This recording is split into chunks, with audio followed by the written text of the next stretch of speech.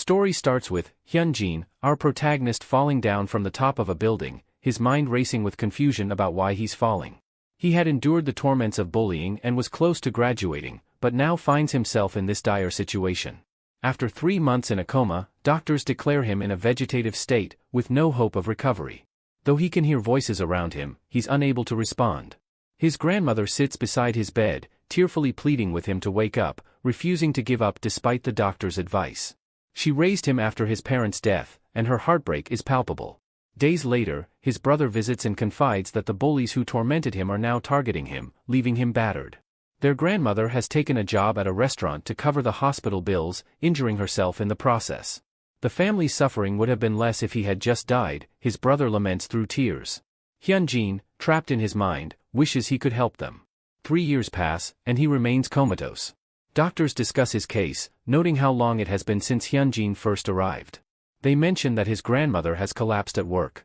He thinks of the bullies, Park Mincheol, Miho, Changsuk, and Yuncheol, and the teachers who protected them, wishing for a miracle to return to the past and confront them.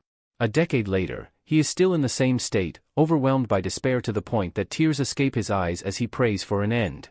Miraculously, he suddenly awakens to find himself back in his classroom.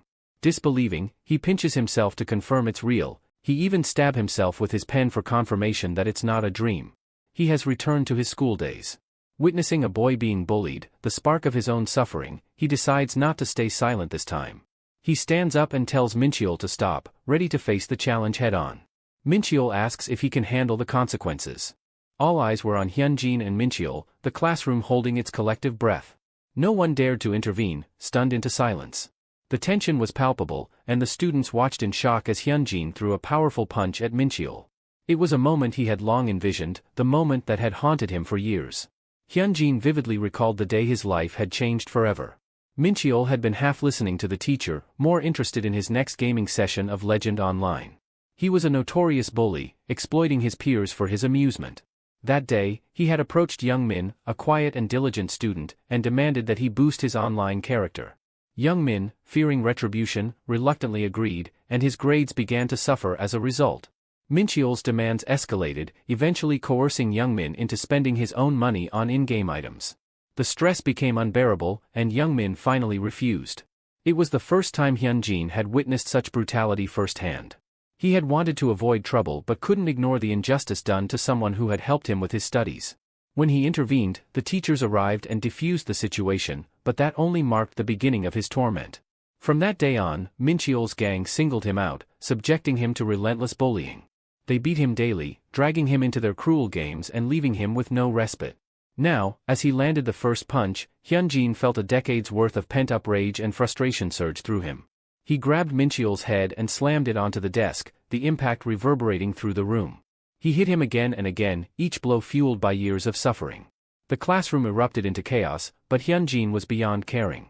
He threw Mincheol to the floor and kicked him viciously, indifferent to the potential consequences.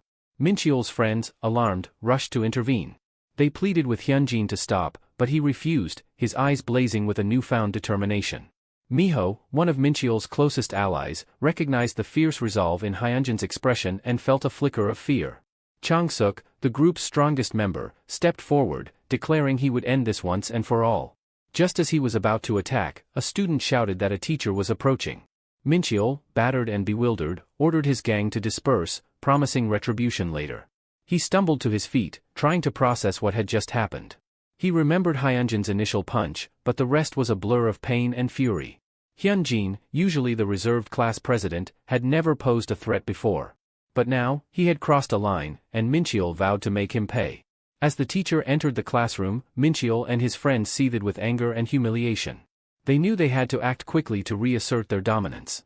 When the class ended, Mincheol sprang to his feet, eager for revenge. But Hyunjin was ready. He leaped across the room, delivering a powerful kick that sent Mincheol sprawling to the ground. The classroom erupted once more, the balance of power irrevocably shifted. Hyunjin seized Mincheol by the hair, yanking him up and sneering, "Let's pick up where we left off. You wanted a fight, right?" Confusion and fear flickered across Mincheol's bruised face as he struggled to understand the relentless onslaught. Meanwhile, in a nearby classroom, Changsuk's lesson ended. He and his cronies, anticipating trouble, hurried toward Hyunjin's class. As they approached, they were startled to find a crowd of students gathered outside, murmuring amongst themselves. Pushing through the throng, they were stunned to see Hyunjin still pummeling Mincheol. Chang-suk, the most formidable of the group, sprinted toward Hyunjin, who had been bracing himself for this moment. Hyunjin knew that while Mincheol was manageable, Chang-suk posed a far greater threat. Yet, this time was different. He had to act decisively. Grabbing a nearby padlock, he swung it at Chang-suk's head with all his might. The heavy metal struck Chang-suk repeatedly, and Hyunjin coldly remarked, "No matter how much you train, you can't withstand iron." Chang-suk, dazed and bleeding, crumpled to the floor. Hyunjin didn't let up. He straddled Cho Youngtaek, next member of gang, and unleashed a barrage of punches until his adversary lay unconscious. With Cho Youngtaek out of the picture, Hyunjin turned his attention to Miho, the last of the trio. Miho was visibly terrified, his eyes wide with fear. Hyunjin advanced on Miho, who trembled, clearly shaken by the sight of his fallen friends. "Ready to finish what we started?" Hyunjin asked, his voice cold and steady. Miho's hands quivered, and just as he was about to swing, the classroom door burst open. A teacher stormed in, demanding they stop. Miho, anticipating severe punishment, pleaded with the teacher. He feared that the school would hold him accountable for the fight, given the brutality of the injuries inflicted on Mincheol and Chang-suk. The teacher, glaring at Hyunjin, took him to the office, berating him along the way. "Do you realize what you've done? Some of them are in the hospital with severe injuries. This is a major issue for the school," the teacher scolded. Hyunjin, defiant, met the teacher's gaze. "This isn't the first violent incident at this school. You need to handle it discreetly," he replied. The teacher's face turned red with anger, and he slapped Hyunjin hard across the face. Hyunjin's mind flashed back to the root of his suffering, not just the bullies, but the cowardly adults complicit in the abuse. Hyunjin then leaned in, his voice low but firm. "You'd better back off. I know about the bribes you've been taking from parents. And I know about your affair with the English teacher. If you push this, I'll make sure everyone else knows too." 10 years earlier, Hyunjin had hoped the teachers would help him when he first reported the bullying. Instead, the teachers had called everyone to the office, only for Miho to dismiss it as a joke, claiming Hyunjin had misunderstood. The matter was swept under the rug, and the bullies had walked away unpunished. As they left the office that day, Miho had threatened him, promising to teach him a lesson. They dragged Hyunjin outside the school, and Miho started to beat him mercilessly. At that moment, Hyunjin's hatred for his teacher grew, cursing him for not intervening or investigating the situation.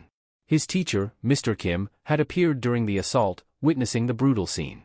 Hyunjin had hoped Mr. Kim would finally grasp the severity of the bullying and take action. However, Mr. Kim remained silent, his face a mask of indifference. Later, Hyunjin learned the truth.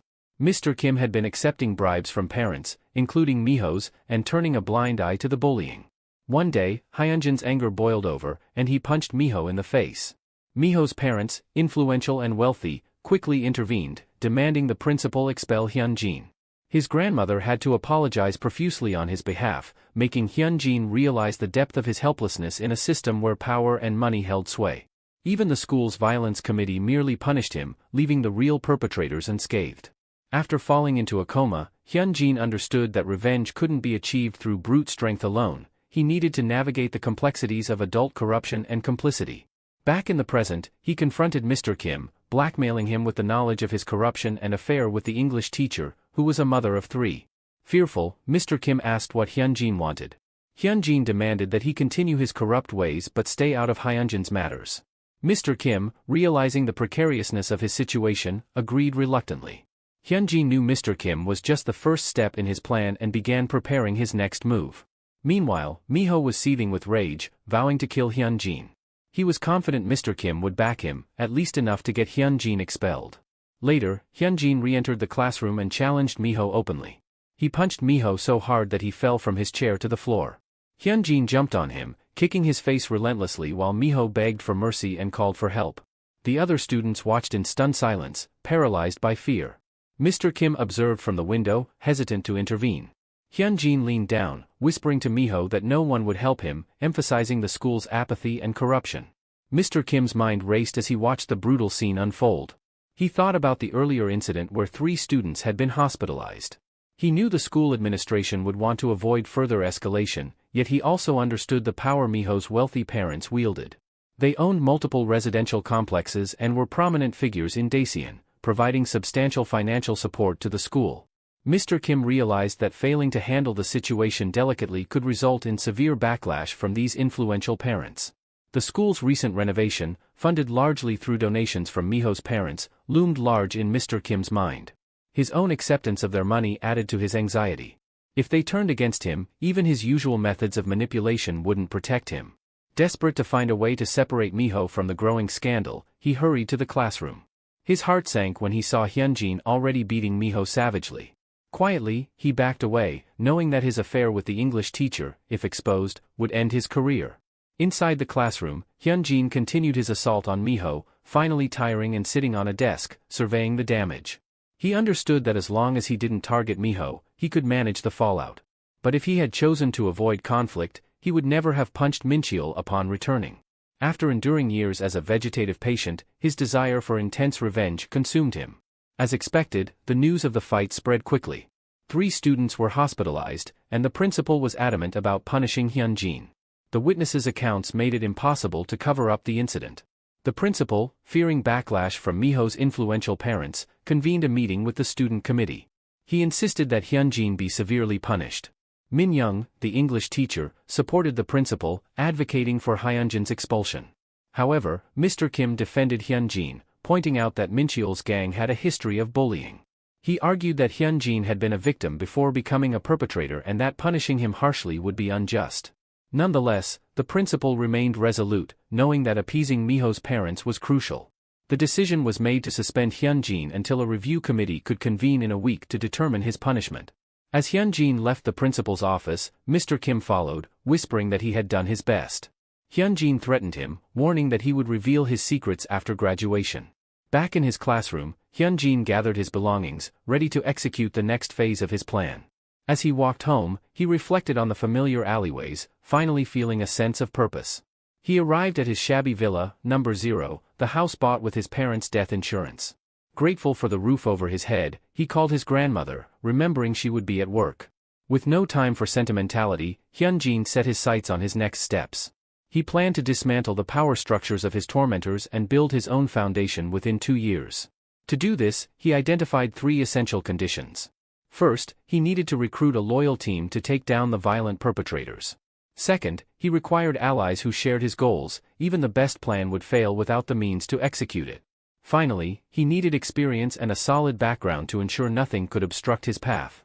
Meanwhile, across town, Chang Boeum, the eldest son of Myeongjin Constructions, was causing a scene at the police station. His loud threats and attempts to bribe the officers underscored his dangerous reputation. The police, wary of provoking a powerful figure in Dacian, knew they had to tread carefully. Faced with the undeniable evidence of his actions, the police had no choice but to follow protocol. Chang Boeum had been involved in a fight, leading to his detention. He quickly realized the gravity of his mistake, especially given the ongoing succession race within his family. His father had recently announced that either he or his younger brother would take over the family business. Chang, with only a high school diploma, was at a disadvantage compared to his younger brother, who had graduated from a prestigious university and was married to a prominent woman in Dacian. This had allowed his brother to secure a strong position in the succession race. As the officer reprimanded Chang for attacking innocent people, the situation seemed bleak. Just then, Hyunjin arrived, stating that he was there to testify on Chang's behalf. He requested to meet with the appropriate authorities and produced a video showing that the bystanders had initiated the altercation while Chang had merely been passing by. Hyunjin explained that he had witnessed the incident and had obtained footage from a nearby parked car's dashcam. The video clearly showed Chang attempting to avoid the confrontation, only defending himself when provoked. Chang, relieved and impressed by Hyunjin's intervention, praised him for revealing the truth. The officer, concluding the investigation, released Chang, cautioning that the matter might require further review. Chang, grateful for Hyunjin's help, threatened the officer to remember his face and maintain peace. Outside the station, Chang thanked Hyunjin profusely and offered him a substantial reward, which Hyunjin accepted without hesitation. Chang noted Hyunjin's unusual confidence and lack of hesitation in accepting such a large sum. Hyunjin then posed a provocative question, asking if Chang thought the incident was a mere coincidence given the timing of the succession race. He suggested it was orchestrated and offered to provide proof. Intrigued, Chang listened as Hyunjin showed him the full dashcam footage, revealing that the attackers had been loitering suspiciously for half an hour before Chang's arrival. As soon as Chang appeared, they instigated the fight, suggesting a deliberate setup. Chang, initially reluctant to suspect his younger brother, couldn't ignore the evidence. Hyunjin's assertion that Suk, Chang's brother, was behind the scheme to tarnish Chang's reputation struck a chord. Hyunjin's detailed explanation and the video evidence painted a clear picture of the conspiracy. Reflecting on the past, Chang recalled how Suk had always been the instigator of their familial conflicts. This new revelation led to a dramatic confrontation between the brothers. Chang, in a fit of rage, confronted Suk, resulting in a physical altercation that left Suk permanently disabled. Their father, enraged by the brothers' incompetence, declared neither of them fit to inherit the family business. The incident became a scandal, with the public mocking the brothers and their feud. Memes and posts circulated online. But that only happened in previous timeline. And because of that, Hyunjin was able to know where and when he should approach Chang. He knew that exacting revenge required not just strength but strategic alliances and a clear understanding of the power dynamics at play. With the first phase of his plan complete, he prepared to take the next steps toward dismantling the corrupt structures that had once controlled his life. After that pivotal incident, the chairman decided to hire a professional manager, which led Myunjin Construction to ascend to the ranks of conglomerates. The eldest son, Chang, was not inherently evil but was seen as incompetent, characterized by a typical laid-back temperament. In contrast, the second son, Suk, was a vicious and cunning individual. Hyunjin saw an opportunity to leverage these traits to his advantage. Hyunjin approached Chang with an offer to help him take revenge on his younger brother and become the chairman of Myunjin Construction. Chang found this proposition absurd, especially coming from a high school student. However, Hyunjin shocked him by revealing that Suk's informants surrounded him, even among his closest aides. Chang, bewildered by this revelation, left the cafe, deep in thought. As he stood outside, a man asked him not to smoke, to which Chang reacted angrily, threatening to destroy the man's cafe. Hyunjin watched from a distance, noting Chang's reckless behavior. Born as the eldest son of Myunjin Construction, Chang had always been a time bomb in Daesun, known for his unpredictable and destructive nature. Despite this, Hyunjin saw him as a perfect pawn in his plan. Chang reflected on Hyunjin's words. He realized that his brother Suk was superior in almost every aspect and that his chances of becoming the successor were dwindling. Desperation led him to reconsider Hyunjin's offer. He decided to hear out the young man's plan before making a final decision. Hyunjin explained his strategy. He acknowledged that Suk surpassed Chang in every measurable way.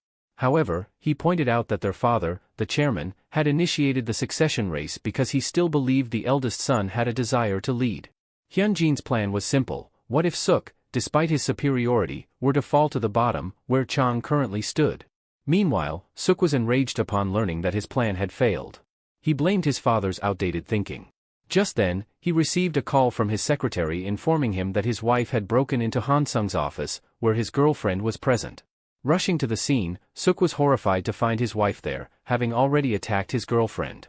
Back at the cafe, Hyunjin outlined 3 critical factors to win the succession war: background, reputation, and ability. He bluntly told Chang that he had already lost in terms of background and reputation. While Chang had been indulging in a life of luxury, Suk had proven his worth through various accomplishments. Hyunjin's plan to reclaim these 3 things began with the first: background. To achieve this, they needed to separate Suk from his wife. This strategy would destabilize Suk's foundation and create a scandal that would tarnish his reputation, thereby leveling the playing field for Chang. As Hyunjin detailed the plan, Chang realized the depth of the young man's insight and strategy. Despite his initial skepticism, Chang began to see the potential in Hyunjin's plan. The first step was to expose the cracks in Suk's seemingly perfect life, starting with his marriage. Later, they both visit the chairman's office. Suk apologizes for his actions but still harbors some anger. His father already contacted his in-laws. During the call, Chairman told his father-in-law that he will handle things to prevent the situation from escalating into a divorce. Meanwhile, his wife chooses to distance herself for a while. In a heated moment, Chairman angrily confronts his son, berating him for his behavior. He yells that if he wanted to play around with girls, he should have done so while he was single, like his brother Chang. He demands an explanation for Chang's frequent visits to the police station, and Chang, now remorseful, apologizes and promises to be more careful in the future. He bows deeply, assuring that he will be more mindful of his actions and his position moving forward. The chairman, surprisingly, becomes lenient, acknowledging that it was the others who instigated the fight and praising Chang for trying to avoid conflict. He pats Chang on the shoulder, expressing pride in his efforts to handle the situation. In the meantime, Suk vows to find and punish the person who informed his wife about the hotel incident. On the other hand, Chang feels elated that his strict father has finally recognized and praised him. He sees Hyunjin, thanks him for his strategic advice, and eagerly asks what steps he should take to become the chairman. Hyunjin cautions him not to get too excited, reminding him that they have only won the first round and brought Suk back to square one. To truly become chairman, Chang must win 2 more critical battles. Hyunjin advises him to start at the company as a minor employee to learn the ropes and promises to reveal the full plan when the time is right. He also mentions that their alliance is based on a quid pro quo, and Chang must grant him a favor in return. Curious, Chang inquires about Hyunjin's wish, asserting that he is ready to do anything for him. Hyunjin then shares his desire. Meanwhile, Miho's mother is furious and slaps Youngchul, accusing him of using flimsy excuses for not expelling the student who hit her son. She orders him to take action. Youngchul, worried, reflects on his earlier request for Hyunjin to humbly accept his mistakes to mitigate punishment. However, Hyunjin warns him to think strategically, threatening to expose Youngchul's hush money and extramarital affair, which would ruin them both. As the meeting day approaches, Miho's mother pressures the principal to expel Hyunjin. Youngchul, under immense stress, contemplates his next move. During the meeting, the committee advisor demands to know what exactly transpired. Youngchul rises and explains that Miho and his group have been bullying their classmates. He recalls seeing Chang, who is now Hyunjin's legal guardian, in the red light district and wonders how he assumed this role. Recognizing this as a chance to switch allegiances, Youngchul declares that it's absurd for the attacker to be treated as the victim. The principal seeks clarity to avoid misunderstandings, prompting Youngchul to recount multiple reports of Miho's group harassing students. Initially, Youngchul had scolded them, but the harassment intensified over time. A few days ago, Miho bullied Youngmin, and Hyunjin intervened to protect him. Despite this, the principal insists that regardless of the reasons, violence cannot be justified, especially since it led to 3 students being hospitalized for the first time in the school's history. To prevent such incidents in the future, they must thoroughly investigate and appropriately punish the responsible student. The deliberation begins with the committee hearing from student Miho about the incident. Miho recounts that he saw Hyunjin assaulting Minchul, who was already on the ground, and insists that other students witnessed Hyunjin starting the fight.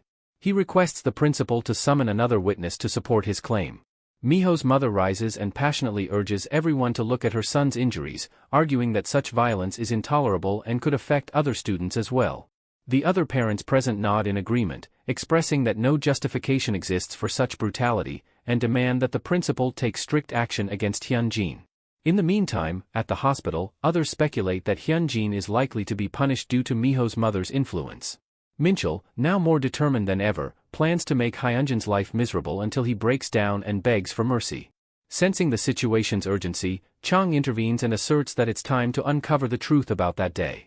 He accuses Miho of being a malicious instigator who orchestrated the entire incident. Chang reveals that he has personally investigated Minchul's group and found that they have been involved in bullying, theft, and other misconduct. He challenges the principal, questioning why the school is covering up these issues and hinting at possible bribery from the parents. Chang continues, arguing that the root cause of the problem must be addressed. He asks if the parents and teachers would stand idly by if their own children were being assaulted. Miho's mother, furious, demands to know who Chang is, having heard that Hyunjin has no parents. Chang introduces himself as Hyunjin's guardian and the eldest son of Myunjin Construction Company. He emphasizes that Hyunjin is like a younger brother to him, and he dropped everything to attend the hearing when he learned of it. Chang then announces his intention to sponsor the school under Myunjin Construction's name, but retracts his offer, citing the school's corruption and poor management. He insists that schools should instill moral and just values, questioning why a student who defended a classmate is being punished. The parents and the principal are taken aback by Chang's status and his connection to Hyunjin. The principal is caught in a dilemma, realizing that siding with Miho could jeopardize any potential relationship with Myunjin Construction and might even lead to his expulsion from the city. However, siding with Hyunjin would mean severing ties with Miho. Ultimately, the principal shifts his stance, acknowledging reports of bullying since the beginning of the school year, with Miho as the ringleader. He labels Miho a perpetrator and praises Hyunjin as one of the school's top students, insisting that there must be a valid reason for his actions. He then suggests hearing Hyunjin's side of the story. Hyunjin, relieved that his side is finally being considered, reflects on his past experiences where his pleas were ignored, leading to his tragic fate. He recounts how he repeatedly informed teachers about Minchul's group's bullying, only to be dismissed with claims that Minchul wouldn't engage in such behavior. He questions why he is being scrutinized not just for a single act of self-defense, but because adults perceive him as powerless. He demands that the bullies be punished first, threatening to expose the incident publicly if no action is taken, which would tarnish the reputation of Chanil High School and bring disgrace to Daesun. He insists that only severe punishment will silence him. Miho's mother, defiant, declares that she will never allow her son to be held accountable. She calls her husband, informing him that the principal and teachers are unjustly blaming Miho due to pressure from Myunjin Construction's eldest son. Her husband, shocked to learn of Chang's involvement, urges her to return home immediately, warning that Chang has the power to ruin their family. In the end, the committee decides that Hyunjin will complete 100 hours of volunteer work as a penalty for his involvement in the altercation. Meanwhile, Miho and 3 other students are expelled from the school.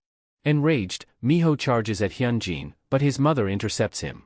Hyunjin then commands Miho to get on his knees and beg for forgiveness.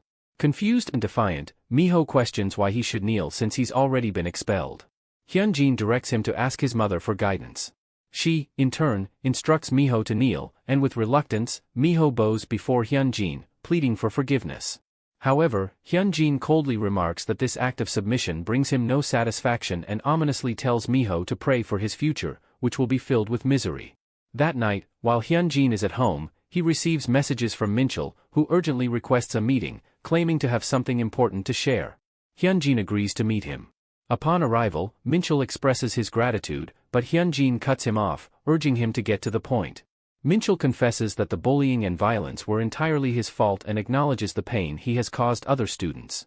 After spending a week in the hospital, he accepts the committee's decision and vows to change his behavior, pleading with Hyunjin to overlook this incident just once. He explains that the teacher mentioned Hyunjin's agreement could save them from expulsion, which would otherwise ruin their lives. Minchul then reveals that they were acting on orders from someone else. Hyunjin, already aware of this, recalls a time from his past when a bullied student, similar to him, committed suicide, leaving behind a note exposing the truth. He knows that the Golden Circle, an organization rooted in prestigious schools in Gangnam, orchestrates such acts. The founder of the Golden Circle, seeing the potential profit in school violence, recruited bullies and aligned with wealthy students' parents, offering protection in exchange for money. This system ensured that the students under their control excelled academically, while rivals were systematically eliminated. In the future Hyunjin envisioned, the outer members of the Golden Circle were eventually exposed, but the case was swiftly buried. To exact his revenge on those who condemned him to a living hell, Hyunjin realizes he must dismantle the Golden Circle entirely. He presses Minchul for details about the organization's operations in Seoul and Gyeonggi. Minchul discloses that Yangmin, a senior bully at their school, is involved but stops short of confirming his membership in the Golden Circle. Despite this, Yangmin's connection to the organization is undeniable, although extracting information from him will be challenging due to his strength and influence. Hyunjin then asks Minchul if he truly desires forgiveness but warns him that he will demonstrate the consequences each time they meet. He slaps Minchul across the face, reflecting on his past life where he was an ignorant father, oblivious to the suffering of others. Despite their successes, he was stunned by their prosperous lives.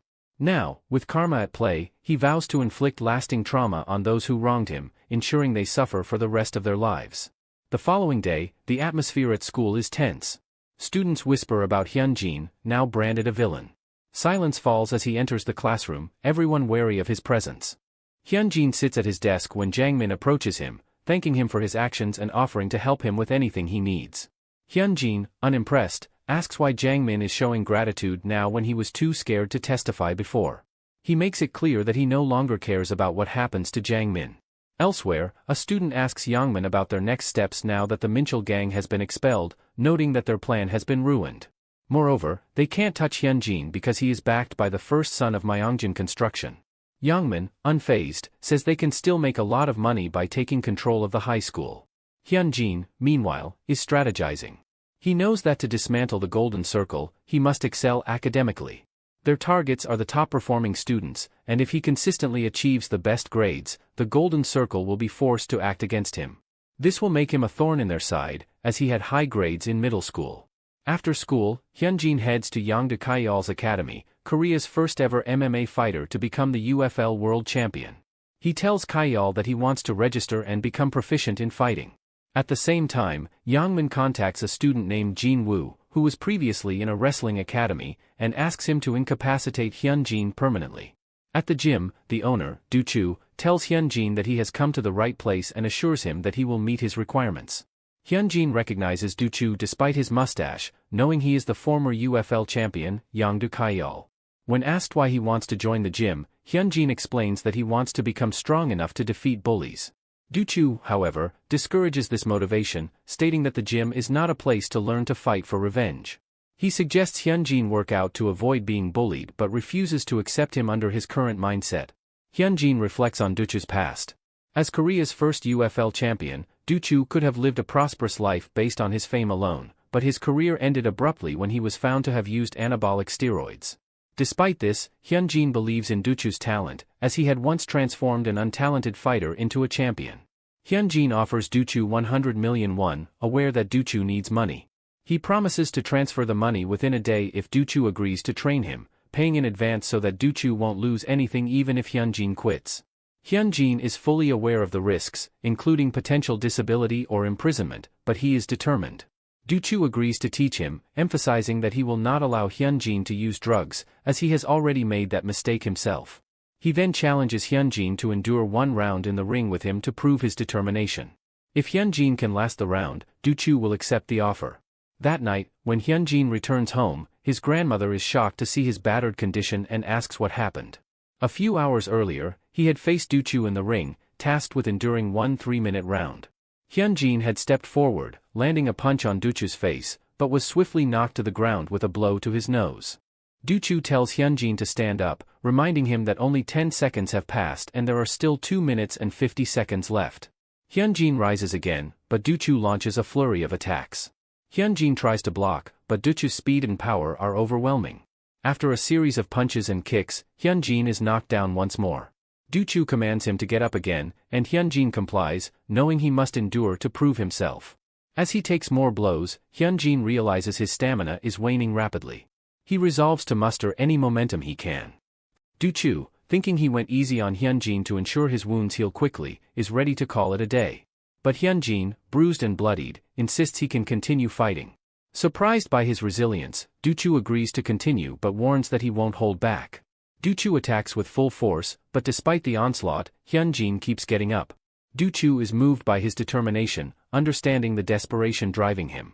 He knows he can't allow Hyunjin to follow a path of regret similar to his own. With a final punch, finally, the 3 minutes end. Du-chu tells Hyunjin to go to the hospital and not to reveal who injured him. He gives Hyunjin his bank account number for the money transfer. Reflecting on his own situation, Du-chu remembers a recent offer from a broker representing a new MMA association. They proposed a lucrative deal, contingent on his use of performance-enhancing drugs and participation in their tournament. Had Hyunjin not come through with the money, Du-chu might have accepted the deal. Instead, he texts the broker to decline. Hyunjin, back home, tells his grandmother he got into a fight with some kids at school and inquires about their housing subscription savings account. He suggests investing the money in a Myeonjin construction apartment program, hoping they might secure a deal. His grandmother agrees, relieved that she won't need to question the source of the money, which Hyunjin had intended to give her outright. The next day, Yangmin praises Jin Woo, mistakenly believing he is responsible for Hyunjin's condition. Yangmin tells Jin Woo to spread the word that they are close and plan to hang out after school. Jin Woo, seeing an opportunity, agrees, though he's confused. He heads to Hyunjin's class to assess the situation and is shocked by Hyunjin's battered appearance. Jin Woo concludes that Hyunjin must have been beaten outside of school for his arrogance. Yangmin, believing Jin Woo's supposed actions, thinks Hyunjin is not as strong as he seemed. He plans to beat Hyunjin next time and warns the other students to avoid him. After school, Hyunjin heads to the gym where Du-chu instructs him to work out for 2 hours.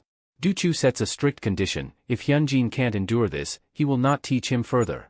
Understanding that to defeat Yangmin, who has trained for years, he must endure this physical training without faltering, Hyunjin accepts the challenge. Moreover, Yangmin is not his ultimate target. Hyunjin aims to expose the elusive golden circle hiding behind him. Du-chu, surprised by Hyunjin's stamina, wonders about his true purpose. Recognizing the boy's potential, Du-chu decides to try a different training method. He tells Hyunjin that he has always sought to excel without illegal practices, so even if his career ends, his students will succeed. From now on, he will apply the results of his research to Hyunjin's training, promising that if Hyunjin can keep up, he will become strong enough to make anyone kneel. A week later, Kim Siwoo, a classmate, approaches Hyunjin. Siwoo expresses his discomfort with how the other students are ignoring Hyunjin and declares he doesn't want to be like them. He reveals that Jinwoo has been threatening all the students, forbidding them from talking to Hyunjin, and even threatening to kill anyone who tries to get close to him. Despite the danger, Siwoo refuses to ignore his friend being bullied, even if it means he might get beaten. This moment stirs a memory in Hyunjin of Siwoo from his past life. Back then, after learning Hyunjin was being bullied, Siwoo stood up for him, distancing himself from Mincheol's group. As a result, Siwoo became the target of their teasing. One day, when Hyunjin was a patient, Siwoo apologized for not protecting him, admitting he was scared of getting beaten during every break. In the present, Hyunjin coldly asks Siwoo not to act like they are close, insisting he can handle his own problems. Siwoo responds that he will do what he wants and will never let Hyunjin be alone. Despite Hyunjin's harsh words, Siwoo leaves, determined to help his friend. After class, Hyunjin finds himself unconsciously waiting for Siwoo. He overhears students talking about Siwoo being taken by Jinwoo for a beating. Alarmed, he rushes to the scene. Meanwhile, Jinwoo confronts Siwoo, demanding to know why he spoke to Hyunjin after being warned not to. Siwoo defiantly questions why he should listen to Jinwoo and asserts his right to choose his friends, declaring that he won't abandon Hyunjin. Siwoo immediately kicks Jinwoo in the face, causing him to fall. Jinwoo instructs his friends to attack Siwoo. They move to attack, but Siwoo kicks one in the face and then a punch to other one. Despite their efforts, Siwoo gets punched and worries about Hyunjin, thinking that he won't abandon Hyunjin. Jinwoo, now enraged, steps forward and punches Siwoo, taunting him about his martial arts skills. He then starts beating Siwoo brutally while the other students watch in silence. Jinwoo declares that he will continue beating Siwoo during breaks, lunch, and after school. Exactly then, Hyunjin arrives. He realizes that to confront Jinwoo, he needs a strategy. Recognizing that Jinwoo relies on his size, Hyunjin decides to taunt him about his weight, calling him fat and accusing him of needing others to fight for him. Jinwoo's friends warn Hyunjin to back down, saying he will end up crippled like Siwoo. But Hyunjin remains defiant, ready to stand his ground against Jinwoo. Jinwoo orders his friends to stand back, saying he'll handle Hyunjin himself. Charging at Hyunjin recklessly, Jinwoo is shocked when Hyunjin punches him back. Angered and frustrated, Jinwoo attacks again without thinking, giving Hyunjin the opportunity to exploit his blind aggression. Utilizing the techniques he learned from Duchu, Hyunjin lands precise blows to Jinwoo's face and stomach, quickly taking him down. Despite Jinwoo's fall, Hyunjin continues to beat him relentlessly, causing the onlookers to worry that Jinwoo might be seriously injured. Desperate, Jinwoo begs for mercy and apologizes for his earlier rudeness. However, when Jinwoo tries to muster the strength for another attack, he confesses that he acted on Yeoman's orders, feeling he had no choice, and promises not to harm Hyunjin or Siwoo again. Hyunjin warns Jinwoo and his friends never to touch Siwoo again, threatening to hunt them down if they do. He then escorts Siwoo to the infirmary, advising him to stay out of his affairs to avoid further trouble. Siwoo, however, insists that he will continue to stand by Hyunjin, asserting that their friendship is unbreakable and he won't abandon him, even if it means facing more danger. Hyunjin, determined to dismantle the gang that has been tormenting them, tells Siwoo that he cannot share his plans and urges him to stay away to avoid further harm. In the other class, Yangmin receives news of a salary increase and revels in the thought of earning millions of won for harassing students. Meanwhile, Hyunjin tracks down Yangmin and confronts him. As he launches his attack, Yangmin tries to dodge, questioning who Hyunjin is. Noticing Hyunjin's fighting skills but recognizing the lack of power and predictability in his attacks, Yangmin tries to strike back. Hyunjin introduces himself and reveals that he is one Yangmin has been looking for. When Hyunjin attempts to hit Yangmin with a chair, Yangmin catches his hand and punched him in the stomach, Hyunjin finding it bearable compared to Duchu's training. Realizing he cannot defeat Yangmin in a straightforward fight, Hyunjin aims to prove himself, prepared to risk everything. He uses a leg lift to push Yangmin back and dangles him out of a window, threatening to end him. Terrified, Yangmin asks what Hyunjin wants. Hyunjin declares his intent to finish things once and for all. Other students arrive and pull Hyunjin away from the window, but he continues to shout threats at Yangmin, vowing that the conflict will not end until Yangmin is dead. 30 minutes later, an urgent announcement over the school's PA system calls several students to the principal's office, indicating that the situation has escalated to a critical level. Yangchul arrived at the scene, eyes widening at the sight of the bloodshed caused by Yangmin. The gravity of the situation weighed heavily on him as he pondered how he might explain this to the principal in a way that would protect Hyunjin. To his astonishment, the principal instructed him to ignore the incident entirely. The principal elaborated, mentioning the recent developments with the Myeongjin Construction Company. Their eldest son, Chang, had unexpectedly gained significant influence and popularity. Chang had announced his intention to sponsor a substantial portion of the school's operating expenses. Furthermore, he pledged to dramatically increase the support if he were to become chairman. The principal emphasized that sponsorships were rarely acts of pure goodwill. They were typically driven by underlying motives. Chang's sponsorship was no exception. The principal revealed that Chang's condition for this generous sponsorship was that the school must protect Hyunjin at all costs. No matter what trouble Hyunjin caused, it was to be covered up. He tasked Yangchul with managing this, citing his proficiency in such matters. In return for his cooperation, the principal promised Yangchul various perks and privileges, including priority access to performance rewards and special benefits. He also mentioned that Chang had reserved a few units in an upcoming Myeongjin construction housing project. This would allow Yangchul to secure an apartment separate from his wife, providing him the discretion he needed for his personal affairs. The principal stressed that their primary responsibility was to shield Hyunjin from any repercussions. Yangchul, seeing the advantages for himself, eagerly agreed, vowing to dedicate himself to the principal's plan. The principal, acknowledging Yangchul's commitment, suggested that they address each other as brothers, indicating their shared interests and mutual support. Yangchul, grasping the principal's hand, promised to help elevate the school's prestige to unprecedented heights, ensuring that the principal would be celebrated as a legend in Daesun's future.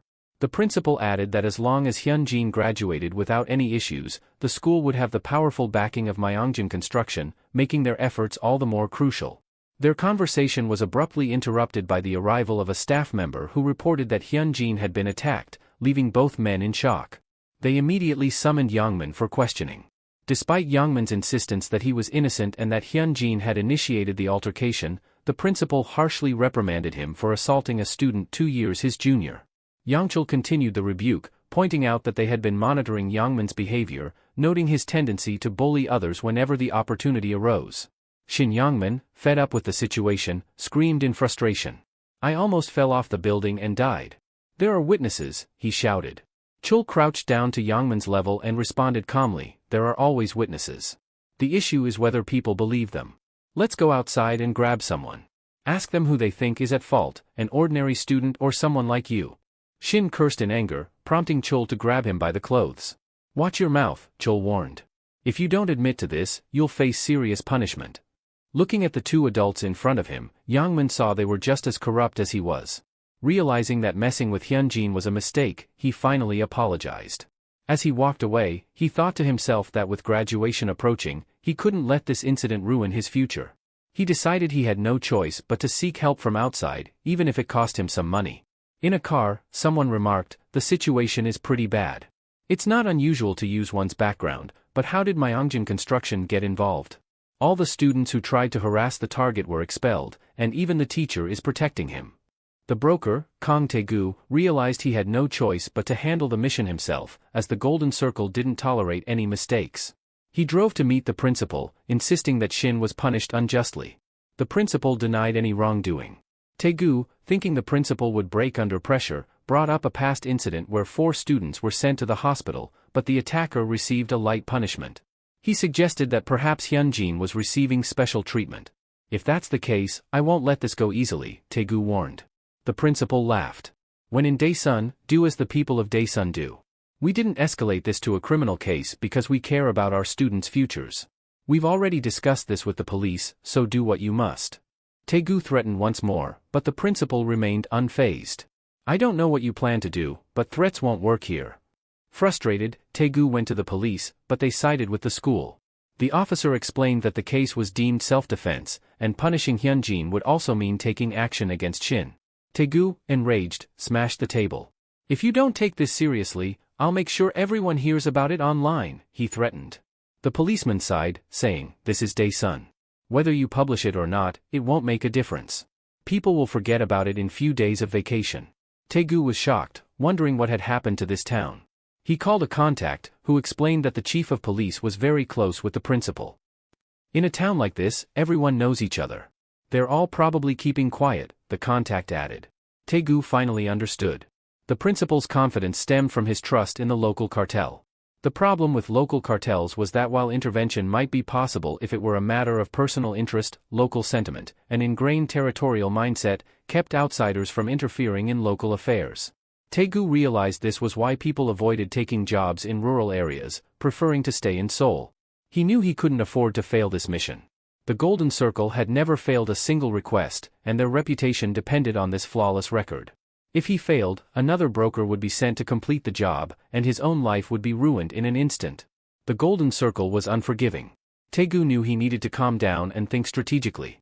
He called Yangmin, explaining that he couldn't help him directly because of the Golden Circle's involvement. Instead of fighting Hyunjin, find a way to bring down his grades by any means necessary, he advised. He warned Yangmin that failure would mean punishment not just for Hyunjin, but for him as well. Yangmin ended the call, bewildered about how to accomplish this. Suddenly, Hyunjin appeared behind him and struck him on the head. The next day, Yangmin heard his classmates talking about his fight with Hyunjin the previous day. They said he had lost, and Hyunjin had walked away unscathed. In reality, Yangmin had tried to attack, but Hyunjin had warned him, saying, "The request must be more important than your life." This had made Yangmin hesitate. Hyunjin then revealed that he knew about the broker's visit to the principal, making the situation clear. Hyunjin warned Yangmin that messing with him wouldn't just lead to expulsion. He would drag Yangmin to criminal court, ensuring he was convicted for his actions. After jail, Myeongjin Construction would make sure Yangmin could never live peacefully in Daesun again. Hyunjin added that to live a normal life, Yangmin would have to leave his hometown, but even that might not stop him. Terrified, Yangmin asked what Hyunjin wanted. "Justice," he suggested. Hyunjin replied, "I want one thing, to destroy anyone who messes with me." Hyunjin grabbed Yangmin by the shirt, his voice cold. "If you want to live like a human here in Daesan, you need to endure what your victims endured." He then started to beat him, which explained Yangmin's injuries. Yangmin thought he could easily defeat Hyunjin, but Chang and his group posed a bigger problem. If he left Hyunjin alone, the Golden Circle would come after him. And if the rumors were true, he'd wish for expulsion or conviction instead of dealing with them. He slammed his head against the table in frustration, realizing he had no choice. The only thing he could do was wait and hope Hyunjin's grade somehow dropped. Hyunjin saw this threat as temporary. Once exams were over and he scored top marks, the situation would change drastically. Yangmin, who was trying to survive within the Golden Circle, had to succeed at any cost. The requester, unable to see Hyunjin fail, would have to face the reality of his success, thinking that if he could achieve his goal, nothing else mattered. Whether he used the principle or acted with malice, it didn't matter. Looking at the situation, everything was going as planned. No one could touch him for the rest of his school life. This malevolent barrier gave Hyunjin a sense of relief.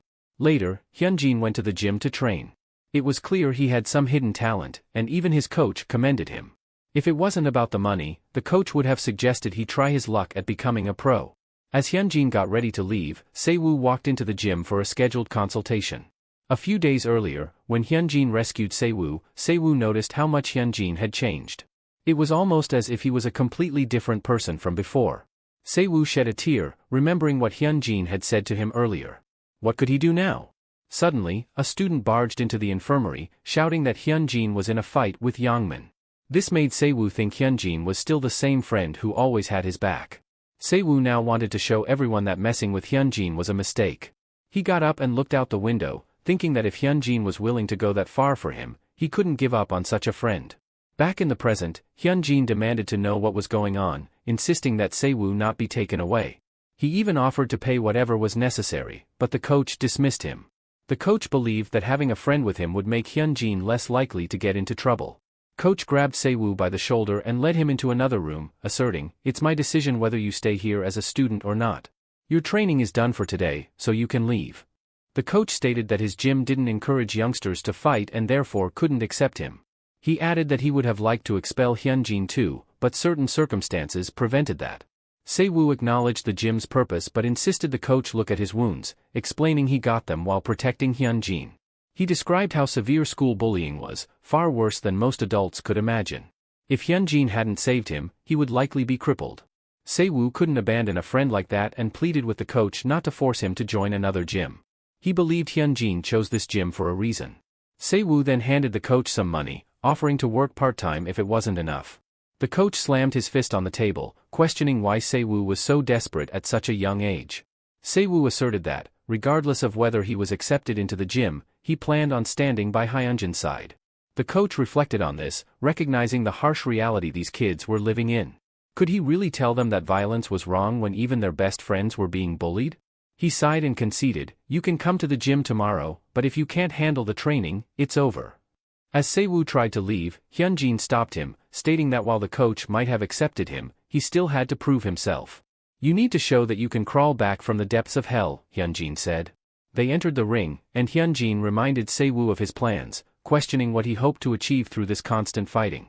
"Friendship," he scoffed. "You could end up dead or in prison. Can you really handle that?" Se-woo affirmed that he wanted to help because two were better than one. With that, the fight began.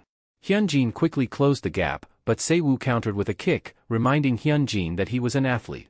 They exchanged a few blows, and Se-woo added that he would have beaten Park in a one-on-one fight. Hyunjin acknowledged that Se-woo was a talented athlete. In the taekwondo scene, he was known as Mr. Specialist and had won numerous gold medals. However, during a tournament, he fought against the son of the Korean Taekwondo Association leader and lost due to an unfair decision by the referee. After that incident, he gave up on the sport. Yet, his determination never wavered. Hyunjin confronted him, asking if he knew about a technique called the kick catch, used in MMA. With a swift move, Hyunjin knocked Se-woo to the ground, urging him to surrender. But instead of giving in, Se-woo thought back to all the times Hyunjin had protected him. This memory sparked a new resolve within him. He tried to hit Hyunjin but missed, and Hyunjin continued his barrage of punches, demanding that Se-woo beg him to stop. Instead of pleading, Se-woo laughed, causing Hyunjin to pause. Hyunjin, puzzled, asked why Se-woo was acting this way. Hadn't he done enough for their friendship already? Se-woo, still chuckling, replied that he couldn't forget the times when he was beaten for doing nothing. But Hyunjin had always been there to help him. So why was Hyunjin doing this now? Se-woo explained that, despite knowing Hyunjin did nothing wrong, he couldn't ignore his own situation. It was his life, and he could make his own decisions. Suddenly, their coach barged into the ring. He demanded that they stop fighting and join him for a workout instead. He bet his life that they could reach the top of the UFL stage. The coach pointed out that both of them had exceptional talent. How could they be getting bullied when they could easily take down a few guys? Se-woo's kicks were incredibly accurate and powerful for his age, while Hyunjin had a keen sense of judgment and could detect gaps in an opponent's defense. The coach offered them a chance to utilize their abilities, emphasizing that it would be a waste not to. He suggested they drop out of school and focus entirely on sports. Despite running a rundown gym, he had connections with many athletes and could truly help them rise to the top. Hyunjin, however, questioned the coach about why he pursued MMA. The coach replied that he did it because it interested him. Hyunjin then admitted that he couldn't follow the same path because fighting brought him so much pain that he wanted to give up at every moment. But he had a purpose to fulfill, and he had to achieve it, no matter what. Hyunjin turned to coach, urging him to think it over. If the coach have different opinion than him, they would abandon the coach's dojo and continue their own way. Hyunjin then walked outside, with Se-woo following him. Se-woo assured Hyunjin that he wouldn't regret sticking with him through this journey. Hyunjin says he won't stop Se-woo anymore, but he has a few conditions. First, Se-woo must train with him every single day. Second, Se-woo should only get involved in matters he can handle. If it's a hopeless fight or a legal issue, he must leave immediately. Third, Myeongjin Construction will provide him with a living wage every month. Lastly, Se-woo must study.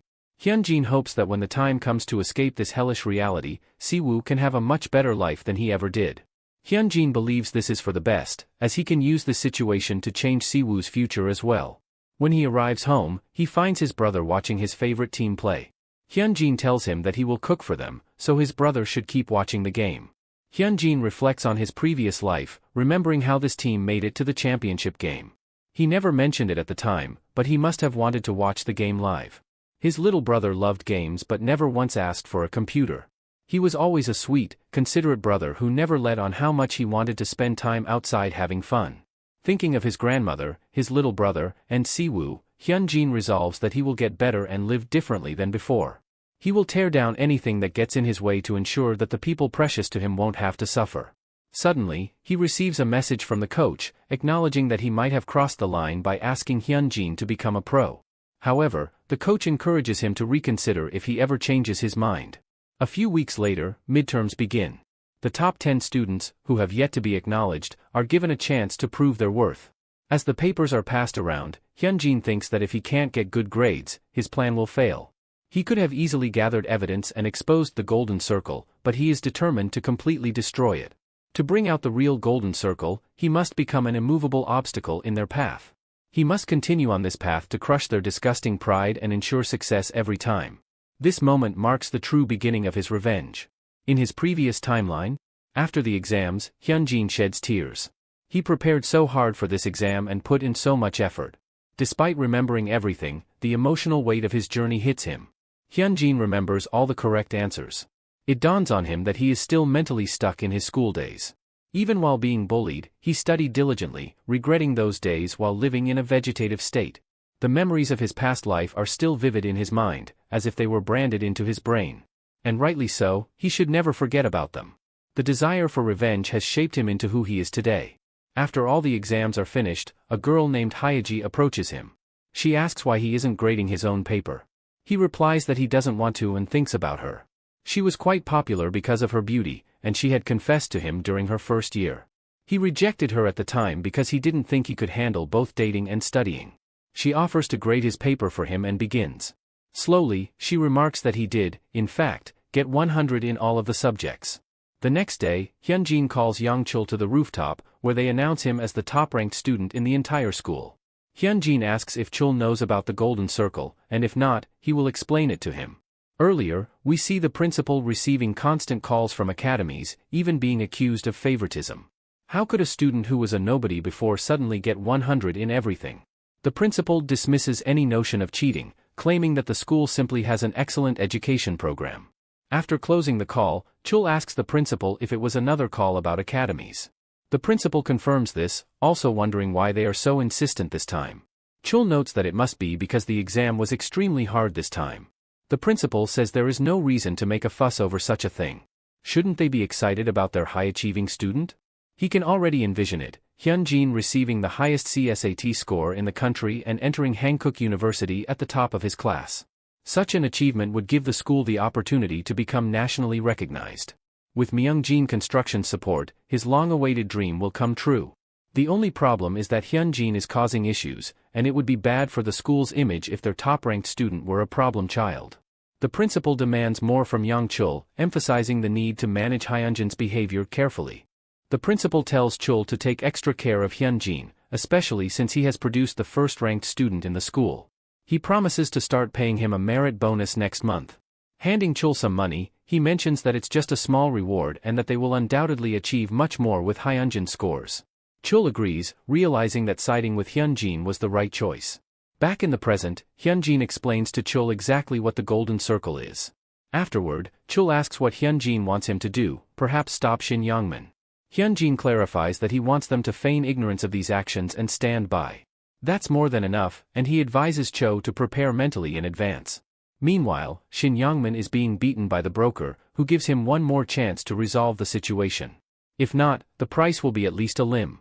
Sitting down with some friends, Shin wonders what he can do. Bae Songho, a burly guy, suggests that they all mess with Hyunjin at once. What can the principal do if 30 or more people are involved in a fight? Shin Youngman thinks it's a great idea, hoping it will lead to salvation. A few days later, during lunch, Hyunjin senses a strange vibe. Someone bumps into him, and another person slaps his head from behind, demanding an apology for bumping into his friend. Hyunjin thinks about how the bullying started, but this time, he's not weak. With a few punches, he takes them all out. Staying vigilant, he tells them to inform their leader to stop thinking about stupid stuff and bring it all at once. Later, Songho opens the door to Hyunjin's classroom, thinking he planned to provoke Hyunjin and bring the guys against him later. Hyunjin stands up, suggesting that if they have to fight, they should go to the recycling site where the teachers don't patrol. They head there, and Hyunjin reflects on his plan so far. Hyunjin knew that all the scenarios up until now weren't guarantees, as he had imagined. This revenge would be determined by fighting Shin Youngman. If he couldn't handle it, he would have to pay the price. Songho tried to intimidate Hyunjin, but Hyunjin didn't bite. Instead, he suggested they get to the point and fight.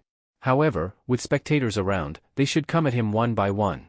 One of the goons, nicknamed Demon Senior, stepped forward, saying that if Hyunjin wanted a one-on-one fight, that's what he'd get.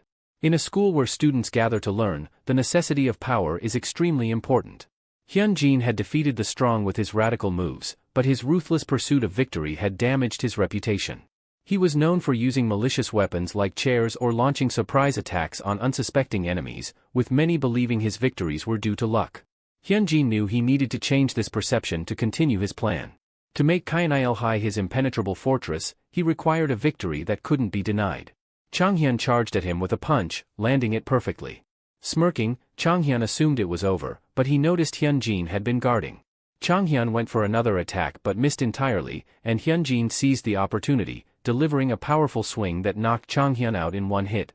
From above, Jinwoo watched the fight, realizing that Hyunjin's victory was no fluke. He noted that Hyunjin had just defeated Demon Senior with a single blow and decided he should never get involved with him again, as Hyunjin fought like a rabid dog. Siwoo casually approached from behind, tapped Jinwoo's shoulder, and punched him in the cheek, noting that they had some old business to resolve. A while ago, after Hyunjin had dealt with the guys trying to annoy him, Siwoo had come up to him, wanting to help with his plan. Hyunjin reminded him that he had promised not to get involved in reckless fights. Siwoo asked if Hyunjin was trying to face Shin's gang by himself. Hyunjin confirmed this, acknowledging Siwoo's concern but insisting that nothing good would come from Siwoo joining the fight, as their opponents would just use their numbers to win. Siwoo protested that it wasn't safe, but Hyunjin knew he had to handle this himself, as the issue wouldn't be resolved by someone else. However, Hyunjin had something for Siwoo to do if he really wanted to help, prove that Hyunjin wasn't alone by taking revenge on Jinwoo. Jinwoo cursed at Siwoo, noting that he must be acting tough because of Hyunjin, and they needed to settle things. Jinwoo tried to attack, but Siwoo kicked him back. Jinwoo thought he might lose in a single blow but couldn't afford to, as too many people were watching. He continuously tried to swing at Siwoo and found an opportunity to tackle, but Siwoo countered and ended the fight with a single kick. Outside, Hyunjin took care of all of Songho's goons. They thought Hyunjin was clever, realizing this was all intentional from the start. He would have liked to push him to the ground with their numbers, but with so many people watching, even after Shin graduates and joins the Golden Circle, nobody would acknowledge him. The same would hold true if they just waited for Hyunjin to run out of stamina and beat him. Sungho realizes he needs to act now. He asks Hyunjin to stop, as he is ready to confront him. He declares that he holds no ill will towards him, but Hyunjin's attitude of trying to dominate everyone is absurd. Hyunjin responds, stating that his actions are a reaction to their absurdity. Sungho charges forward with a punch, which Hyunjin counters, but Hyunjin grins. This is exactly what he wanted, a battle of sheer strength. They trade powerful blows until Hyunjin lands a solid hit to Sungho's mouth, stunning him with pain. Seizing the moment, Hyunjin grabs Sungho by the hair and delivers a final punch to the ground, ending the fight. Hyunjin commands the other goons to bring Shin out immediately. Meanwhile, Shin Yongmin sits in the classroom, contemplating Hyunjin's situation. A classmate enters and informs him that Sungho and his group were utterly defeated. Shin inquires about the number of people Hyunjin fought, and the classmate estimates around 9. Satisfied, Shin decides it's time to execute the plan. He believes that, despite how corrupt the principal and Hyunjin are, the school remains an educational institution at its core. They won't be able to cover up this incident easily. Shin's plan unfolds as numerous people begin reporting Hyunjin's actions to teachers and contacting others. Shin notes that if their stories align, it won't be dismissed as self-defense. However, he isn't planning to stop here. The principal receives a call from the superintendent and answers with trepidation. A few days prior, during a staff meeting, Chul had informed the other teachers about the Golden Circle and how it thrived on bullying. He also revealed that Park Mincheol had past connections with the organization. This revelation sparked a heated discussion among the teachers. Chul acknowledged their confusion but emphasized the potential career-ending consequences associated with the Golden Circle. He pointed out that more than a handful of students, including Sungho and even Shin Young-min, were linked to the organization. Within the school, over a dozen students had ties to the Golden Circle. If this scandal were exposed, the repercussions would be catastrophic, not just for a few individuals but for the entire school.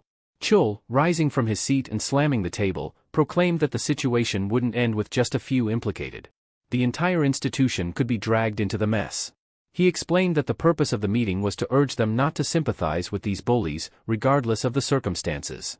They were to act as if nothing was happening, to ignore what they saw or knew. Acting righteously would only entangle them further with the Golden Circle.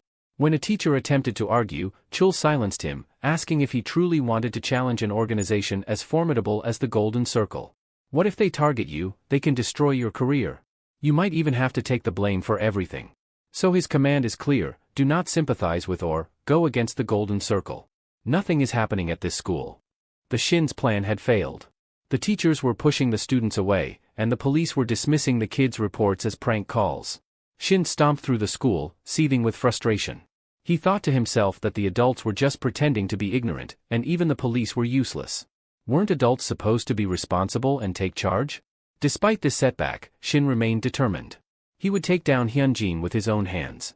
Shin received a surprising call. Earlier, Chang had approached a loan shark, claiming he had secured a few minor construction jobs and was considering raising his name value. The loan shark, eager for an association with Myeongjin Construction, asked what Chang needed. Chang simply wanted the contract with Shin Min-suk. Shin Min-suk was the father of Shin Young-min, believing it would put them in a favorable position. Shin Young-min receives call from his father, who angrily reprimanded him for laying a finger on Hyunjin. His father warned him never to touch Hyunjin again, threatening that loan sharks would kill him if Shin disobeyed. Suddenly, Chang took over the call, instructing Shin to listen carefully. He explained that soon, a red sticker would be placed on their house, the very thing his father had desperately tried to prevent. Despite his father's efforts, their family was still in debt, and that debt would now fall on Shin. Chang taunted him, asking if he planned to forsake his inheritance. Unfortunately, loan sharks didn't work that way, and Shin's entire life was at risk. Chang offered a grim solution: let himself be beaten up by Hyunjin and make it look convincing. Winning was all that mattered, and in this brutal game, there was no room for honor and pride. Shin protested, calling it cowardly, but Chang dismissed his concerns, stating that there was no such thing in a fight. If you win, you win. Means doesn't matter. He warned Shin to be careful, as he don't make empty threats. Determined and desperate, Shin arrived at Hyunjin's location and immediately launched an attack. However, Hyunjin stood still, not bothering to dodge. Shin intentionally missed the strike, confirming Hyunjin's suspicion that he had received the call. Hyunjin responded by slapping Shin, confident that he was now in control. Hyunjin grabbed Shin by the hair, slapping him repeatedly. "Why were you charging at me earlier?" he demanded. Shin had only two choices: get on his knees and beg or risk everything for his pride. Pushed to his limit, Shin erupted in a flurry of punches and kicks, trying desperately to bring Hyunjin down. But Hyunjin had the upper hand. He had watched videos of Shin's amateur fighting competitions and knew his weaknesses. Shin's first mistake was exposing his face when he got excited. Using this knowledge, Hyunjin turned the fight into a one-sided beating, dominating Shin every time. When Shin was down, Hyunjin seized his arm and prepared to break it. Shin pleaded, but with a sickening crack, Hyunjin secured his victory. He had proven his dominance. Meanwhile, the principal spoke with the superintendent, feeling triumphant about the outcome. Hyunjin met with Siwoo, and they confirmed they had accomplished their goals. Siwoo expressed concern about breaking Shin's arm, but Hyunjin dismissed it, saying it was not a problem.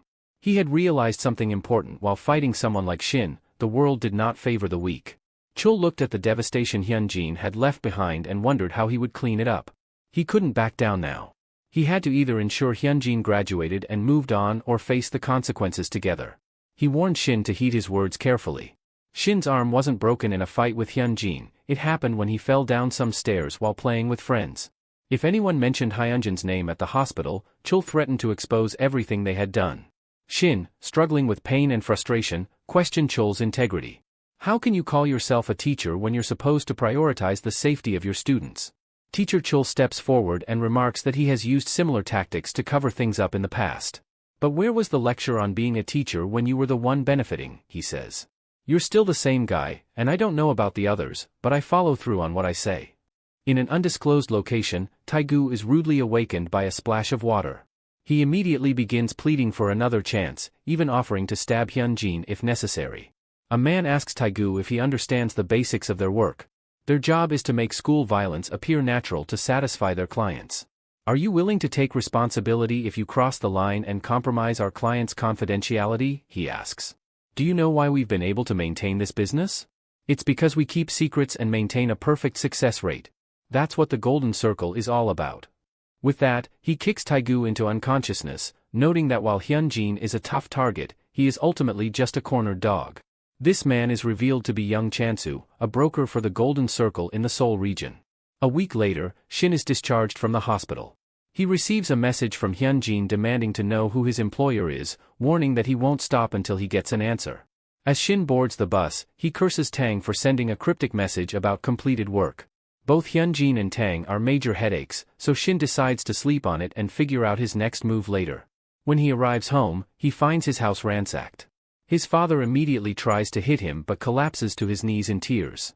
"You shouldn't have touched Hyunjin," he sobs. "We were managing, even if it was like dogs. You've ruined everything. The house we live in, the food in the fridge, do you think any of it is free? I might not have been the best father, but I tried my hardest. And you just went and ruined it all. We're completely and utterly ruined because of you." Reeling from his father's words, Shin slips on a bottle in shock. Just then, his phone rings. They meet in a park, where Shin apologizes profusely. He admits he crossed a line and wants to reveal his employer, but he can't. The broker disappeared after sending a simple text. He begs for forgiveness one last time. Hyunjin, unimpressed, asks why he should forgive him. "I warned you enough not to lay a hand on me or those around me, but you did it anyway. You must have been confident you could handle the consequences, right?" Shin admits he was foolish. Hyunjin agrees, saying only fools throw themselves into the fire. He surmises that Shin genuinely doesn't know his employer's identity, as the Golden Circle doesn't divulge such information easily. Since Shin has begged enough, Hyunjin decides to give him a chance. He tells Shin he will have to endure something for 1 month but doesn't specify what. The next day, Shin hears people bad-mouthing him but endures it, thinking that if this is all he has to face for 1 month, it will be easy. A large guy stares at him with malicious intent. Shin thinks to himself that the world might favor a guy like him now, but it's only for a month. After that, he can graduate and start anew. The large guy walks up to Shin and pours a carton of milk over his head. When Shin tries to retaliate, the guy smirks and says, "According to Hyunjin, I can do this to you now." A few days prior, Hyunjin had addressed his classmates about Shin, detailing how Shin had disrupted their once peaceful school environment. Hyunjin announced that they could now treat Shin however they wished, as Shin wouldn't fight back. He emphasized that participation was voluntary, no one was compelled to join in the harassment. However, if no one chose to participate, Shin would live a quiet life until graduation, as though he had never existed in their school. Hyunjin made it clear, if they resented Shin and his actions, they could act without fear of punishment.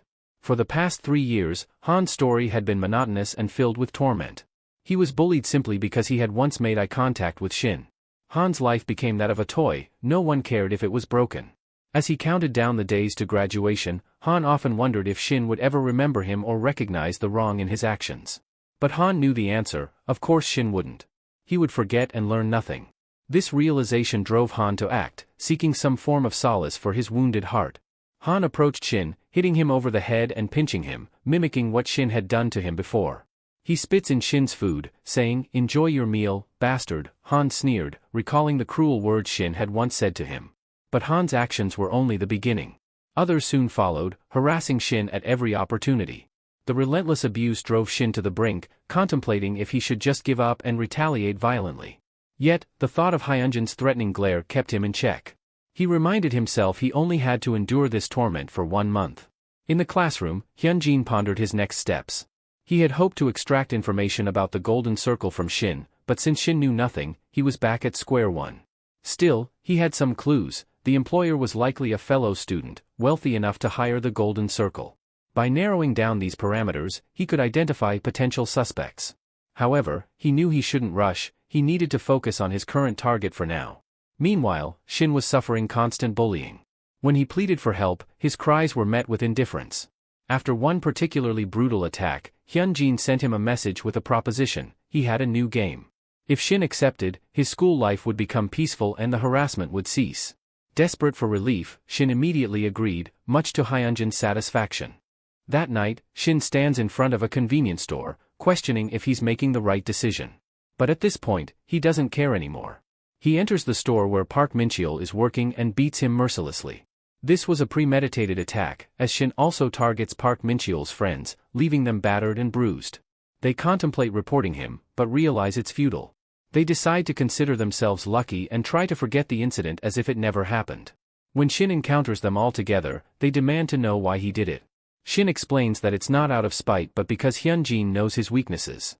He tells them that if they endure 1 month of living in hell, Hyunjin will forgive him. This means they will all have to suffer together. Shin begins viciously assaulting them, declaring that none of this would have happened if they had just stayed out of it. Kang Chung-sik attempts to tackle Shin, questioning what they did wrong in the first place. Shin, now livid, feels no impact from Kang's tackle and is infuriated by the attempt. He tells Kang that their mistake was simple, they didn't do their jobs properly, ruining all their lives. He berates Kang for daring to challenge him, reminding him of his place. With a final knee strike, Shin knocks Kang out cold and stands over him, smiling. Just when he thinks things might be easier than expected, he feels a sharp pain in his left side. Desperate, Park Min-cheol has stabbed him, saying Shin should never have crossed this line. Park blames Shin for their doomed situation and questions why he is now attacking them. As Shin Yongman collapses to his knees, he realizes Hyunjin's true objective, mutual and total destruction. They were all doomed from the start, Hyunjin just decided who would suffer the most. The next day, rumors about the incident spread quickly, with Park Min-cheol being the prime suspect in Shin's stabbing. All involved end up in juvenile detention. Curiously, they all pleaded guilty immediately and requested to be sent to juvenile detention as soon as possible, eager to escape Daesan. Hyunjin, speaking on the phone with Chang, hears that everything went exactly as planned. Young Minho's family, seeing no future left in Daesan, sold all their properties and left. Relocating to Gyeonggi-do, where Minho prepared to enter a new public school. Hyunjin commented that it wasn't surprising the child of a wealthy family avoided juvenile detention. Chang offered to pull some strings to ensure Minho ended up there too, but Hyunjin declined, preferring to let Minho believe he had started a fresh, new life. He wanted Minho's despair to be greater when reality eventually shattered his illusions. Chang found Hyunjin's approach somewhat frightening but agreed. Hyunjin also mentioned that the other four would be sent to prison immediately after their release from juvenile detention, as he didn't want them back in society even for a second. Chang admitted he never wanted to become Hyunjin's enemy and then expressed frustration about his current situation. Despite starting at the bottom, as Hyunjin advised, he felt impatient with the lack of progress. Hyunjin reassured him that things would soon start to change. A few days later, real estate prices skyrocketed nationwide. At a construction site, workers were idling when a mishap caused metal beams to fall on one of them. Panic ensued, and some workers wanted to call emergency services, but the foreman insisted they report to their superiors first, fearing financial losses if construction was halted. The injured worker was eventually taken to a hospital, but not the nearest one. He was sent to a facility an hour away that had ties to the company. After a delayed notification, his son arrived at the hospital, only to be told that his father's negligence had caused significant damage. The company, however, wouldn't seek compensation. The son, left with no support or answers, could only weep by his father's side. This was a day Jang Hyuk, a young man in his 20s, would never forget. Chang, walking around the construction site, thought about how he wanted to enjoy life, drinking and having fun with girls, but knew he had to trust Hyunjin's plans. Seeing how swiftly Hyunjin dealt with the bullies gave Chang hope that even someone as powerful as Chang Suk could face similar consequences. Determined to stay the course, Chang decided to return to work. Suddenly, a loud crash echoed through the site. Rushing to the scene, Chang discovered a major accident had occurred. A worker mentioned a potential spill, and when Chang asked if anyone was trapped, the worker confirmed that 5 or 6 people were stuck. Chang's expression darkened, and although the worker assured him that the superiors had been notified to prevent the situation from escalating publicly, Chang was furious. He grabbed the worker, demanding if that was really the priority. Surprised, he recalled Hyunjin's advice, in case of an accident, use his name and power to help, prioritizing the workers over financial losses. Chang instructed the worker to call 911 and request a rescue team. Despite objections about the potential public exposure and financial repercussions, Chang insisted, asserting that people's lives were not to be played with. He took charge, declaring he would take full responsibility, and urged the worker to hurry and make the call, emphasizing the urgency and the need to prioritize human lives over everything else. Chang inquired about their estimated arrival time, prompting a man in a suit to mention that the rescue team had departed for their location immediately after receiving the call. Chang suggested that they begin aiding the victims right away, but the man insisted that they had been explicitly instructed not to interfere. While they conversed, another man observed them closely. As more debris continued to fall, Chang emphasized the need to prioritize saving the trapped individuals. He argued that if they had time to talk, they should make another call to 911, as acting together in such crisis is more effective. Eventually, the rescue team arrived, and remarkably, most people only sustained minor injuries, with no lives at risk. Chang expressed relief at the fortunate outcome, but the man pointed out a lingering issue. Negative internet articles about the incident had already been published, with more likely to follow. He acknowledged that the situation had spiraled beyond their control, leaving them with limited options. Chang questioned what could be done next, leaving the man baffled since he thought Chang had a plan. Chang clarified that his priority had been the victim's safety. Just then, Chang's father called, but he ignored it to make a more urgent call to Hyunjin. Finding a secluded spot, he dialed Hyunjin's number. Later, at the Myeongjin construction office, Chang-suk seized the opportunity to criticize his brother's handling of the situation. He slammed 2 negative articles about Myeongjin's construction practices onto the table, questioning Chang's judgment in not reporting to his superiors first. Chang-suk stressed the importance of the company's reputation and the potential financial losses if the incident deterred buyers. He accused Chang of being naive and unaware of the burden he had placed on the real workers, who now had to rectify the situation. Their father mentioned that Chang's extensive emergency calls had not only alerted 911 but also the police, attracting reporters much quicker. With the gravity of the situation laid out, he demanded to know how Chang planned to take responsibility. Hyunjin had previously informed Chang that the company president took immense pride in their construction standards and was a master of the trade. Any future safety-related incidents would prompt his direct intervention. Chang found Hyunjin's advice daunting but trusted his guidance. Chang proposed that they demolish the apartment and start rebuilding it. Chang-suk, noting Chang's limited experience as a high school graduate, urged him to consider the financial implications more carefully. He explained that most of the construction funding comes from the bank, and interest accrues daily. The costs associated with rebuilding, combined with the accumulating interest, would be devastating. He questioned if such drastic action was truly necessary for just one building. Chang reiterated that this was precisely why he suggested rebuilding. He acknowledged the enormous potential losses, despite not being an expert in finance. However, he emphasized that trust was their most critical asset. He pointed out the widespread issues of poor construction and the tarnished reputations of many construction companies. If they simply patched up the damaged section and continued as usual, what did they think would happen? Chang-suk argued that no one would buy the apartments anyway, given that someone had alerted the entire Daisan to the situation. He suggested that merely fixing the damaged part would minimize their losses. Chang countered that the real concern should be about restoring trust, which had been the foundation of their stability. This statement surprised their father. Chang continued, asserting that by acknowledging their fault and demonstrating a commitment to perfecting the first apartment, they could regain some trust, which was essential for Myeongjin Construction's reputation. Chang-suk mocked Chang, asking if he was an idealist or just foolish, emphasizing the company's profits. Their father intervened, acknowledging that Chang had matured. Hyunjin recounted a similar incident from another timeline, where the president publicly admitted his subordinates had hidden the issue and demonstrated his construction philosophy. The most infuriating aspect of the current incident was the basic mistake made in pouring the concrete, which should never have happened given the company's reputation. He stressed that safety in housing was paramount, with other concerns secondary. He praised Chang for his wise actions, recognizing that Myeongjin Construction, while a company, was also a family business that valued the quality of their work. He encouraged Chang to continue on this path, suggesting he might one day follow in his footsteps. A few days later, it was revealed that one of the incident's victims had suffered severe injuries, resulting in the amputation of both legs. His family, distressed, noted that Myeongjin Construction had not covered the hospital bills, nor had they addressed the issue of compensation. 3 representatives from Myeongjin Construction approached the grieving family, bowing deeply and apologizing profusely for the accident. Earlier, Chang had called Hyunjin, expressing his uncertainty about what to do next, and his father now have high hopes from him. Hyunjin advised him to prioritize addressing the accident, highlighting that there were 2 types of victims. The first group consisted of the potential new tenants of the apartment. To placate them, they should offer a delayed period of interim loan interest payment, an adjustment of the pre-sale price, and ensure transparency in the construction process. This approach would likely calm them down. The second group, the injured workers, posed a more significant challenge. Hyunjin urged Chang to do everything possible to alleviate their suffering, so much so that they would feel proud to have worked for Myeongjin Construction. The representatives assured the injured workers' family that while money could never fully compensate for their pain, the company would cover all hospital bills and provide an additional 500 million won in compensation.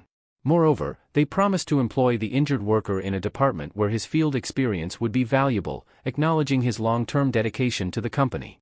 The family, overwhelmed by the gesture, expressed their heartfelt gratitude. Chang observed silently, and later, while sitting and smoking, he reflected with one of the representatives. He asked if the man knew what construction truly was. The man replied that it was about building things, but Chang shared his realization that it was more than just a money-making business. This incident had opened his eyes to the many people connected to construction, those who work to support their families and those who invest their life savings into buying homes. Chang admitted that he had taken his position too lightly and expressed his desire for a simple life. He noted that because of the accident, his perspective had changed significantly, and he realized he might be more like his father, caring deeply for those close to him. The representative acknowledged that Chang had indeed changed.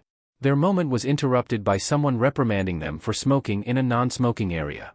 Chang immediately lashed out, showing that some aspects of his personality remained unchanged. A week later, the ripple effects of the incident began to unfold in unexpected ways. News reports emerged, with Jang Hyuk introducing himself as the son of a laborer who had been permanently disabled in an accident involving Mo Construction Company. While the Myeongjin construction accident initially garnered little attention due to the lack of casualties, a subsequent apartment construction failure in Seoul, resulting in 5 deaths, brought significant scrutiny. Reports revealed that workers had tried to alert authorities about safety issues, but the company had suppressed their efforts. Public outrage grew as more hidden incidents came to light. Amidst the nationwide anger, Jang Hyuk appeared on TV to recount his father's unfortunate fate. The reporter asked him to detail what had happened, and Jang Hyuk began his poignant explanation. Jang Hyuk began explaining how his father sustained his life-changing injuries, focusing on the construction company's response.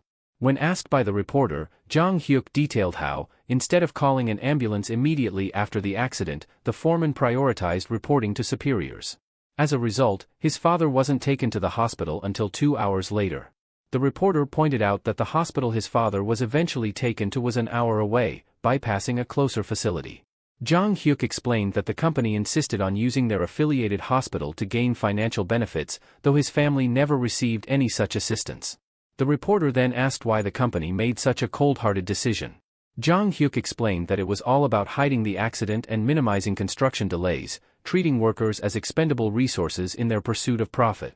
He stated that he came forward to prevent others from suffering as his father did. The reporter thanked him and mentioned that he had something further to say.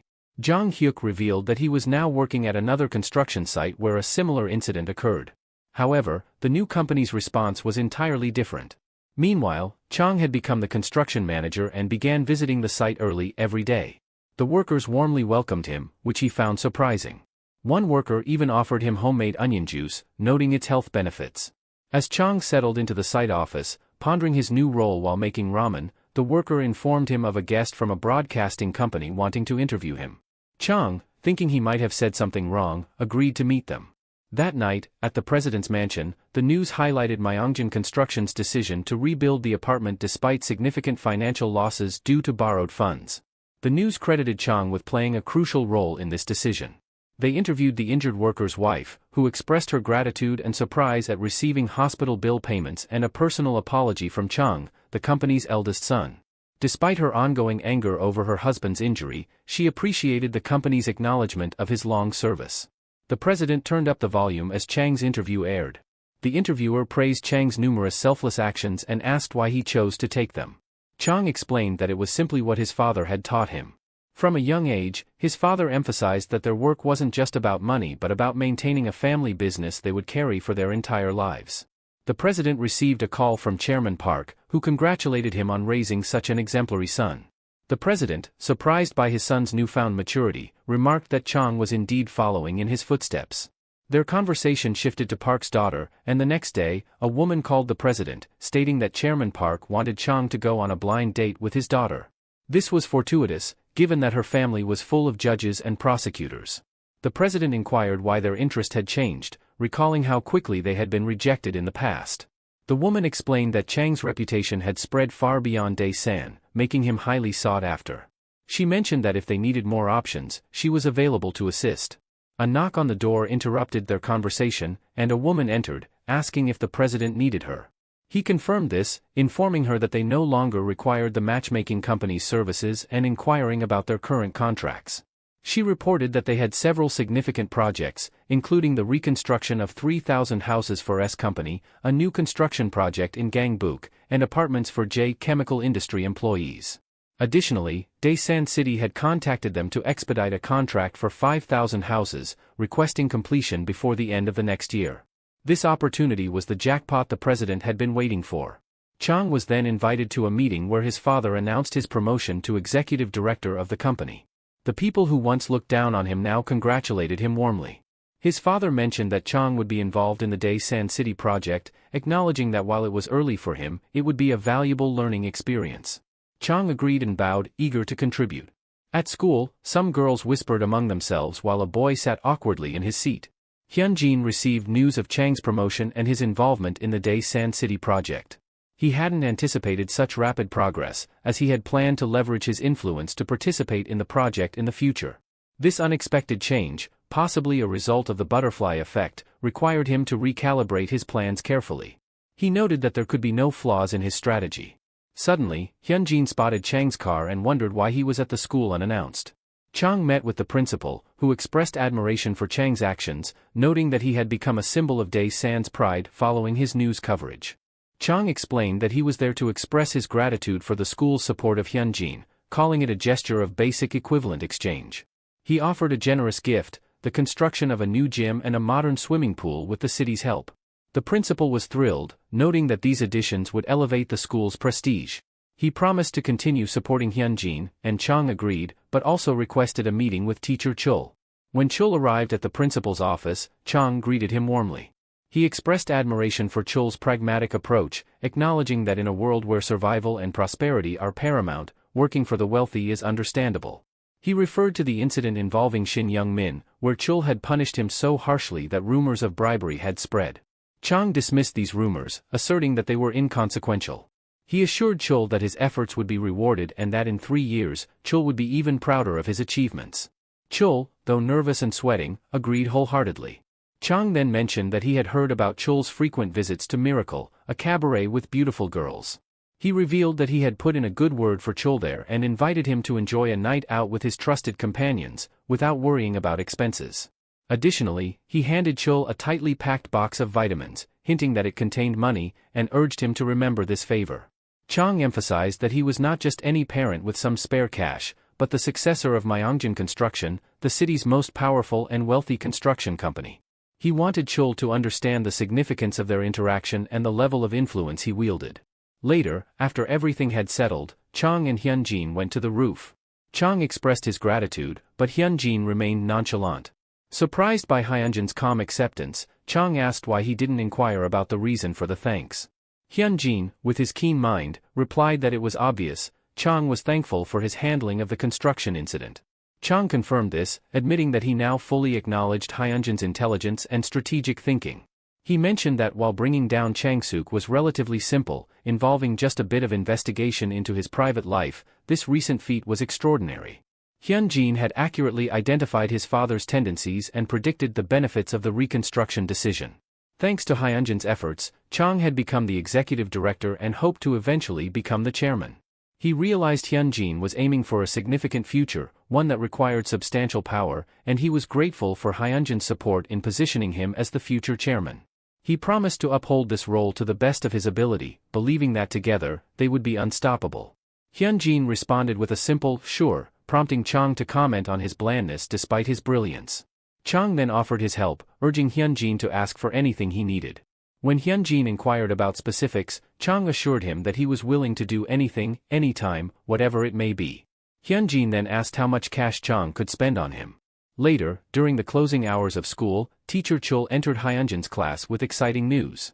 He announced that the school had established a scholarship system, generously sponsored by the prestigious Myeongjin Construction. The scholarship amounted to a substantial 10 million won, with no limit on the number of recipients. However, it would not be awarded to just anyone. The selection would be based on academic performance and future potential. The first recipient, chosen by Myeongjin themselves, was none other than their diligent classmate, Hyunjin. The class wasn't surprised, knowing Hyunjin was closely associated with one of the Myeongjin heirs and ranked first academically in the entire school. Chul also announced that Siwoo from Class 8 had been selected for his promising future in the ring, adding another name to the list of prestigious scholarship recipients. For those who weren't selected, teacher Chul encouraged them not to be disheartened and to continue focusing on their studies. By doing so, they might have a chance at earning this generous scholarship in the future. As students made their way home, 3 of them discussed how predictable the scholarship recipients were. They agreed that Hyunjin was a given, being the class president and the top student for 2 consecutive semesters. However, Saiwoo's selection puzzled them. One student remarked that Saiwoo was only notable for his past involvement in Taekwondo, which didn't seem sufficient for such a prestigious scholarship. The tall student agreed, finding the situation odd, while the short blue-haired student speculated further. He questioned what potential Saiwoo had to justify the scholarship, suggesting that he only received it because of his friendship with Hyunjin. He wondered why this wasn't handled discreetly and why Hyunjin was receiving so much support from Myeongjin Construction and the school. He even speculated if Hyunjin could be an illegitimate son of the chairman, but another student dismissed this idea, pointing out that if it were true, Hyunjin would have been treated much better from the start. The blue-haired student continued his rant until he spotted Hyunjin, who called him over. The blue-haired student, named Cho Jae-jin, regretted speaking ill of Hyunjin, knowing his reputation as the crazy psycho of Chownil. He feared Hyunjin might retaliate. However, Hyunjin told Jae-jin to lift his head and stand proud. He acknowledged Jae-jin as the school's infamous blabbermouth and assured him he wasn't angry. In fact, Hyunjin found Jae-jin's talkative nature useful. Hyunjin asked Jae-jin for a favor, promising that there was no reason for him to be afraid. Jae-jin, relieved but still wary, agreed to help. Hyunjin admitted that the scholarships were indeed unfairly awarded, using Saiwoo and himself as examples. He then revealed that there was no limit to the number of scholarship recipients, implying that Jae-jin could also receive one. Hyunjin instructed Jae-jin to spread a rumor throughout the school, just as he had been doing earlier. The rumor would claim that the Myeongjin construction scholarships were unfair. Hyunjin wanted Jae-jin to add a bit of exaggeration to make the story more compelling. The next day, Chownil High was buzzing with a peculiar new rumor. This rumor began with Jae-jin, who eagerly shared with everyone he met, that Myeongjin Construction had created their scholarship system to formally support students who were kind to Hyunjin. He encouraged everyone to consider this carefully. The scholarship awarded to Siwoo, the only person who befriended Hyunjin during his bullying ordeal, was clear evidence. Jae-jin spread this idea enthusiastically, suggesting that if they treated Hyunjin well, regardless of their number, Hyunjin would take good care of them in return. He also mentioned rumors he'd heard that Hyunjin had undergone a change of heart due to Park and his gang, and that they intended to purge Daesan of all troublemakers, starting with their school. Despite initial skepticism and someone dismissing Jae-jin's claims as fantasy, the students didn't entirely dismiss the idea and kept it in mind. Shangho, upon hearing these rumors, thought that aligning himself with Hyunjin might earn him the scholarship as well. Moreover, he believed that if Hyunjin needed fighters, he could prove useful, given his strength despite his previous defeat. Shangho later cornered Jae-jin in a stairwell and asked if the rumors were true. Jae-jin explained that Hyunjin planned to turn the school into his stronghold, his kingdom, and intended to dominate the surrounding schools and their leading figures. Those who showed strength and loyalty during this process would be greatly rewarded, with the scholarship being just a preview of future rewards. Shangho, comparing this to the money he had received for bullying Hyunjin, realized the scholarship was a substantial incentive. Despite their past conflicts, Shangho believed he could gain Hyunjin's favor if he showed commitment. Eventually, Shangho approached Hyunjin as he was leaving school and asked him to stay for a conversation. To his surprise, Hyunjin agreed without hesitation. When they stopped, Shangho quickly apologized for his past actions, clarifying that they were not done out of malice. Hyunjin cut him off, indicating he understood and urged him to get to the point. Shangho explained he had heard rumors about Hyunjin's plans to dominate other schools and expressed his desire to be part of it. He admitted their previous conflict but emphasized his willingness to serve for financial gain.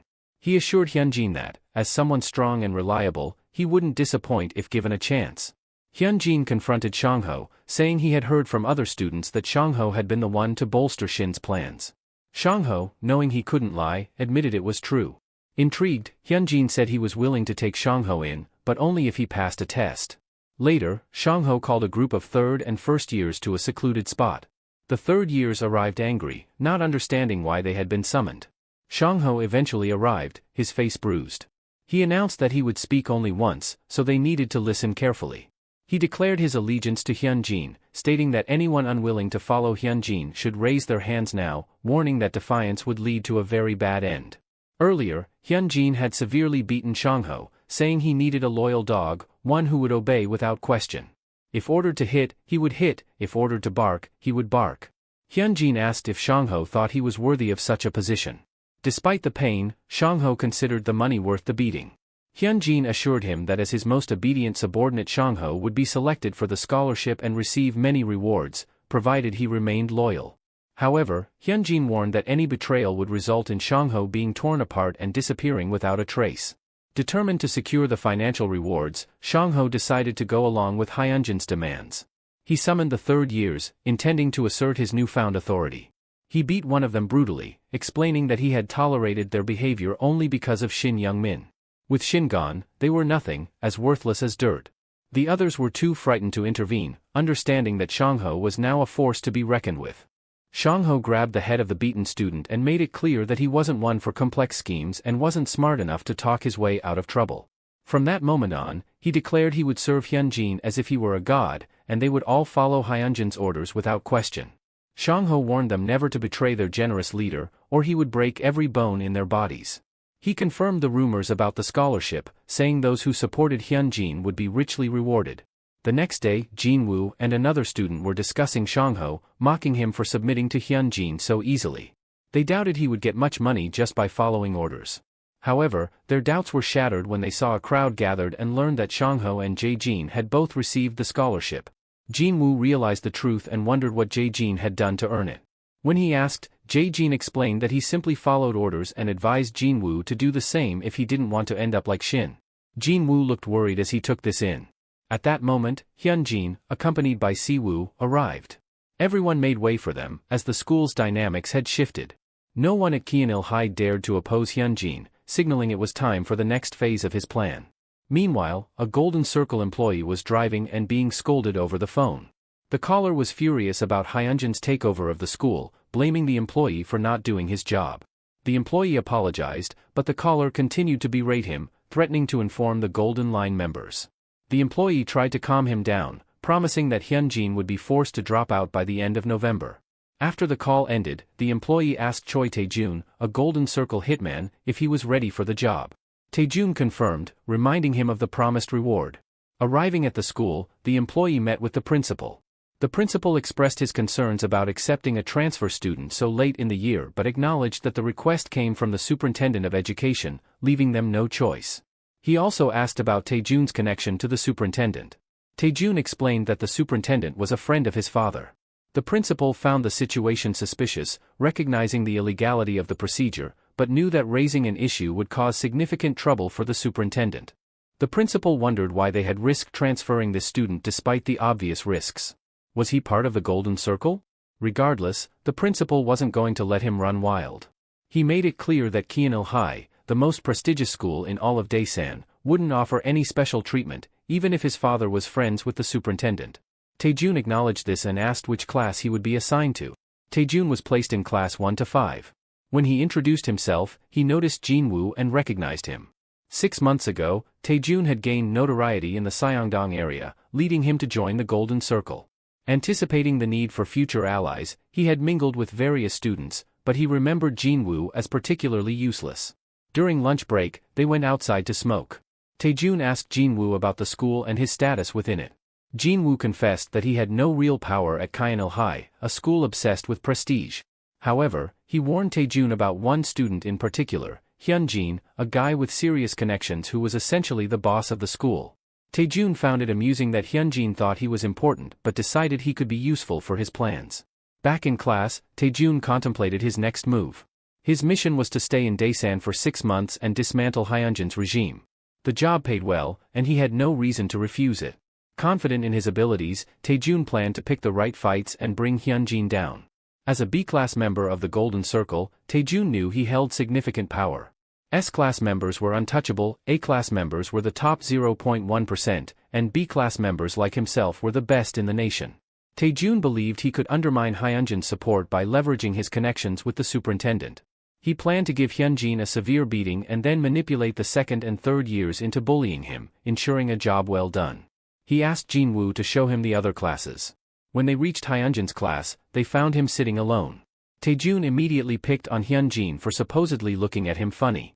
Hyunjin calmly pointed out that Taejun was being overly aggressive and that he hadn't even looked at him. Taejun, maintaining his tough persona, accused Hyunjin of wanting to start a fight based on his reaction. Smiling, Hyunjin asked if Taejun could handle what he was about to do. Without warning, Jinwoo punched Taejun, knocking him to the ground. Jinwoo immediately dropped to his knees, apologizing to Hyunjin, pleading that he had not intended to cause any trouble and begging for mercy. Taejun was stunned by Jinwoo's sudden submission, noting how completely tamed he had become. Jinwoo was initially pleased to see Taejun, considering him a friend from the past when he was at his peak. However, the moment Taejun antagonized Hyunjin, Jinwoo realized he had to act to save himself. With a powerful punch, he knocked Taejun down and begged Hyunjin for forgiveness. A week prior, after Shangho's declaration of loyalty to Hyunjin, Kyeonil-high underwent a dramatic transformation. A new ruler had emerged, and Shangho enforced Hyunjin's authority without hesitation. Students who defied this new order faced severe punishment. Surprisingly, the majority of students welcomed this change. Under Shin's control, bullying and violence were rampant, but with Shangho's new role as Hyunjin's loyal enforcer, the school saw a decrease in such behavior. Shangho's transformation into a scholarship student and protector of the weak brought a newfound peace to the prestigious school. Taejun's confrontation with Hyunjin threatened this newfound stability, prompting Jinwoo to act out of fear and loyalty. Taejun was incredulous, questioning Jinwoo's sanity and their supposed friendship. Jinwoo retorted, accusing Taejun of betrayal. Hyunjin watched with amusement as the two bickered. Jinwoo, attempting to defend Hyunjin, attacked Taejun, who swiftly retaliated, boasting about his prowess and his status as a B-rank hitman in the Golden Circle. He easily overpowered Jinwoo, knocking him out with a series of punches and asserting his dominance. Taejun noticed Hyunjin laughing throughout the altercation and challenged him, declaring that he would beat him severely regardless of the plan. He warned Hyunjin to prepare for their next encounter, vowing to strike before Hyunjin even realized what was happening. His anger simmered as he returned to class, resenting Hyunjin and wondering where Jinwoo had gone. In class, Taejun grew increasingly frustrated as he noticed everyone avoiding him. The teacher asked a group to include him, but they refused, isolating him further. Confused and angered by their behavior, Taejun confronted the student who first refused him. When the student ignored him, Taejun's irritation grew, and he demanded a confrontation, intending to establish his dominance. At that moment, Shangho appeared, asking for the transfer student. Taejun stood up, ready to face whatever was coming, demanding to know what was happening. Songho confronts Taejun, asking if he's the one who dared to pick a fight with Hyunjin. Taejun, already furious, scoffs, exclaiming his frustration over everyone's obsession with Hyunjin. It's his first day at Kyeonil-high, and he believes people should calm down. Songho firmly states that at this school, no one messes with Hyunjin, making it clear how things work. Taejun, realizing the extent of Hyunjin's influence, understands that he needs to adjust his approach. He mockingly asks Songho if he's Hyunjin's loyal pet, provoking Songho's anger. Taejun seizes the moment to strike, landing a powerful blow on Songho. Though Songho retaliates, Taejun skillfully deflects the attack and shoves him away. Enraged, Songho charges again, but Taejun, using his experience, counters with a devastating uppercut. Songho, though visibly dazed, refuses to go down, prompting Taejun to grab his hair and slam him into a table with immense force, subduing him. Songho's companions, terrified by Taejun's display of strength, rush at him simultaneously. Taejun efficiently takes them down with a few swift strikes. When one of them attempts a sneak attack from behind, Taejun quickly notices, dispatching him with a cold, menacing glare. He then turns his attention to the last of Songho's group, clearly relishing the fight. As other students gather, some look ready to join the fray. Taejun, annoyed by the growing crowd, invites them to attack all at once, wanting to deal with them collectively. Songho, battered but defiant, struggles to his feet, declaring that it's not over. Taejun, exasperated, advises him to stand down for his own sake, noting how close to collapse he is. He taunts Songho, calling him a loyal dog who should know his place. Songho reflects on the events of the past week, questioning his loyalty and the power dynamics at play. A week ago, on his day of upheaval in the third-grade classroom, Songho received a congratulatory text and some money from Changbyum, praising his commendable efforts. Changbyum also gifted him some pocket money. The question lingers, what does Changbyum or his association with Hyunjin have to do with Songho? Changbyum is known for doing anything for Hyunjin. So, what if he takes out the Golden Circle hitman? The monetary rewards could exceed 100 or 200. Even if Songho fails in his mission, Hyunjin will still toss him some scraps, which are substantial for him. Songho rallies his fellow students, recognizing that he is more formidable than Shin and his gang combined, making victory uncertain even if they charge him. However, fleeing like cowards would reflect poorly in Hyunjin's eyes. The incident with Shin and Park's gang had taught Seong-ho something significant. He earned 500 for the spar, 1,000 from the scholarship, and 100 as pocket money, totaling 1,600 within days. Understanding that money is power, he seizes the opportunity and orders everyone to charge and trample their adversary. Word soon spread that Seong-ho and the other students attacked Taejun together, yet Taejun single-handedly defeated them. From his first day at the prestigious school, Taejun was already disillusioned by the situation, as high schoolers rarely engage in a losing battle like this. However, Seong-ho and the others charged in recklessly. Taejun realizes that if their numbers increase, it could become problematic. But the current scenario is worse than he anticipated. Even seeking help from the broker wouldn't easily isolate Hyunjin. Hyunjin had turned the school into his empire, leaving only one option: to confront directly. If Taejun manages to injure one of Hyunjin's arms, he would at least have something to report back. Taejun, frustrated, bumps into someone and begins swearing at them for their perceived stupidity. Unfortunately, that person is Yang Chul, who becomes furious. About 10 minutes earlier, Jinwoo had informed Chul that the transfer student harbors malicious intent towards Hyunjin. Chul surmises that Taejun transferred with the goal of harming Hyunjin, viewing it as a cowardly tactic. The transfer was orchestrated to deal with Hyunjin, showing their deceitful nature. Chul inquires if Jinwoo received specific instructions, to which Jinwoo replies that he was told to handle the situation at his discretion. Chul interprets Hyunjin's message as neither encouraging nor discouraging action, yet it seems to imply not letting it slide. Seeing this as a chance to prove his worth and solidify his relationship with Hyunjin, Chul rises from his seat and asks for the transfer student's whereabouts. Upon locating Taejun, Chul drags him to the teacher's lounge by the ear. Once there, he delivers a resounding slap to Taejun. Taejun demands to know why Chul is laying hands on him. Chul retorts, warning Taejun that his disrespectful tone is inappropriate for addressing a teacher, one of his superiors. Taejun counters, cautioning Chul against rough treatment of students, implying it could jeopardize his position at the school. Should Taejun make a single phone call to have him expelled? Chul scoffs, stating that Taejun clearly doesn't grasp his situation.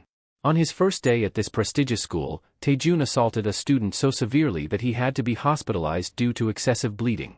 Furthermore, Taejun incited a massive brawl in Class 5. Chul's trusted students reported that Taejun beat up his seniors and threatened the entire class with violence. How dare he ask such ignorant questions? Chul twists Taejun's ear again, chastising him for causing trouble on his very first day. Is Taejun not embarrassed by his actions? How dare he threaten a teacher who genuinely cares about his well-being? Chul challenges Taejun to complain to his father or friends and see what happens. Taejun realizes that Chul knows the superintendent supports him but still acts recklessly. What a lunatic, Taejun thinks. Chul continues, questioning if Taejun truly believed he could disrupt his life. He slaps Taejun again, ordering him to stop spouting nonsense. Chul has dealt with many temperamental students before and doubts anyone will believe Taejun's claims. What's Taejun going to say? That his teacher slapped him? What a joke. No one in the teacher's lounge will testify against Chul. Chul grabs Taejun by the ear once more, asserting that there is no evidence of the slaps and there never will be. Then begins a barrage of slaps. Saying, Jinwoo hit him here, Seong-ho's strike landed there, and the final slap is for the other students Taejun assaulted. Chul reminds Taejun that this is a consequence of his reckless behavior on his first day. Afterwards, Taejun contacts his broker, explaining that everyone at this school is insane. He recounts being slapped around in the teacher's lounge and describes the teacher's fierce loyalty to Hyunjin. How can he deal with such a situation? The broker acknowledges the severity of the issue, noting that if Taejun fails this countryside assignment, his position within the organization will be in jeopardy. Failure is not an option.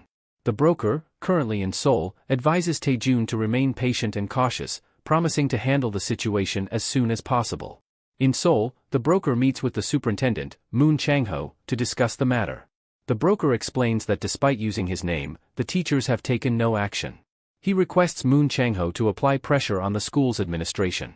Moon Chang-ho, recognizing the teacher's tactlessness, agrees to intervene promptly. The Golden Circle had a subgroup known as the Golden Line, comprised solely of trusted members. For those who became part of the Golden Line, it was more than just a job, they became integral members of a network, supporting one another in a mutually beneficial relationship. Moon Chang-ho was one of many who reaped significant rewards from this Golden Line. Before the redevelopment of the Gyeonggi-do area began, he purchased thousands of meters of land and subsequently hit a tenfold financial jackpot. The orchestrator behind these dealings was Young Chon-soo. Chang-ho decides to call the Daesun representative to discuss the troubling situation at the school, where students were fighting and teachers were turning a blind eye. Chang-ho expresses his concern about the transparency of Korean education, suggesting that such issues could tarnish its reputation. He asks the representative to address the problem. The representative, however, questions why Chang-ho, who is based in Seoul, is meddling in Daesun affairs. This infuriates Chang-ho, though he keeps his composure. He emphasizes that they are all working towards the same goal of bettering children's futures through education. Should he, therefore, feel unqualified to handle Daesun's problems? The representative firmly insists that Chang-ho should indeed step back, pushing Chang-ho to the brink of anger. Chang-ho retorts, hinting that he knows about other corrupt practices in their small town and advising the representative to watch his words. The representative silences him with 3 words, the golden circle. Did Chang-ho truly think they were unaware? It's laughable. The representative then questions Chang-ho's readiness for a dirty fight, assuring him that if it comes to that, he won't be going down alone. He points out that people like Chang-ho often assume those in the countryside are there because they failed to make it in Seoul. In reality, they are there because it's their home. They don't need the backing that Chang-ho does. Once someone like Chang-ho loses the position of superintendent, their influence is gone, leaving them to live the rest of their lives without authority. He advises Chang-ho to know his limits, as infighting won't solve anything. With that, they end the call. Principal Dae-hwan thanks the representative for allowing him to proceed, noting that while Chang-ho might not take open action, the battle behind the scenes is fair game. However, the representative expresses concern, pointing out that the Golden Circle is a formidable opponent and any investigation into Daesun's corruption could implicate them both. Dae-hwan acknowledges the risk but mentions that he has someone who can help, someone more influential than the superintendent. The influential backer behind their school is Myung-jin Construction, pouring a fortune into the institution. Chung, the next chairman, is supporting them. The representative acknowledges that exposure of their corruption would spell disaster, but Dae-hwan counters that he doesn't mind losing his position if it means the school will prosper. He insists that everything he does is out of love for the school. Additionally, they have the unwavering support of a highly intelligent student. Tae-jun receives a call from the broker, who informs him that they couldn't intervene and advises him to be cautious and selective in his battles. Tae-jun worries about expulsion, but the broker reassures him that it won't happen, as they still wield some influence. Tae-jun feels trapped. If he abandons the mission, he loses his status within the Golden Circle, but the situation seems too chaotic for any effective action. He must continually target Hyunjin, yet the overwhelming support Hyunjin has makes it seem impossible. However, success would significantly bolster his standing with the Golden Circle. After that tumultuous day, Tae-jun, who had disrupted the school's peace, became an outcast. He was excluded from all extracurricular activities, and whispers followed him wherever he went. Frustrated, he texts his crew, summoning them from Seoul to help take down Hyunjin. He doubts a mere countryside school can stop him. A few days later, during lunch, Tae-jun finds himself unable to enjoy his meal, uncertain if the food is genuinely bad or if it's the loneliness. His phone buzzes with messages from his group, confirming they are ready to come and confront Hyunjin. Just then, Hyunjin sits beside him, commenting on Tae-jun's displeasure with the food, judging by his expression. Tae-jun grips his phone tightly, contemplating if he should attack Hyunjin right then and there but decides against it, knowing it would only lead to more trouble. He reassures himself that his reinforcements will arrive soon and waits for the right moment. Hyunjin probes Tae-jun's aggression, suggesting things aren't going as planned. He mentions hearing about the superintendent's dramatic intervention, which quickly fizzled out. Tae-jun retorts that Hyunjin shouldn't get too comfortable, even if he rules over his little domain. If they met outside the school, one-on-one, Hyunjin would be easily defeated. Hyunjin cuts him off, questioning why Tae-jun is behaving this way if he's so confident. Suddenly, a hand appears behind Tae-jun, before he knew he was slammed, to his plate by Shong-ho. Hyunjin calmly questions Tae-jun, asking what makes him think he can survive here without fear. Why is he acting so boldly in someone else's territory? They drag Tae-jun outside, where Jin-woo and Shong-ho restrain him. Despite his struggles and demands to be released, they manage to subdue him. Once on his knees, Tae-jun begins cursing at Hyunjin, challenging him to face him directly instead of hiding. To Tae-jun's surprise, Hyunjin admits to witnessing Tae-jun's strength firsthand. He acknowledges that Tae-jun is a B-rank hitman, implying he is quite formidable. However, Hyunjin points out that their levels are too far apart for a fair fight. To balance things out, Hyunjin orders his followers to attack Taejun. The students begin kicking Taejun, hurling insults at him. Jinwoo delivers a particularly heavy blow, followed by an even stronger kick from Seong-ho. Despite Taejun's strength, he finds himself overpowered and subjected to a one-sided beating. As Taejun reflects on his situation, he realizes he might escape if he can take down just one of his attackers. But then, Hyunjin grabs Taejun's arm, putting it in a lock, taunting him about his chances if he had only one functional arm. Hyunjin begins to pull on Taejun's arm, smiling as Taejun writhes in pain. Taejun's arm feels like it's breaking, and he gasps in agony. Hyunjin breaks his right arm. Hyunjin then instructs Seong-ho to make Taejun stand. As Seong-ho forces Taejun to his feet, Hyunjin grabs Taejun by the hair and presents him with two choices. First, Taejun can continue his work for the Golden Circle as he always has. However, this choice comes with immediate consequences. Hyunjin threatens to break his left arm. Without the use of his arms, each day at school would become a living hell for Taejun. The second option is pain-free. Taejun can fully submit to Hyunjin, report to the Golden Circle that the mission was a success, and become Hyunjin's loyal spy. In this role, Taejun would help Hyunjin uncover the identity of the person who hired him. Hyunjin demands Taejun's decision, leaving him to choose between enduring more pain or betraying his original mission. Taejun was taken aback by the proposition. "Are you seriously asking me to betray them?" he asked, his voice tinged with disbelief. He should have known that the Golden Circle was never to be taken lightly. Hyunjin had his answer ready and presented Seong-ho with an irresistible offer, 100 million won. All Seong-ho had to do was stab the target. If he refused, Hyunjin assured him there were others he could turn to. He wasn't asking for a murder, just a wound severe enough to have lasting effects but not life-threatening. These unexpected demands left Seong-ho and the others speechless.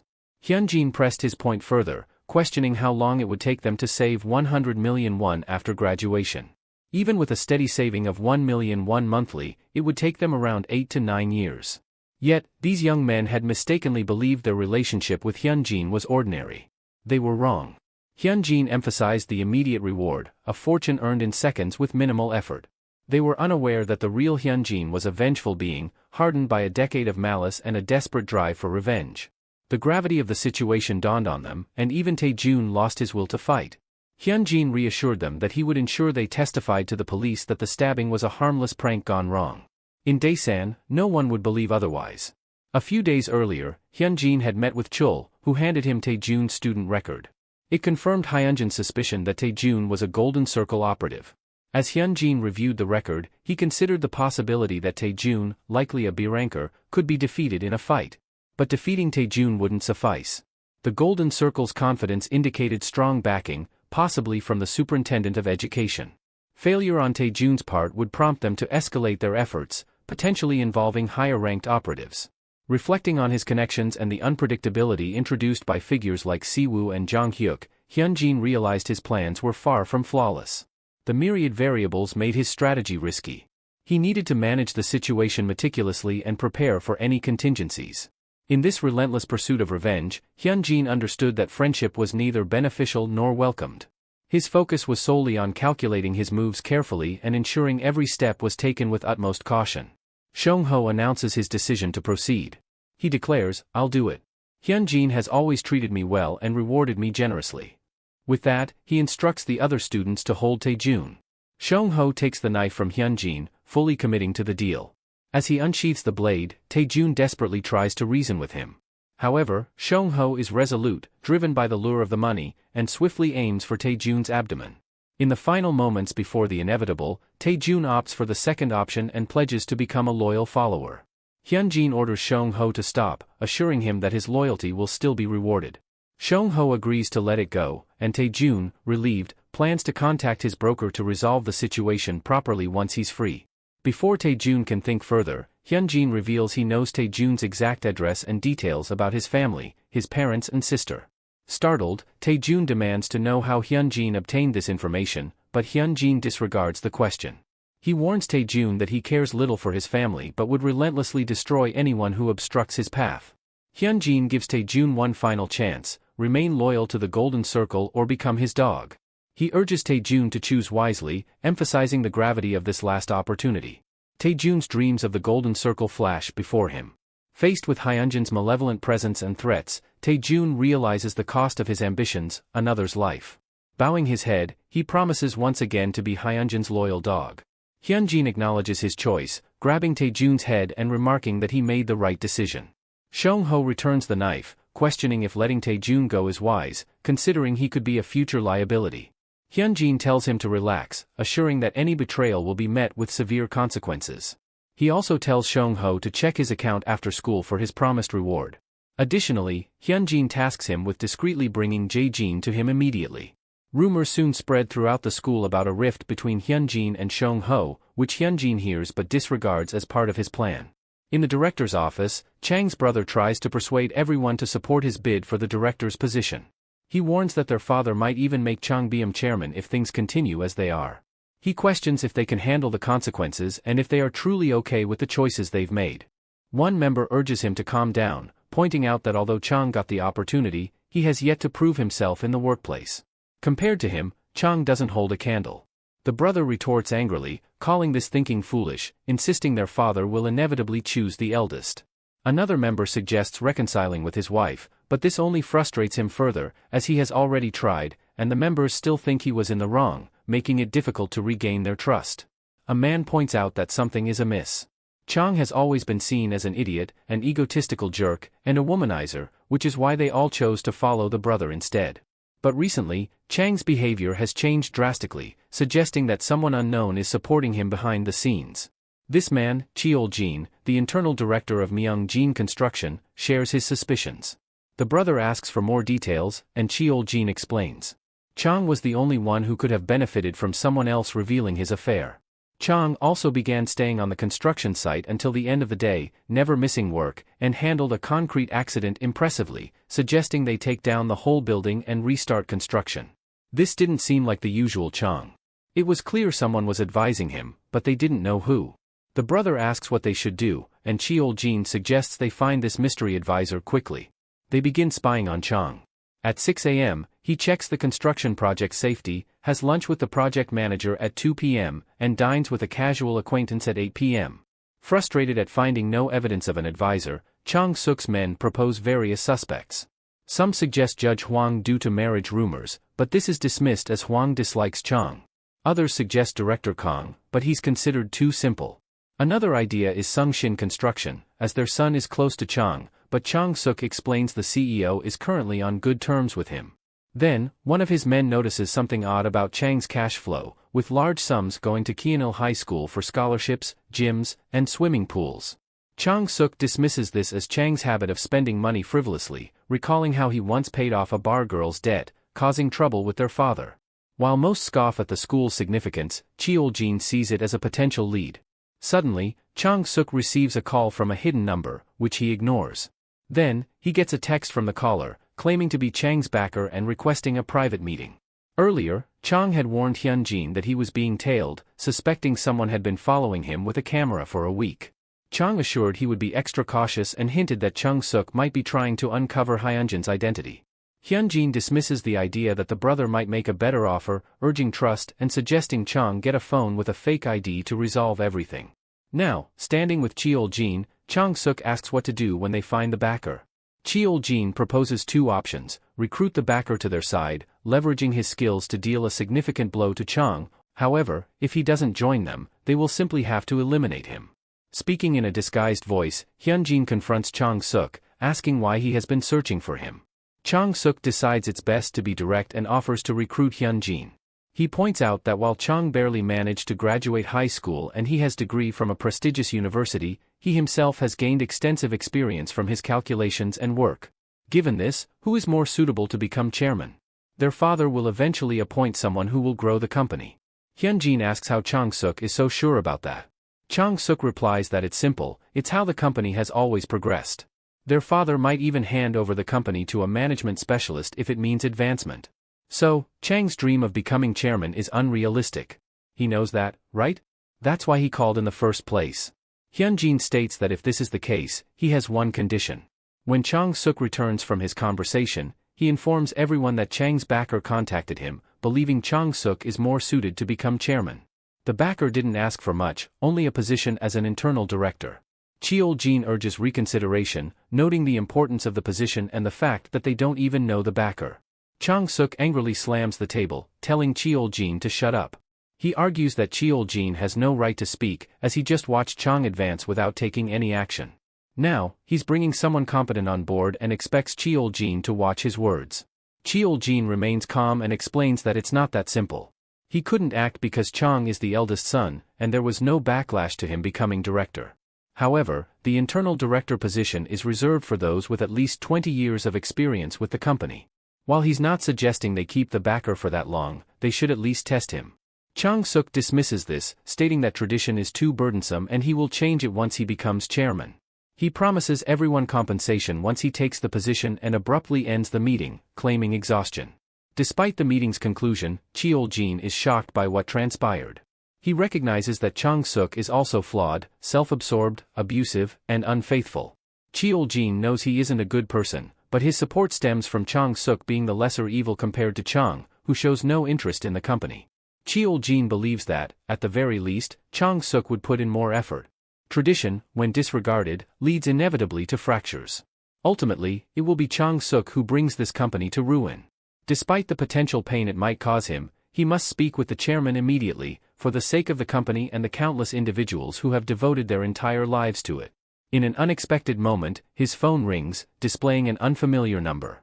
Upon answering, the caller immediately questions if he supports Chang-suk's decision, suggesting it might be overly severe. Startled, Cheol-jin demands to know the caller's identity and if this is some sort of joke. The caller assures him it is not, revealing no desire to join the board of directors but rather to inform him that Chang-suk and Chang are not as he perceives them to be. Skeptical, Cheol-jin listens as the caller, identified as Hyun-jin, explains that Myung-jin Construction was founded on tradition. In some companies, a directorial position might be offered to anyone, but anyone who understands the chairman's vision and the future trajectory of Myung-jin Construction should not make such promises lightly. Hyun-jin commends Cheol-jin for his pride in being an internal director and urges him to support Chang, insisting he is no longer the same person he once was. This, Hyun-jin insists, should not be seen as a betrayal but as an opportunity to work together for a prosperous future for Myung-jin Construction. A few days later, Cheol-jin confronts Chang, demanding to know who his true backer is. Chang evasively states he cannot disclose that information and asks for Cheol-jin's understanding. Frustrated, Cheol-jin reminds Chang of his early days visiting the construction sites, long before the company's current success. He recalls Chang as a toddler, perhaps 3 or 4 years old, using his little hands to carry bricks and assist with the construction. The sight of him, though not his own child, growing strong and healthy under his father's watchful eye filled him with hope and pride. However, as Chang grew older, Cheol-jin's hopes turned to disappointment. Chang frequently skipped school, sent in place of the chairman, because of his tendency to get into fights. Even as Myung-jin Construction expanded rapidly, Chang was often found drinking, partying, and causing trouble, squandering the opportunities laid before him. This is why Cheol-jin started believing that Chang was not suited for the chairman position. If a family member was destined to inherit the leadership anyway, he thought it would be better if it were Chang-suk, who always strived to gain recognition. But why was he, a mere director, contemplating all this? Because, like his father before him, he had given his all to Myung-jin Construction and could not bear to see it fall into the hands of an incapable man who couldn't even take care of himself. However, he had noticed a change in Chang recently, and it didn't matter who had helped him transform. As long as he delivered results for the company, that was all that mattered. He would not investigate further, but he would state this now: Myung-jin Construction needed people like Chang, and he looked forward to working with him from now on. Meanwhile, in a small restaurant squeezed between a convenience store and a food cafe, Hyunjin's grandmother worked tirelessly to feed her customers, despite their concerns about her overworking herself.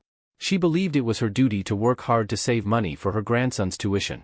She received a call from someone in real estate, offering to buy her pre-sale rights to the Noblesse apartments, promising a premium of at least 5,000 won if she sold.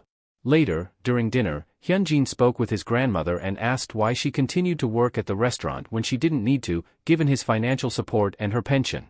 She insisted on working, pointing out that his contributions came from his scholarship, awarded for his academic excellence.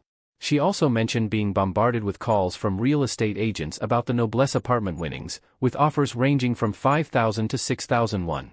Hyunjin reflected on the recent surge in Myung-jin's brand value following a successful concrete casting project and recognized Noblesse as a premier apartment complex in Daesan.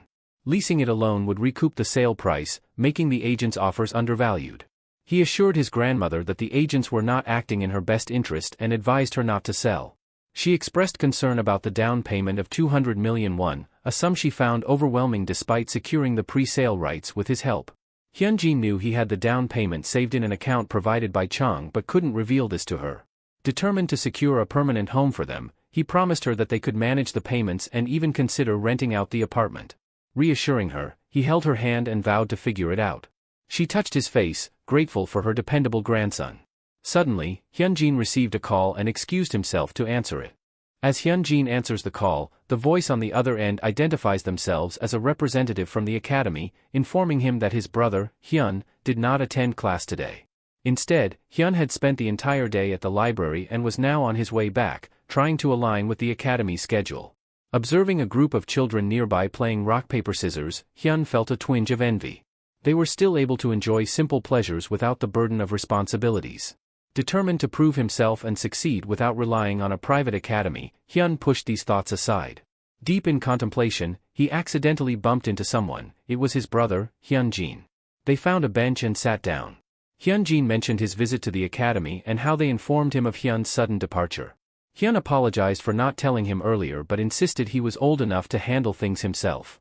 He pointed out the strain on their grandmother and their financial difficulties, arguing that if only one of them could pursue education, it should be Hyunjin.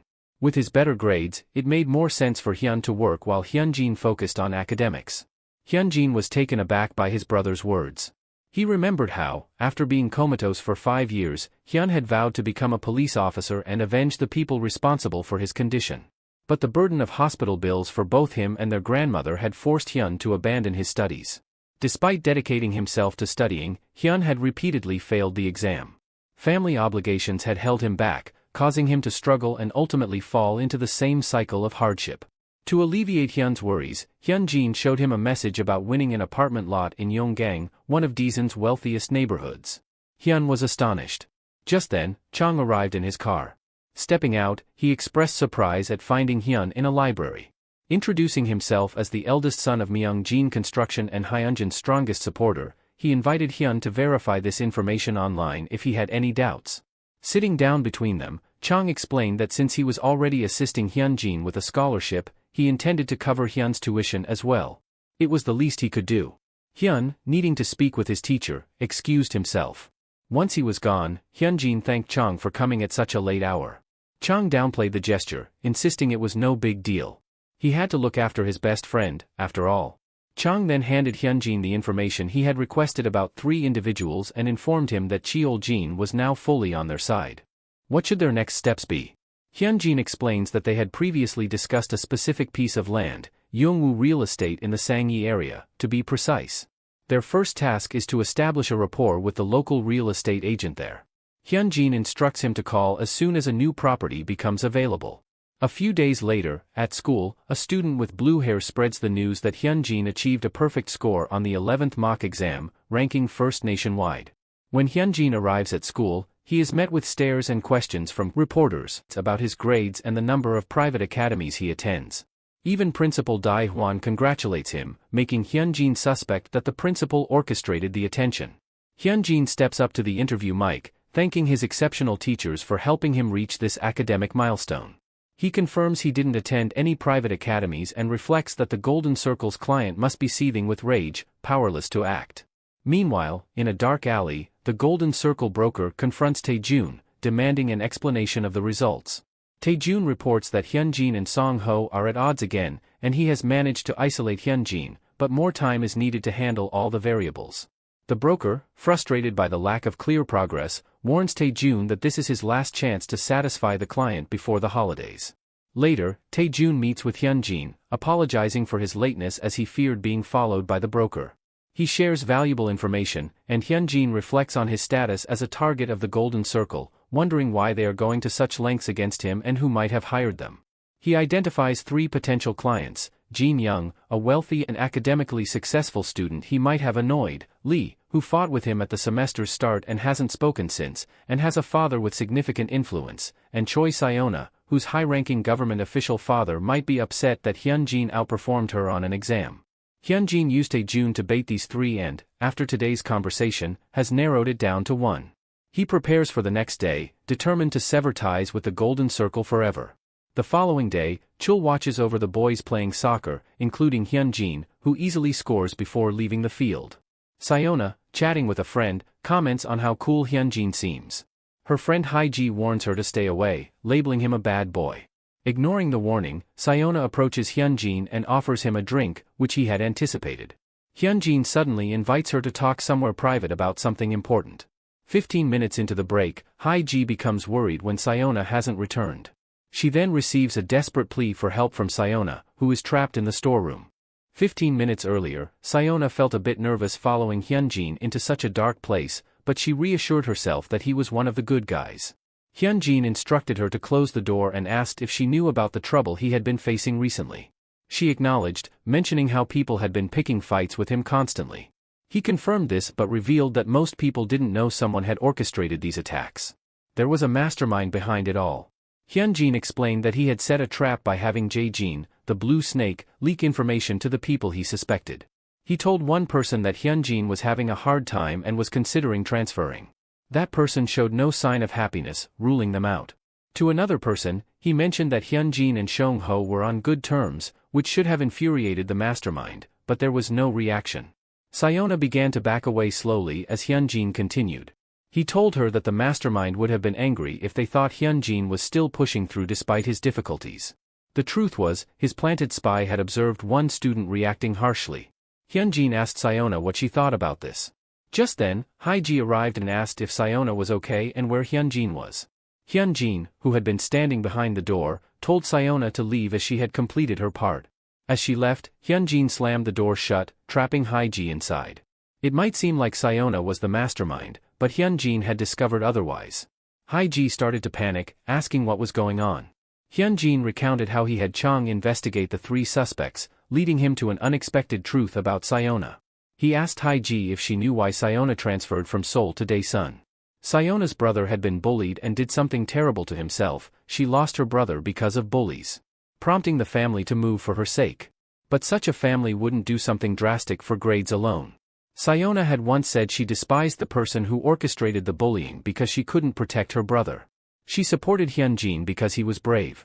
This left only one possibility: Siona had shared the information with someone else. Hyunjin hugged Haiji tightly, revealing her as the one who tried to ruin his life. Haiji denied it and attempted to escape, but the locked door forced her to beg. She insisted they had always been friends, so why would she do something so hurtful? She claimed Siona was the one who hired the attackers, complaining about his grades multiple times. Hyunjin reminded her that Siona's parents resigned from their positions long ago and were not active members of the anti-school violence committee. Could such a family concoct something so vile? Haiji then mentioned her father was a high-ranking police officer, and the Golden Circle had connections with such people. But she realized too late that Hyunjin had never mentioned the Golden Circle during their conversation.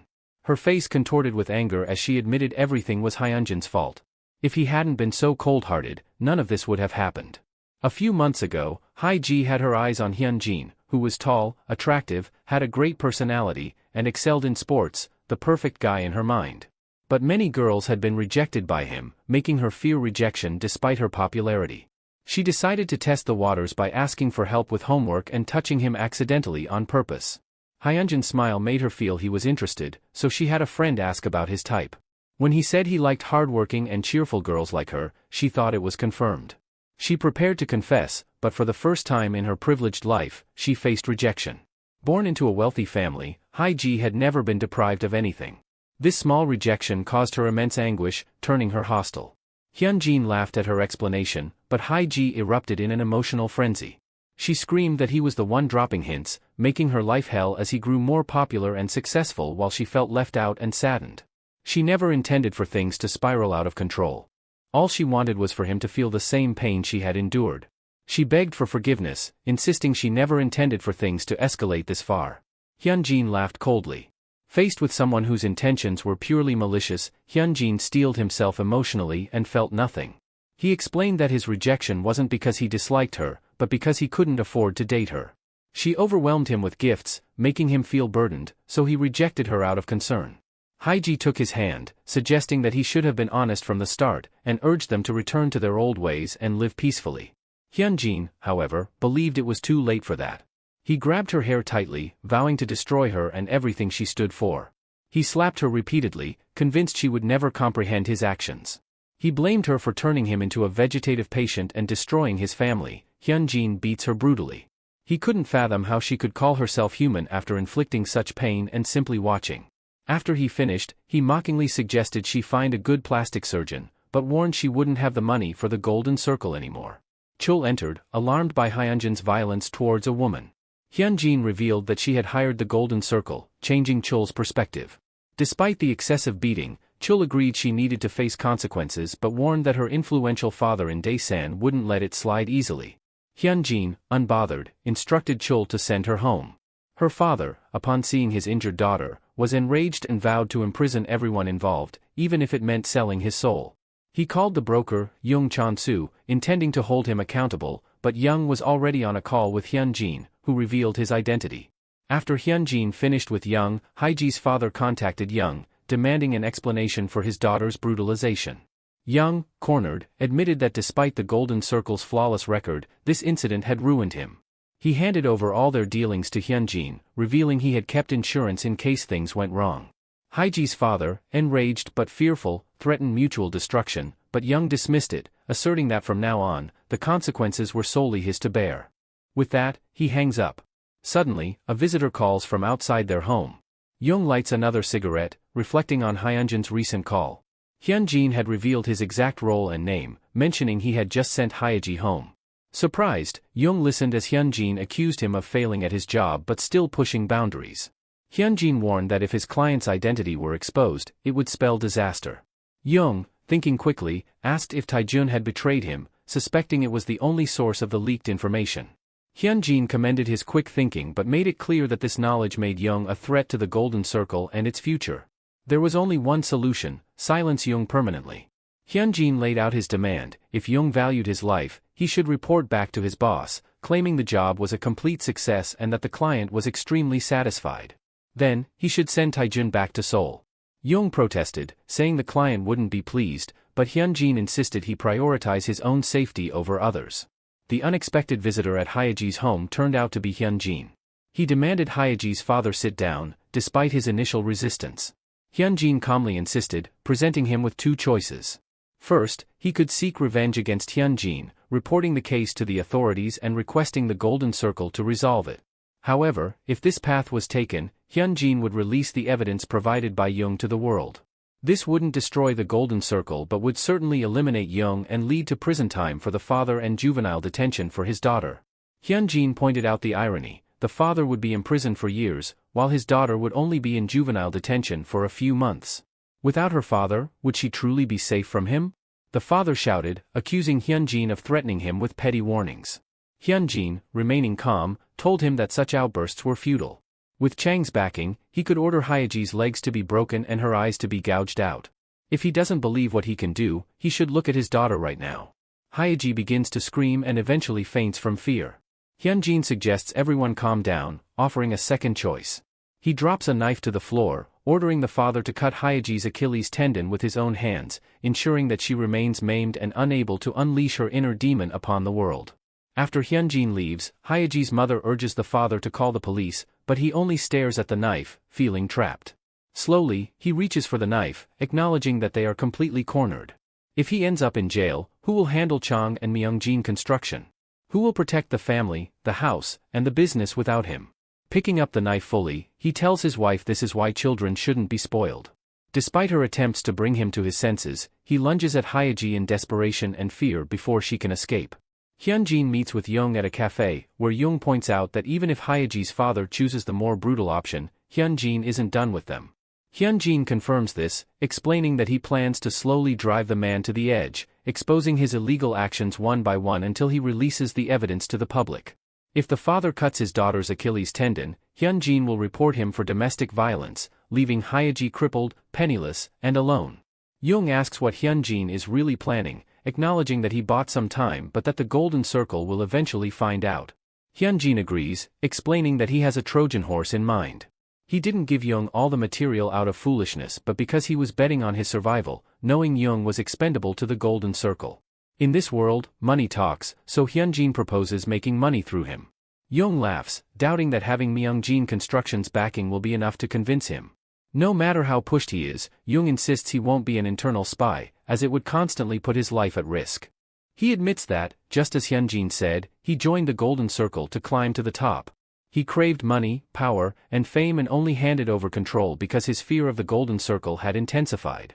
Despite this, he questions Hyunjin's plan to create a Trojan horse. What would he gain in return?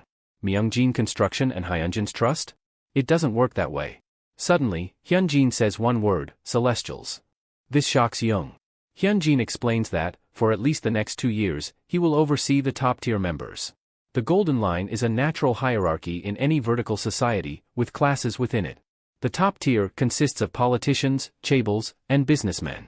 In the Golden Circle, a similar hierarchy exists. Members of this tier have their own elite brokers, and the higher the rank, the better the rewards for the broker. Above all, a top-tier broker is once accepted as a top-tier member. Jung is astounded, knowing that the top tier's existence is not widely known. How does Hyunjin know about it? But what if he can make it happen? Naturally, if the Golden Circle discovers any of this, there will be severe consequences. However, after 2 years, Jung could leave Korea without any regrets. Besides, if Hyunjin manages to take down the Golden Circle, it would be an ideal scenario, killing 2 birds with 1 stone. Jung asks how Hyunjin will make him a top-tier member. Hyunjin's only request is for Jung to remain silent about this for 1 month. At the end of that month, he will get what he wants.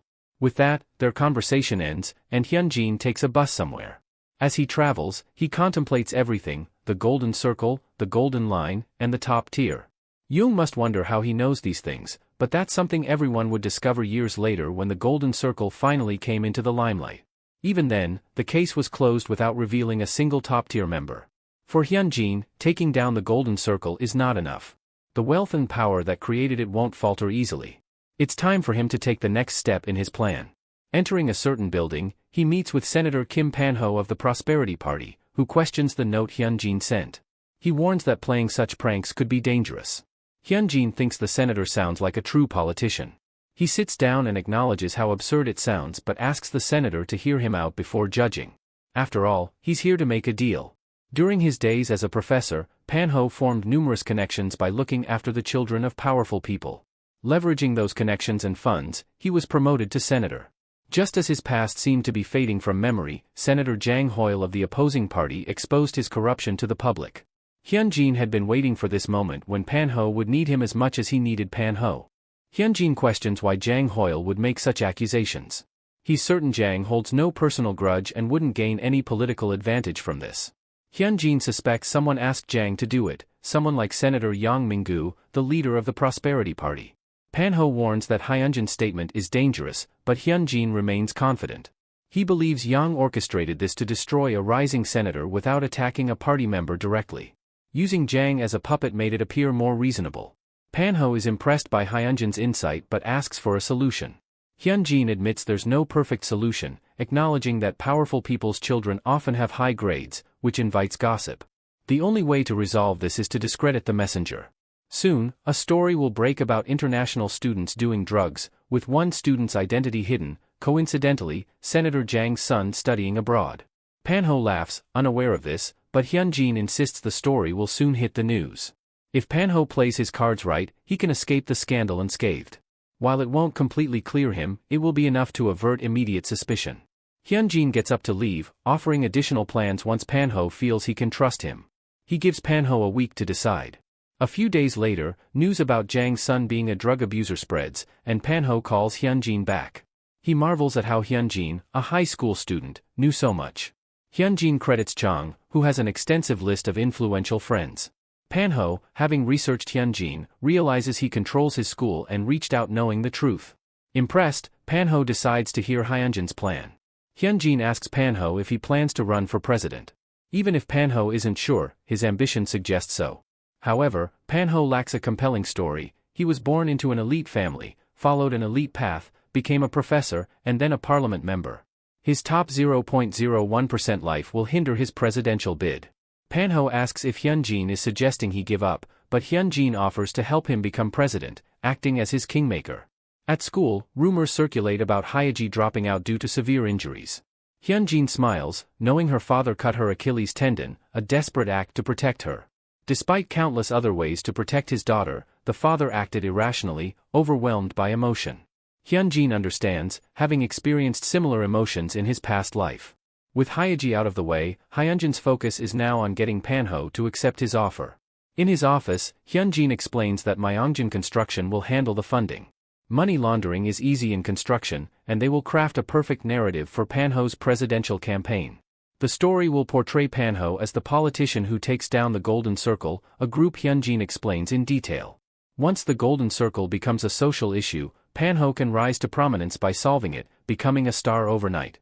Hyunjin's responsibilities were clear: he would set the food on the table, and if anything got spilled, he would clean up. Panho understood his task, and Hyunjin assured him he would be given ample time.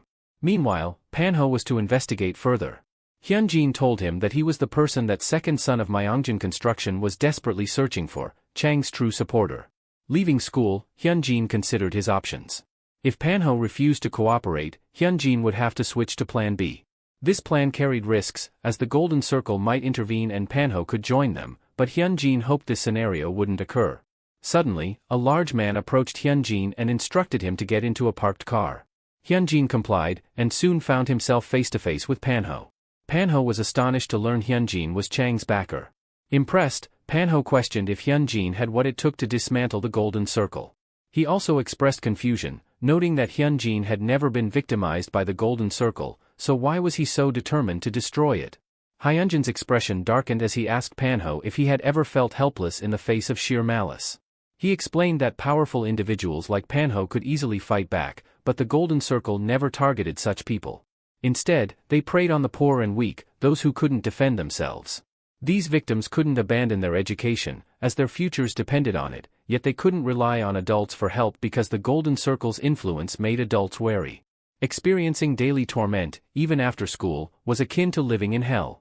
Hyunjin vowed to break this cycle of violence, recognizing that while violence was a perpetual human issue, he aimed to dismantle the Golden Circle that profited from it. Moved by Hyunjin's determination, Panho agreed to hear his plan. Hyunjin outlined that the Golden Circle maintained its power through extreme secrecy and by avoiding any documented history. His strategy was to recruit a broker to falsify a report, making it seem like the commission concerning him was a success. This would expose the Golden Circle for manipulating results and deceiving clients. As Hyunjin prepared for his senior year and the SATs, he planned to transfer to Seoul to maintain his top ranking nationwide. If he joined a prestigious school in Gangnam as the top student, and the truth about the Golden Circle's failure spread, it would create a significant impact. Hyunjin needed Panho's support to withstand the Golden Circle's attempts to get him expelled. Panho, after considering the proposal, realized they shared a similar drive. He recounted his own ambition to become president simply because he wanted to prove it was possible. He had never failed in life, so why not aim to be the best in the country? He accepted Hyunjin's plan but warned that any failure would lead to abandonment and destruction of any evidence of their collaboration. If Hyunjin could meet these conditions, Panho was on board. After school, Seona approached Hyunjin with something important to discuss.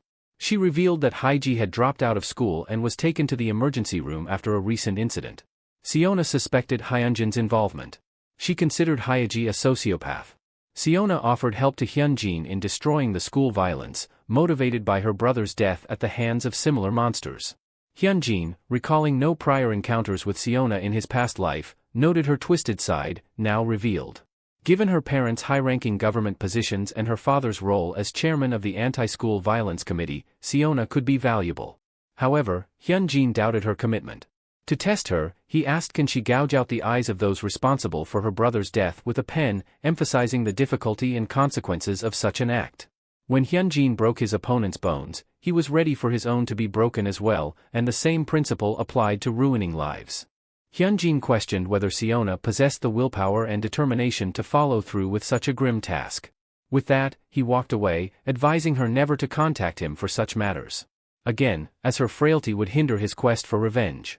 He concluded that on this path, which offered no normal life afterward, she had no place. It was best to turn her away now, for her sake and for everyone involved. Just then, Siwoo grabbed Hyunjin's shoulder and asked if he was finished. Hyunjin, in response, inquired if Siwoo had studied.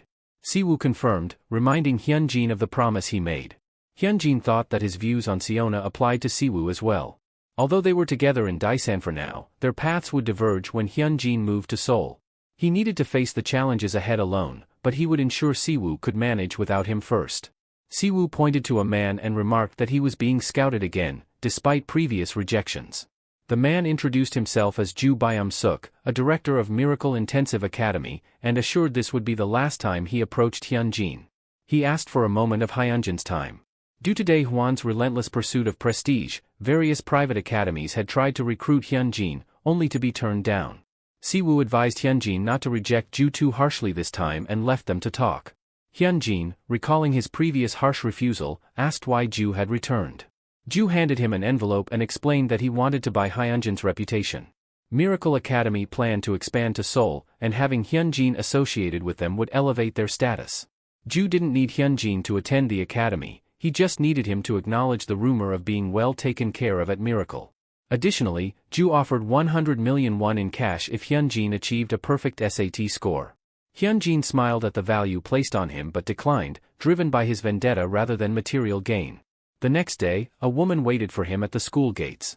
Introducing herself as Lee Miso, the admin of the Daechi area Skymom Cafe, she invited him to a cafe for a discussion. She explained that the Skymom Cafe was a community where local parents shared academic information. She made a straightforward proposal: would Hyunjin tutor their children, including her own? She clarified that she didn't expect dramatic academic improvements, as Seoul had many qualified teachers, but wanted him to impart his school knowledge. He would teach once a week, 4 times a month, for 2 million won per student. The classes could be held in Daesan, and they would accommodate his conditions within reason. Unfamiliar with such offers, Hyunjin asked for a few days to consider. Later that night, Hyunjin browsed the Skymom Cafe website and discovered a hidden page for paid members, revealing discussions about him and others who achieved unprecedented grades. In his past life, when the Golden Gate scandal broke, the most vocal were the helicopter parents, intensely focused on their children's futures. They weren't upset about the injustice faced by the bullied victims of the Golden Circle, but feared their own children losing out. Hyunjin saw potential in channeling this behavior for a better cause. He called Miso and agreed to her proposal. The following day, a group of rowdy, spoiled kids, including Miso's son Minwo, arrived at the meeting spot Hyunjin suggested. They immediately began mocking him, calling him a peasant and questioning his ability to teach. Minwo proposed skipping class, but the girls hesitated, fearing their mother's threats. However, Minwo insisted that if they all skipped, their parents would just find another tutor, and that Hyunjin couldn't stop them anyway. Persuaded, they agreed and decided to leave for some fun. While in class, Hyunjin talks with Young Chon-soo, who shares that thanks to him, he met Lim Cheol-young, the CEO of Future Investment and Securities. Hyunjin explains that Lim's oldest child will be starting high school next year and will undoubtedly engage the Golden Circle. This is Shansu's chance to climb to the top tier. Once Chon-soo is entrusted with this role, he will start providing Hyunjin with valuable insider information. However, Hyunjin warns that if Chon-soo slips up even slightly, the Golden Circle will find out, and he will be on his own. After ending the call, Hyunjin reflects that once Young becomes his spy, he will inevitably learn about the Golden Circle's victims. Hyunjin knows he can't save them all, but his desire for revenge drives him to involve himself in their stories. His memories are now clear, and he feels a strong urge to act. But for now, he has to handle some unruly students who are late to class. The study group is currently at a karaoke place, enjoying themselves. Hyunjin tracks them down, and when he asks if Minwo is there, Minwo stands up, demanding to know who Hyunjin is. Hyunjin punches Minwo in the face, introducing himself as their teacher and demanding respect and proper greetings. Minwo threatens to call his parents, claiming one call will ruin Hyunjin's life and everything he has built. Hyunjin calmly tells him to go ahead and call them, to tell them the truth about cutting his first tutoring session and getting beaten by his teacher. Surprised that Hyunjin is the top student in the nation, Minwo nevertheless calls his mom, Miso, trying to play the victim. He lies, saying he was tired from the trip to Daesan and decided to skip the first day with his friends. Miso immediately scolds him, reminding him that this was his last chance and that he should have listened to his tutor instead of goofing off. She questions when he will stop being a disappointment. Hyunjin takes the phone, puts it on speaker, and explains that he had asked them to be punctual, yet found them at a karaoke parlor. Miso apologizes profusely, stating they never expected their children to act this way. Hyunjin asks if she remembers the right to punish, and she confirms. She agrees that if Manhwa or the others misbehave, she will not interfere with whatever punishment Hyunjin decides, regardless of what it is. Hyunjin then gives the children a choice, tutoring or a beating. They choose tutoring, although they are still angry at Hyunjin for making a fuss over an hour of studying. Manhwa then turns to his friend, Shin Yumi, asking if she knows anyone in Daisan who can help him get back at Hyunjin. Yumi mentions a person who claims to be Daisan's boss but questions if Manhwa's mother will be happy with this decision. Manhwa dismisses her concern, saying his mother always forgives him eventually, as blood is thicker than water. Yumi arranges a meeting with the so-called Daisan boss, noting that it has been a while since they last met. 2 days later, Yumi meets with Jin-woo. As they head to their destination, Yumi shares details about their tutor, including his training routine and schedule, to ensure they catch him at the right moment. She expresses concern about Hyunjin's formidable punch, but Jin-woo, confident in his reputation as the Daisan boss, assures her that he will handle the situation easily. Upon arriving at the training gym, Jin-woo forcefully opens the doors and announces his intention to spar with a first-year student. The trainer, impressed by Jin-woo's build, sizes him up. Suddenly, Si-woo appears and questions Jin-woo's presence, causing Jin-woo to freeze, thinking Si-woo was the one who beat up Yumi's friend. However, Yumi's reaction clarifies that Si-woo isn't the one. When Hyunjin enters, Yumi points him out as the person who attacked her friend. Realizing the truth, Jin-woo makes a swift exit, much to Yumi's surprise.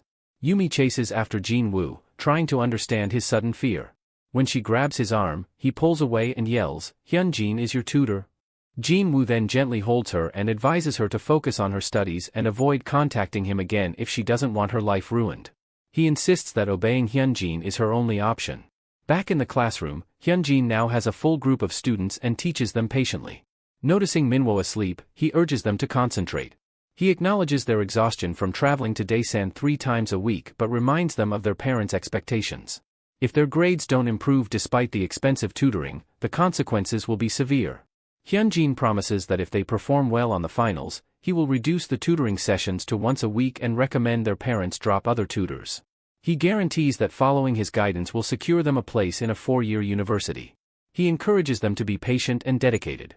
Half a month later, Hyunjin meets with Miso, who is thrilled with the improved grades of all the children he tutored.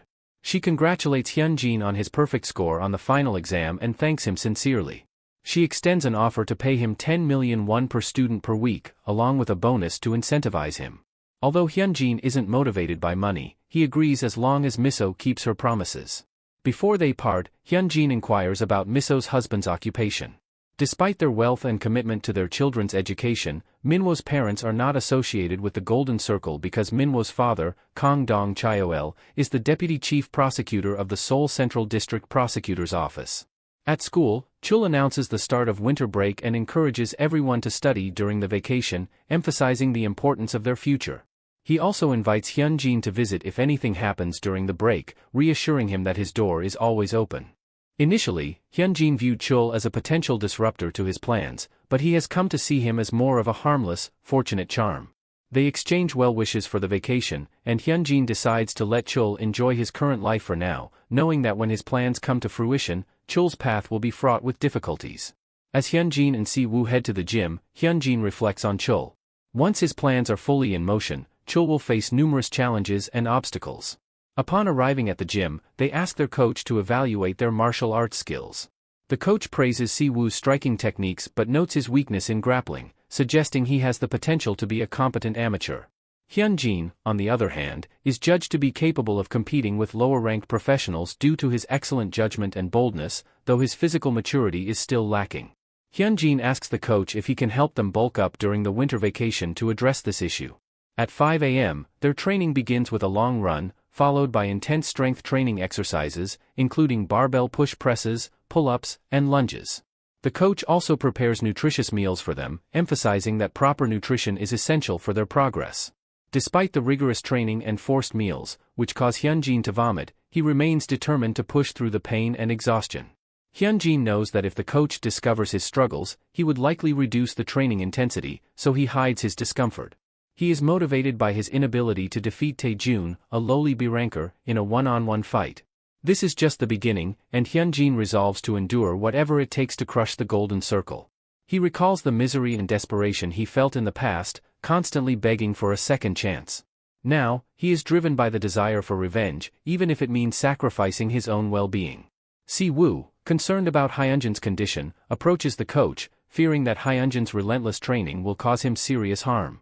The coach, understanding Hyunjin's determination, decides to let him continue. He knows that if he stops Hyunjin, he will find a more dangerous alternative.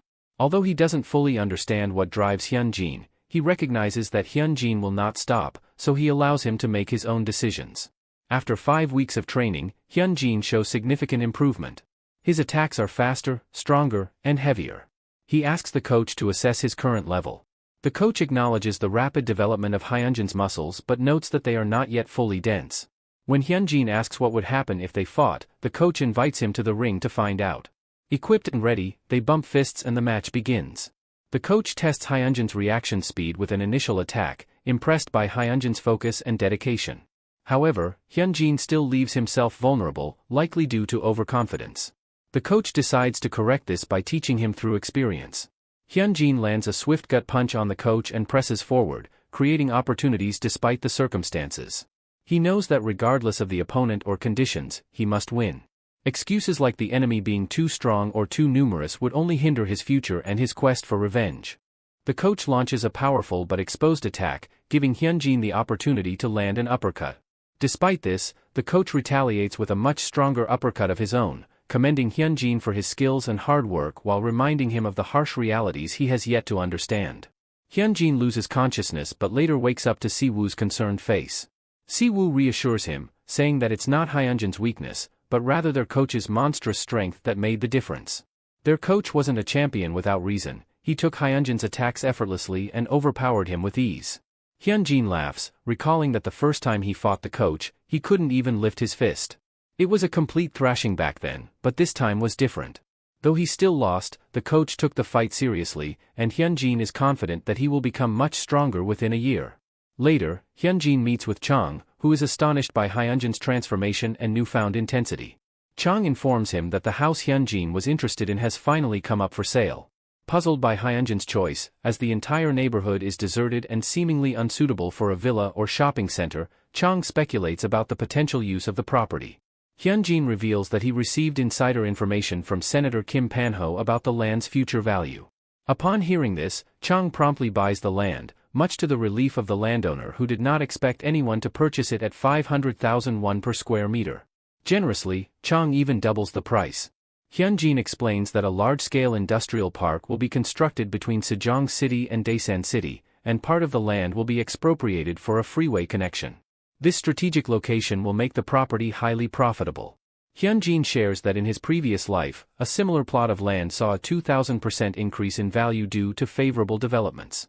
He asks Chang if he noticed the cadastral map, explaining that the landlocked 20,000 pyong plot behind their purchase is currently worthless but could be incredibly valuable if combined with their lot. Even at the current low price, the combined land could generate a profit of at least 30 billion won. Myeongjin Construction's reputation for adding premium value would further enhance its worth. This project could prove Chang's capability as the chairman of the company. Walking to school, Hyunjin contemplates his rigorous training regimen, Chang's financial support, and Panho's influence, recognizing that he still lacks sufficient force. He acknowledges that he needs a group of strong allies like Chonsu or Seongho to execute his plans. He resolves to perfect his strategy during his second year, knowing that there is much to prepare. As the seasons change, March arrives, marking the start of a new school term. At the back of the school, a group of delinquents discuss rumors about a dangerous sophomore who recently defeated Shin Young-min. One of the freshmen, Young Hyuk-jin, dismisses these claims, asserting that no one can beat Shin Young-min. Suddenly, someone demands that Young put out his cigarette. Young reacts aggressively but is restrained by his friends when they realize the person confronting them is Hyunjin. Reluctantly, Young complies, not wanting trouble. On the school roof, Hyunjin gathers a group and reveals his plan to eliminate senseless thugs like Shin Young-min and establish order at Kyeonil High. He intends to expand this effort to all schools in Daesan within 6 months. Seung-ho warns that this will inevitably lead to conflicts with other schools. Many students are aware of the Golden Circle and have formed alliances, making it crucial to have justifiable reasons for any fights. Hyunjin promised them to give 500 for each school and extra for taking down bullies to the key person.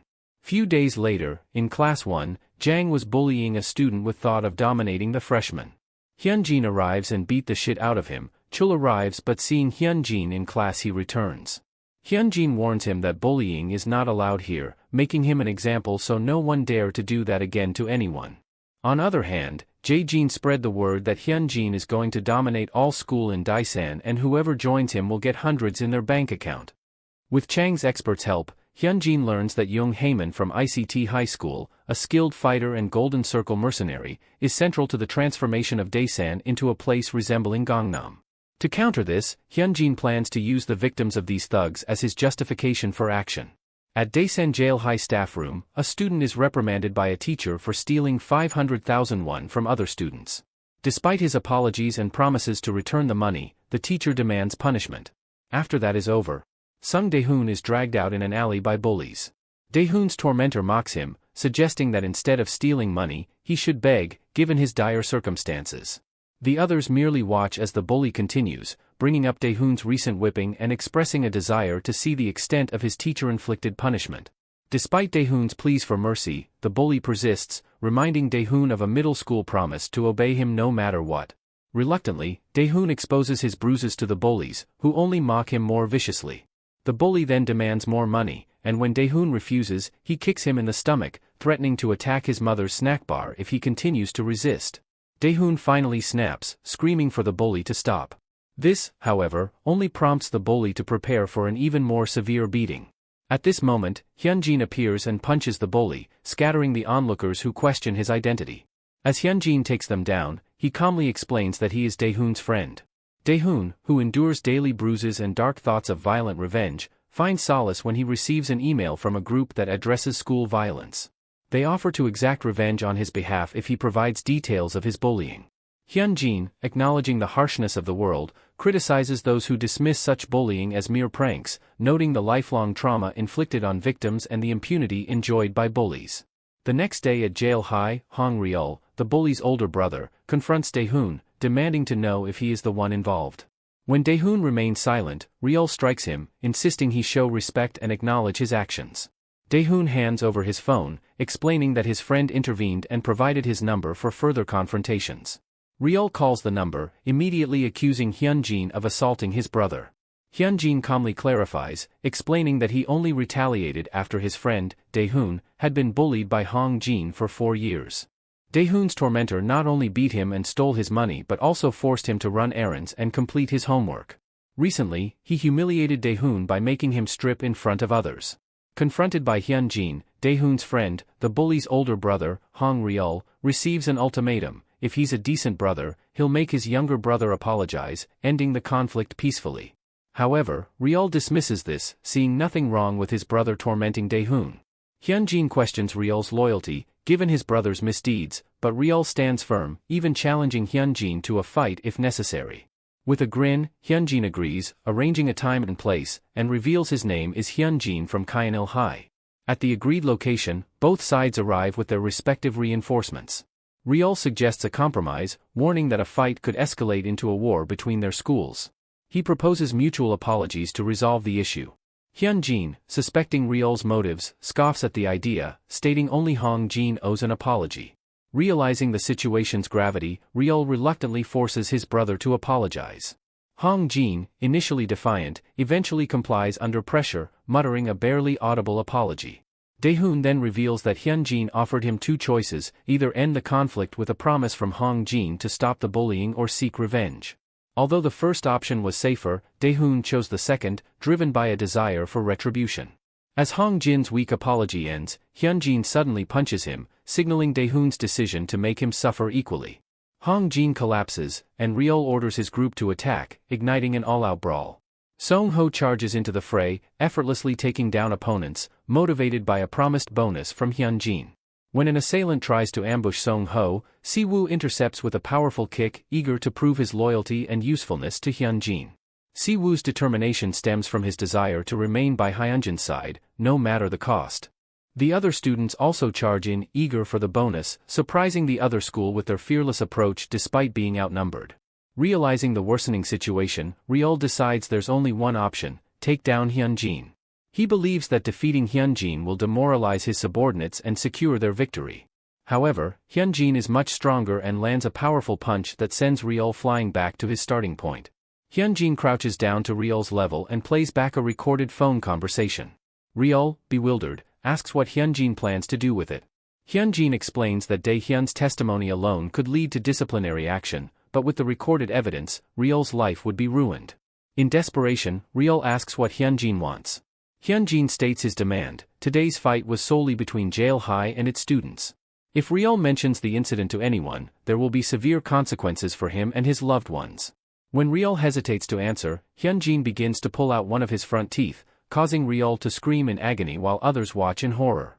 After the tooth extraction, Hyunjin remarks that Ryul took too long to respond and should blame himself. The next day at school, Dae-hyun bumps into someone who initially tries to reprimand him. However, upon seeing Dae-hyun's face, the person is reminded of Hyunjin and quickly apologizes and runs away. Dae-hyun is astonished. Those who once bullied him now flee in fear. School becomes peaceful for him once more, and he knows he must keep his promise. Rumors about Dae-hyun's situation soon spread and turn into facts when he posts on Hyunjin's social media page, thanking him for saving him from his bullies. He offers others the same opportunity, stating that if they want to inflict the same pain on those who ruined their lives, all they need to do is send an email, and their dreams will come true. While some are apprehensive, others are eager, knowing that if anyone from their tormentors appears, Hyunjin will deal with them. One day, a student talking nonsense is suddenly confronted by Hyunjin, who asks if he's Mo. Shocked that a stranger knows his name, Mo inquires how Hyunjin knows him. Hyunjin reveals that he learned everything about Mo from an informer and lists Mo's offenses, including violence, ostracism, extortion, and theft. Frightened, Mo drops his cigarette and, along with his friends, charges at Hyunjin, thinking they can overpower him. Hyunjin removes his hood and remarks that Mo truly lives up to his reputation as a good-for-nothing, then proceeds to beat them. Elsewhere, Shangho handles another group of bullies, informing Hyunjin of his progress. After Dae-hyun's social media post went viral, it attracted numerous emails from people seeking help. Si-woo also confronts a bully, reminding him of the pain he inflicted on others by taking their money, burning them, and beating them. He tells the bully that a normal life is no longer possible for scum like him.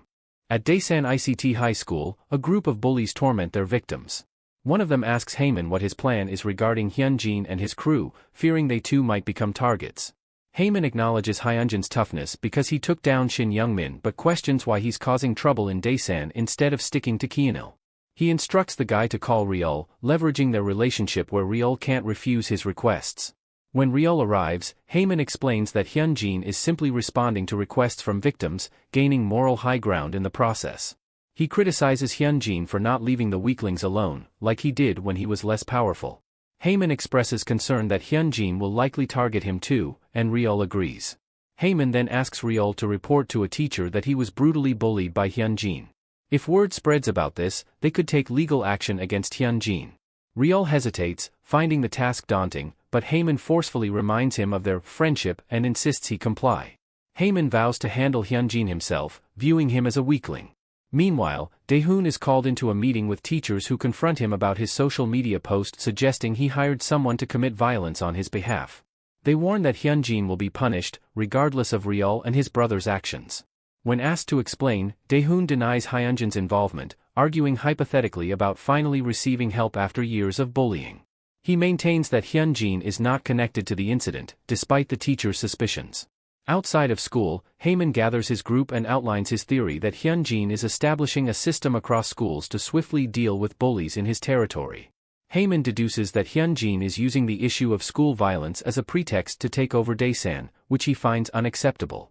One subordinate asks what they should do, and Haemin responds that they need to break Hyunjin's spirit in a particularly cruel way. Elsewhere, a student named Hojin is relentlessly bullied, blamed for becoming trash because he initially defended someone else. His bully, Jonghyun, claims Hojin brought this upon himself and must now pay for the stress he caused. Suddenly, Hyunjin appears, confronting Jonghyun and asking if he is the trash standing before him. Seeing Hyunjin, Hojin apologizes, explaining that he had no choice but to follow the plan to protect his brother from harm. Haehyun silences Jonghyun with a punch, and suddenly, a swarm of students arrives, including Haemin, who greets Hyunjin with a smirk. Haemin remarks that Hyunjin has brought this upon himself by trying to take over Daesan. This entire situation was a trap, and Haemin sarcastically asks if Hyunjin is happy with all the attention. Hyunjin surveys the crowd, estimating about 100 people, and comments on their apparent abundance of free time. He then decides to share a story with them, revealing the identity of the Speaking from Daesan social media page admin, Jae-jin, the blue-haired snake.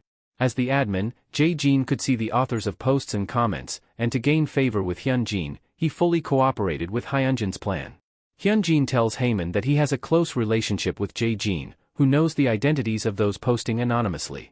Suddenly, a group of people, including the bullies Hyunjin had previously defeated, appear behind him. These former bullies now seek to shed their old titles. Hyunjin reassures Hojin, telling him not to regret trying to save his friend, even though it made him Haehyun's puppet. Hyunjin asserts that the real trap was set for the bullies, who will now face their comeuppance. Earlier, Hyunjin had confronted Ryul, asking who he thought was responsible for sending his friend from Kyanil, Young Min, to juvenile detention. Hyunjin threatened to do the same to Ryul, who, terrified, begged for forgiveness, promising to avoid any further trouble.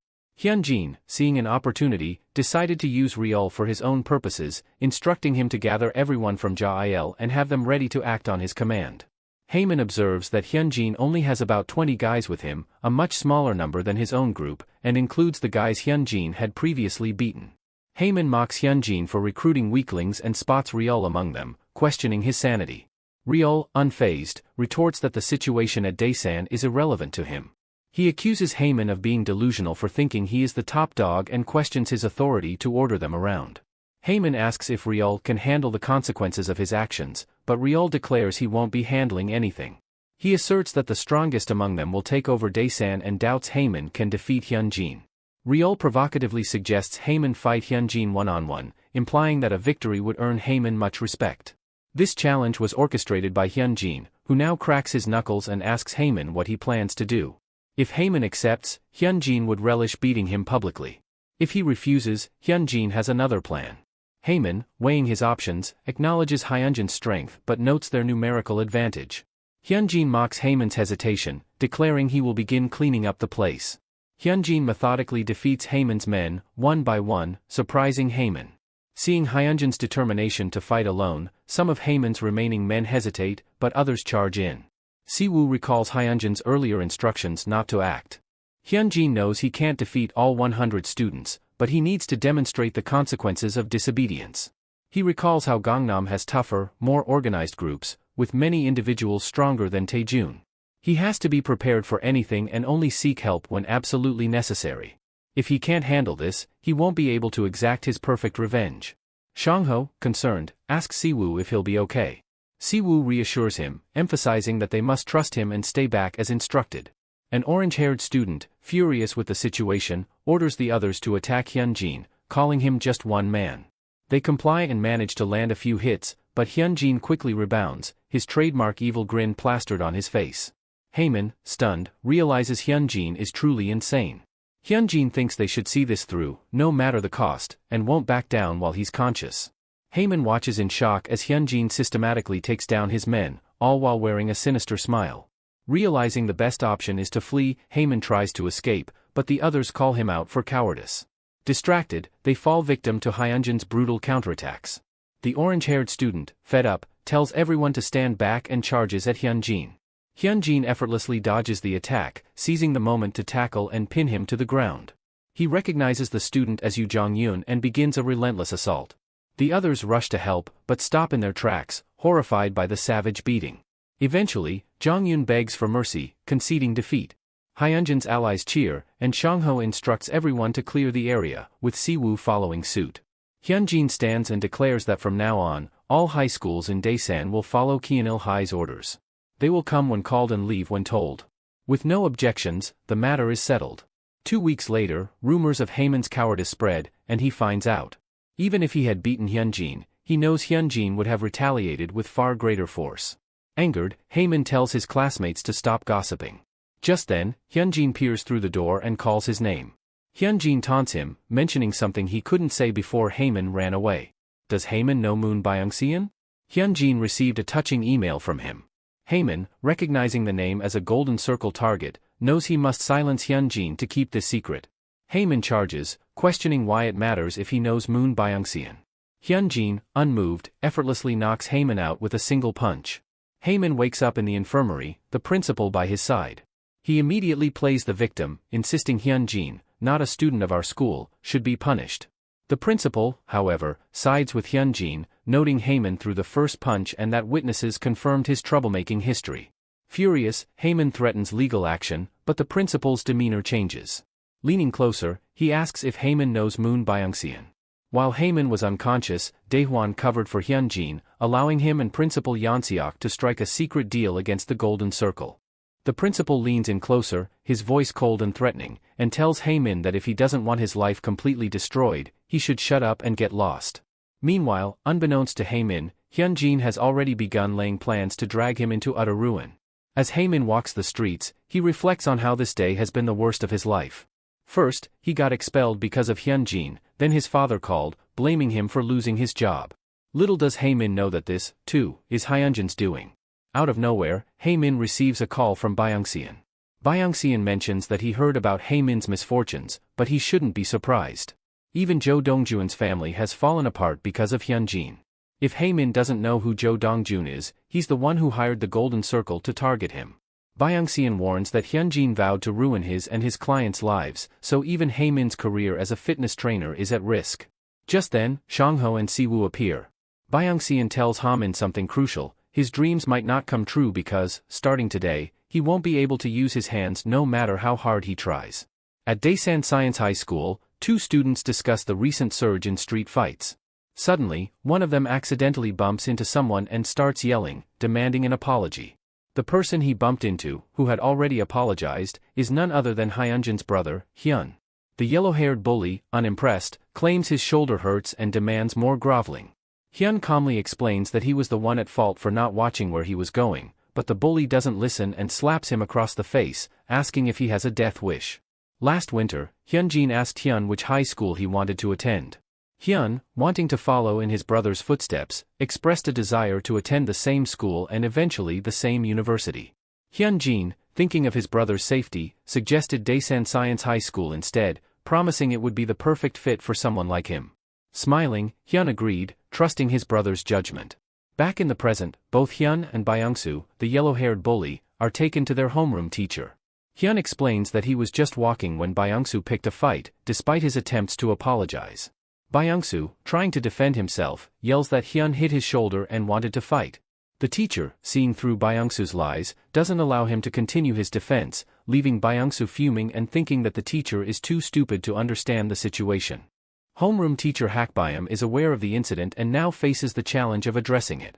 He decides to call both students' guardians to school the next day, despite Hyun's reluctance. Hakbyum insists that it's necessary. As they part ways, Byung-soo warns Hyun, saying that if he doesn't accept the situation, his grandmother will suffer, and it will be Hyun's fault. Hyun tells Byung-soo to stop talking to him, but Byung-soo gives one final warning: his father owns a construction company, their homeroom teacher is likely a suck-up, and his brother is the top dog at Daesan Future High. Byung-soo taunts Hyun, saying he should have stayed in his place like the orphan he is. The next day, Byung-soo's father, Han Chul-ho, arrives, visibly angry about the incident. He insists that the other child is to blame. Other teachers pressure Hakbyum to accept that it was entirely Hyun's fault and to take disciplinary action against him alone, arguing that the other student needs to focus on his studies. Chul-ho adds that if Hyun's guardian apologizes, he will drop the matter. Hakbyum, however, stands firm, asserting that his duty is to guide his students correctly, not to appease powerful parents. He tells Chul-ho that Hyun's guardian is waiting in the counseling room. Chul-ho reluctantly follows, grumbling that they will crush their opponents. In the counseling room, they find Hyunjin, who explains that Hyun's grandmother couldn't come, so he is representing her. Upon seeing Hyunjin, both Chul-ho and his son fall silent. Hakbyum states that a witness saw Byung-soo hit first. Chul-ho immediately apologizes, agreeing to discipline his son at home. Byung-soo's brother also tells him to apologize, which confuses Byung-soo. His brother hits him and orders him to apologize, which he does. Hakbayam announces plans for formal disciplinary action against Byung-soo, to which Chul-ho agrees. After the session, Hakbayam asks Hyun-jin to stay behind for a private conversation. Hakbayam reveals that despite being labeled a goody two-shoes, he is committed to ensuring his students lead proper lives. He admits to disliking the rumors about Hyunjin's backing by Daesan's elite, but he values having a good student like Hyun in his school. Hyun-jin reflects that Hakbayam's dedication was why he wanted his brother to attend this school. In his previous life, Hakbayam was fired for defending a student targeted by the Golden Circle but never stopped caring for his students. Hyun-jin assures Hakbayam that he trusts him to act in the best interest of the students and that he will gladly accept any punishment for Hyun if he misbehaves again. Outside, Byung-soo's father and brother scold him for underestimating his opponent. Byung-soo, confused, asks why they are worried. His brother explains that Hyun is the younger brother of the notorious Kim Hyun-jin of Kianil High, a figure not to be trifled with. When Hyun-jin exits the classroom, he tells Byung-soo to follow him because he has something to say. However, noticing only Byung-soo is following, he angrily asks why his brother and father aren't coming too. They eventually follow him to a discreet spot. Byung-soo immediately drops to his knees, apologizing profusely. His father also apologizes, admitting it's his fault for raising his son this way and promising it won't happen again. Byung-soo's brother adds that he'll beat some sense into Byung-soo if necessary to ensure it doesn't happen again.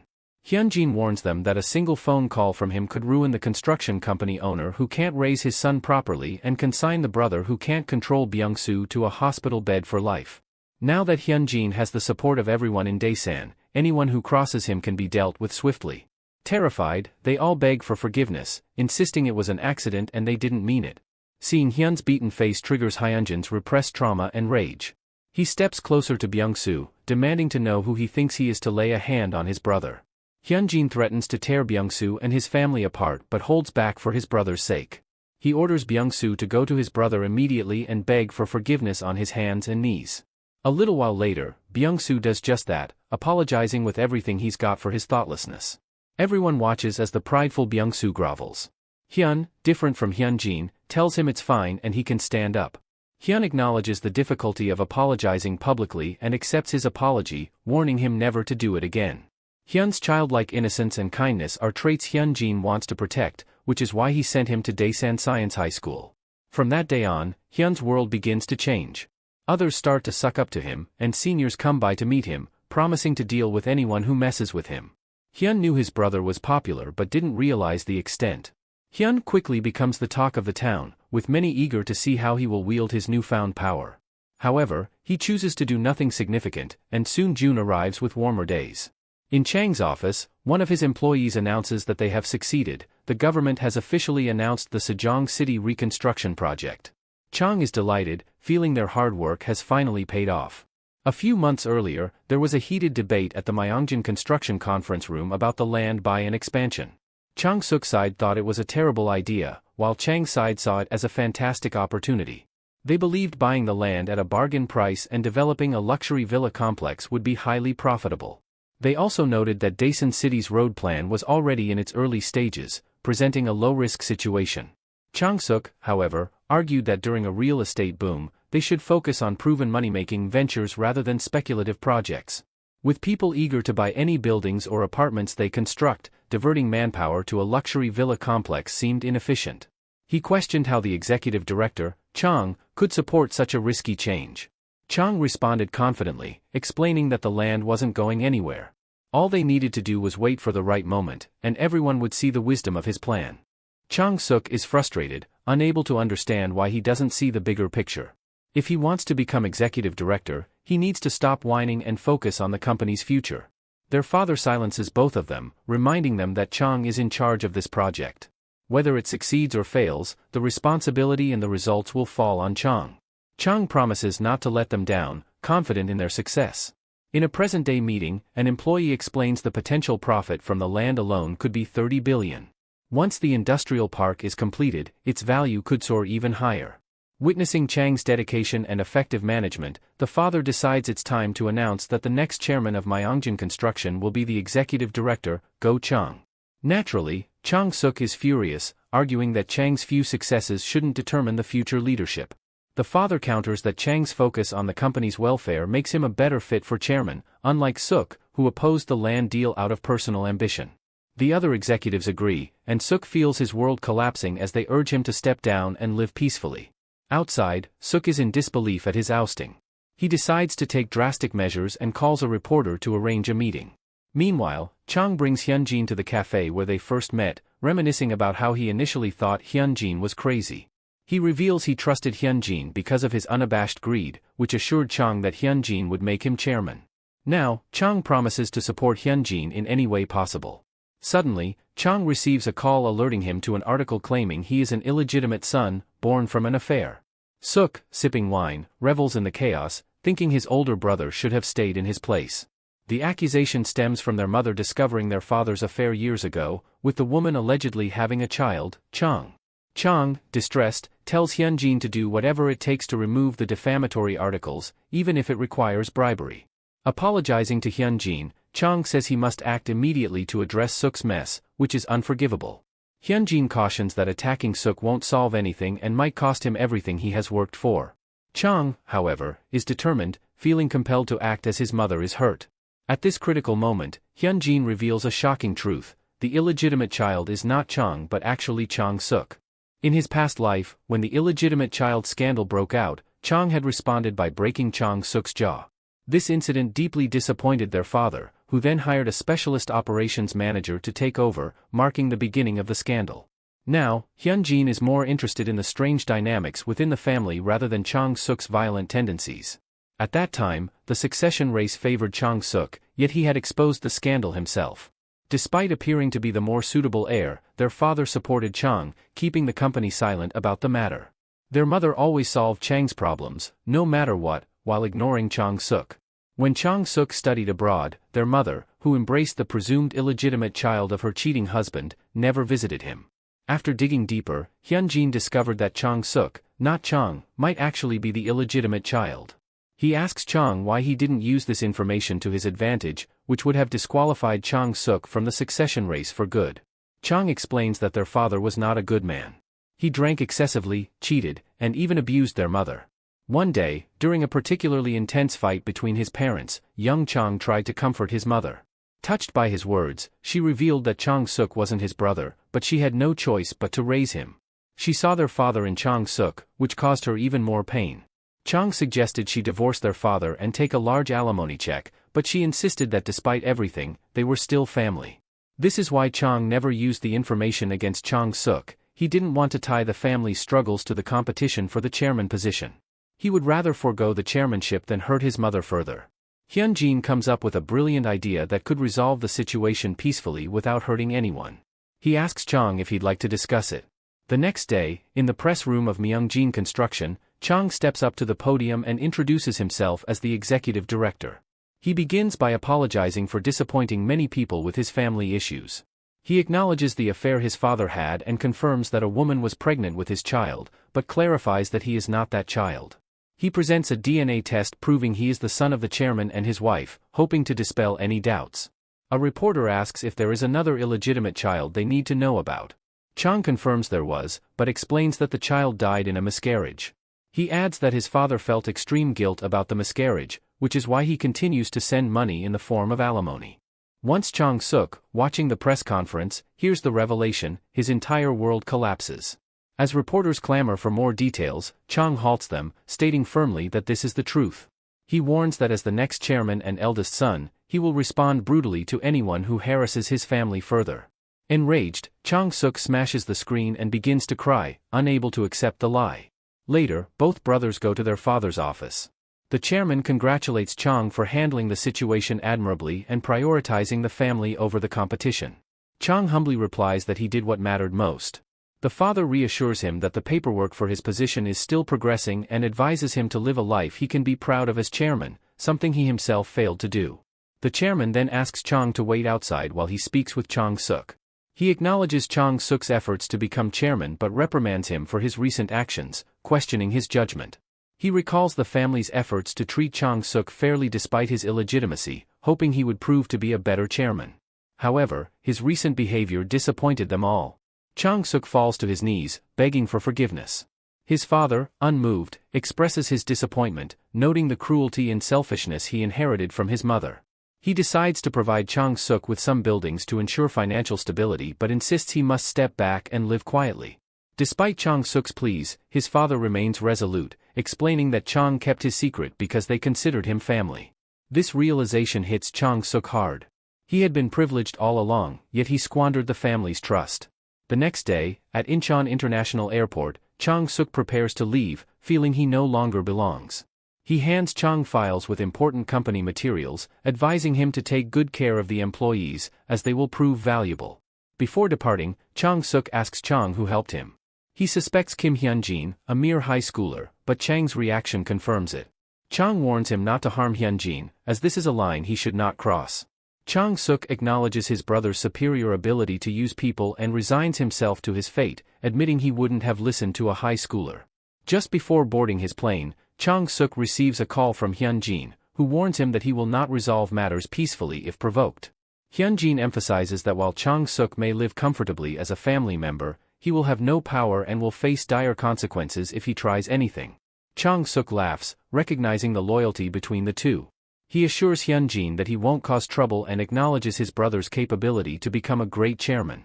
With this resolved, one piece of the puzzle fell into place, and only a few months remained before Hyun-jin could execute his plan to dismantle the Golden Circle. However, before he could proceed, there was still some unfinished business to address. On the same day, Chang visited Hyunjin's high school, where the principal welcomed him warmly. Chang informed the principal that Hyun-jin would be transferring to Seoul next year, which surprised the principal, as Hyun-jin was crucial in elevating Kyanil High's prestige. Chang explained that if the principal resisted the transfer, he would face trouble. Luckily for the principal, Chang pointed out that Hyun-jin was set to graduate soon, suggesting that their long-term relationship with the school could continue to thrive even without Hyun-jin. He expressed his intention to keep supporting the school to ensure it became the most reputable institution. The principal quickly relented, emphasizing his commitment to his students' futures. He agreed that someone with Hyunjin's capabilities would benefit more from being in Seoul. While Hyun-jin waited for someone, he read through a series of messages expressing deep regret for past actions and a desire to apologize properly. The sender was willing to do anything to make amends and earn Hyunjin's forgiveness. Hyun-jin laughed as he read these messages, but the sender finally arrived. It was Young Min-ho. After leaving Daesan, Young had hoped for a fresh start in a new city and school. His parents had spent a significant amount of money to erase his past mistakes, and he had promised himself to lead a better life. With this new beginning in mind, he tried to become a better person by buying snacks for his new friends and helping them in various ways, aiming to live a normal student life. Unfortunately, one fateful day, Park Mingu targeted Young, demanding he carry his backpack home. Young, fearing he'd become Mingu's errand boy, refused and got beaten. Despite this, he believed that surrendering would make him appear weak and lead to constant bullying. Determined not to be seen as weak, he tried to fight back, but Mingu easily overpowered him and branded him as his new plaything. Young's life worsened as his friends abandoned him, and the bullying escalated. Mingu extorted more and more money from Young, knowing he had it. Frustrated and angry, Young stared at Mingu with defiance, only to be warned that Mingu had connections with a rich family who could ruin his life with just one word. Reporting Mingu was also out of the question, as Mingu's friend would hire the most expensive lawyer to destroy Young's life and his family's too. Summoning the courage, Young asked Mingu why he was doing this to him. What had he done to deserve this? Mingu revealed that someone had asked him to target Young, explaining that Young's past life of bullying and misdeeds had come back to haunt him threefold. Young immediately suspected that it was Hyun-jin who was orchestrating his misery, holding out the false hope of a new and better life, only to plunge him deeper into despair with each step he took upward. Hyun-jin had hired Mingu through his connections within a shadowy network. He provided Mingu with an initial payment of 1,000 and promised an additional 5,000 upon completion of the job, which required Mingu to ensure Young's downfall. Hyun-jin was determined to show Young that, no matter where he attempted to start anew, there was no escape for someone like him. Hyunjin's contactor Chonsu called him a crazy bastard with no morals, a label he wore as a badge of honor. Young realized that Hyun-jin was the one who had employed the shadowy network to ruin his life, ensuring he would never find peace. The thought of running away crossed his mind, but he knew that Hyunjin's reach was far and wide. Resigned to his fate, Young decided to endure, believing that if he persevered long enough, things might eventually improve and he could live peacefully. An unexpected opportunity arose when Mingu approached him with a challenge. Minggu offered him a deal. If Jung could drink an entire carton of milk that had been left in the sun for 3 days and endure the next hour-long class without going to the bathroom, Minggu would leave him alone. Seeing this as his last chance for a normal life, Jung accepted the challenge and gulped down the milk. As the class began, Jung quickly felt the overwhelming urge to relieve himself, but he fought against it with all his might. He believed that this was the final hurdle he had to overcome. However, despite his determination, his body betrayed him, and he soiled himself in front of the entire class. Humiliated, he ran to the bathroom amid the laughter of his classmates. Sitting in the stall with his soiled pants, Jung resolved that he had had enough and couldn't endure any longer. Yet, he saw a glimmer of hope in his humiliation. He now had evidence of the bullying. With the soiled pants as proof, he approached the teachers, hoping for justice. Unfortunately, the teachers dismissed it as a prank, with Minggu claiming that they were the best of friends, a statement corroborated by their classmates. After this, Minggu savagely beat Jung, explaining that the teachers wouldn't intervene because they preferred a peaceful life. Even if some teachers did investigate, Minggu had his own evidence against Jung. Minggu demonstrated this by punching himself and threatening to use the injuries and testimonies from his friends to frame Jung as the aggressor. Walking to class, feeling betrayed by the teachers, Jung's old friends approached him, asking if it was true that he had been expelled from his previous school for bullying. With his hope for a better life shattered, Jung decided to drop out of school entirely. A few days later, Jung was shocked to find Minggu at his house. When he asked what Minggu wanted now that the job was supposedly over, Minggu explained that client had requested one more thing, to beat Jung once a month to remind him that his torment was far from over. This revelation led Jung to grovel at Hyunjin's feet, begging for forgiveness. Hyunjin coldly informed him that malice could and would destroy him over time, and there was no escape from his retribution. Hyunjin offers Jung one final chance for redemption: take down Minggu, the one who tormented him. Jung is initially shocked, but he clings to Hyunjin's leg, desperate for a way out, willing to do anything as long as it doesn't involve money or power. Hyunjin tells him that his own body will be sufficient. He instructs Jung to create a disturbance at the school significant enough to force police intervention. If Jung truly desires freedom, he must prove his resolve. While Minggu sits in class, smug about his earnings from the Golden Circle, $6K upfront and an extra $1K per month, an investigator interrupts, summoning him for an ongoing investigation. In the interrogation room, the investigator informs Minggu that Jung has jumped from the 4th floor of his house. Though Jung is still alive, he is in a coma with no signs of waking. When Minggu questions his involvement, the investigator reveals that Jung named him in his will, blaming him for the suicide attempt. There are witnesses and CCTV footage of Minggu at Jung's house, leaving him little room for explanation. Realizing the severity of his situation, Minggu understands that the Golden Circle will expect him to take the fall, but he refuses to comply, yearning for freedom. He confesses to the investigator that he was hired by a group known as the Golden Circle to assault Jung. The investigator, however, leans in and warns him to stay silent if he values his life. He switches off the microphone and redirects the camera, explaining that Minggu was paid not just for the job but to take the blame if things went south. The investigator reveals that the Golden Circle has infiltrated the prosecutor's office and the courts, making it impossible for Minggu to expose them without solid proof. He advises Minggu to take the blame and avoid further trouble. At Gyeonggi-do General Hospital A, news reports about Jung's suicide attempt due to bullying. Public opinion is harsh, with many agreeing that the culprit should be imprisoned for life. Among the onlookers, Hyunjin walks, reflecting on how Minggu ended up taking all the blame. Hyunjin knows that he could have easily been in Minggu's position. To dismantle the Golden Circle, Hyunjin resolves to seize and capitalize on every opportunity, viewing it as an endless gamble, all while enjoying the chaos he creates. Hyunjin enters Jung's hospital room, where Jung's mother immediately curses at him and demands he leave.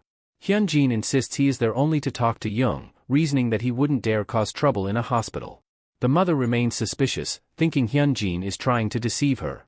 Hyunjin explains that he promised Jung not to harm him, but if she forces him out, the deal is off. Jung's mother decides to let Hyunjin in, but warns him that there will be severe consequences if he harms her son in any way. After she leaves, Hyunjin crouches down and takes Jung's hand. He admits that on the way there, he prayed for Jung to be conscious. He wanted Jung to feel the weight of his words while being trapped in his unresponsive body. Hyunjin confesses that watching Jung struggle to survive has been thrilling, giving him goosebumps. He warns Jung that he won't honor their promise, so Jung better stay unconscious if he wants to remain unharmed.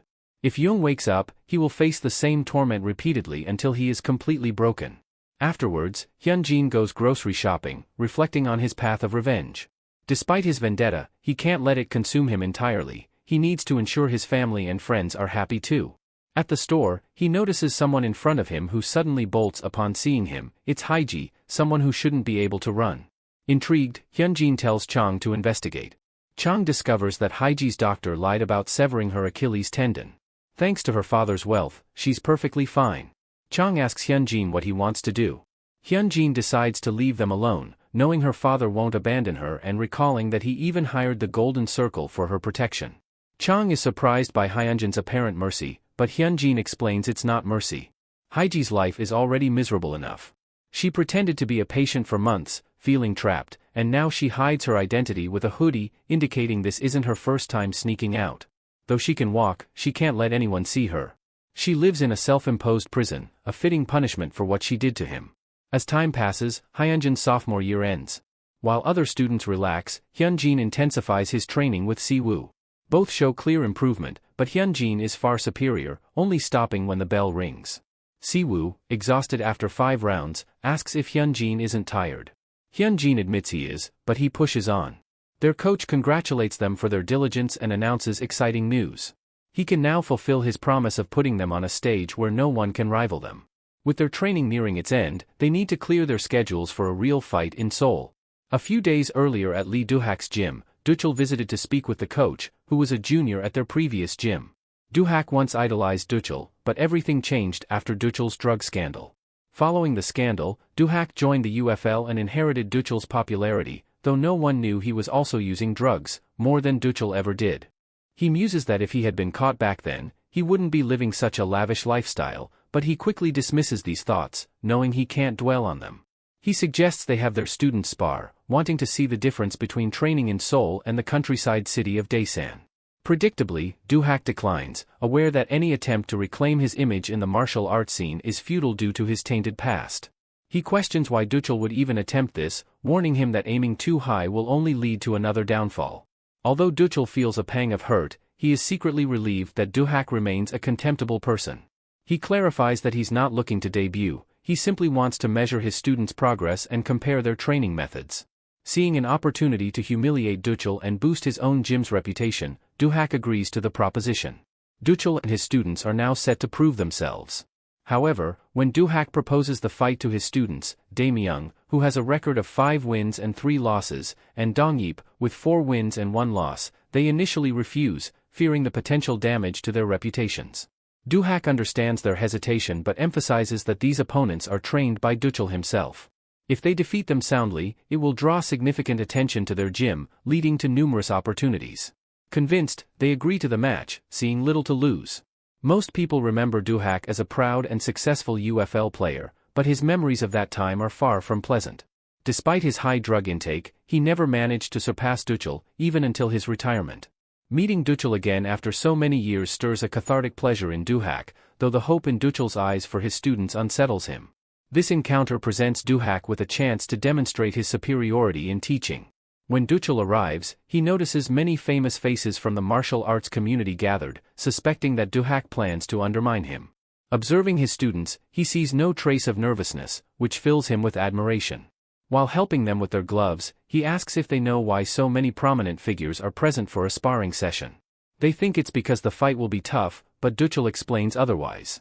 He tells them that if they manage to win, no high schooler will be able to challenge them on equal footing again. For the first time in years, Duchul feels a profound pride in his students, which reflects his own pride as their trainer. Dong-yeop is the first to fight, facing Siwoo, who feels a bit guilty about beating a high schooler but blames it on the boy's foolish teacher. However, Siwoo admits that Dong-yeop's focused expression irritates him.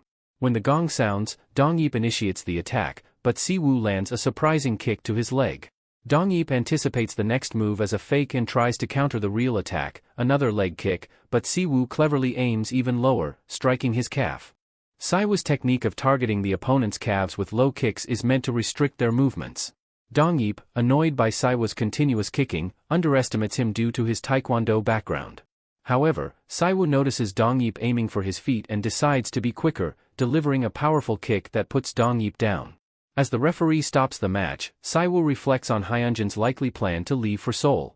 He thinks Hyunjin won't pick him up, believing he's of no help, but Saiwoo wants to show that his role in Hyunjin's grand plan extends beyond Daesan. Saiwoo taunts Doohak, saying the pro from Seoul didn't last even one round. He volunteers to take on the next opponent, suggesting Hyunjin save his strength. Doohak, infuriated, calls Saiwoo an insolent bumpkin and criticizes Duchul for not teaching his student manners. Duchul admits Saiwoo's behavior is rude but points out that Dongyip still lost in one round. He reminds Doohak that inviting people to a sparring session means accepting such outcomes. Realizing his reputation is at stake, Doohak reluctantly agrees to the next match, warning Duchul not to complain if his student gets hurt.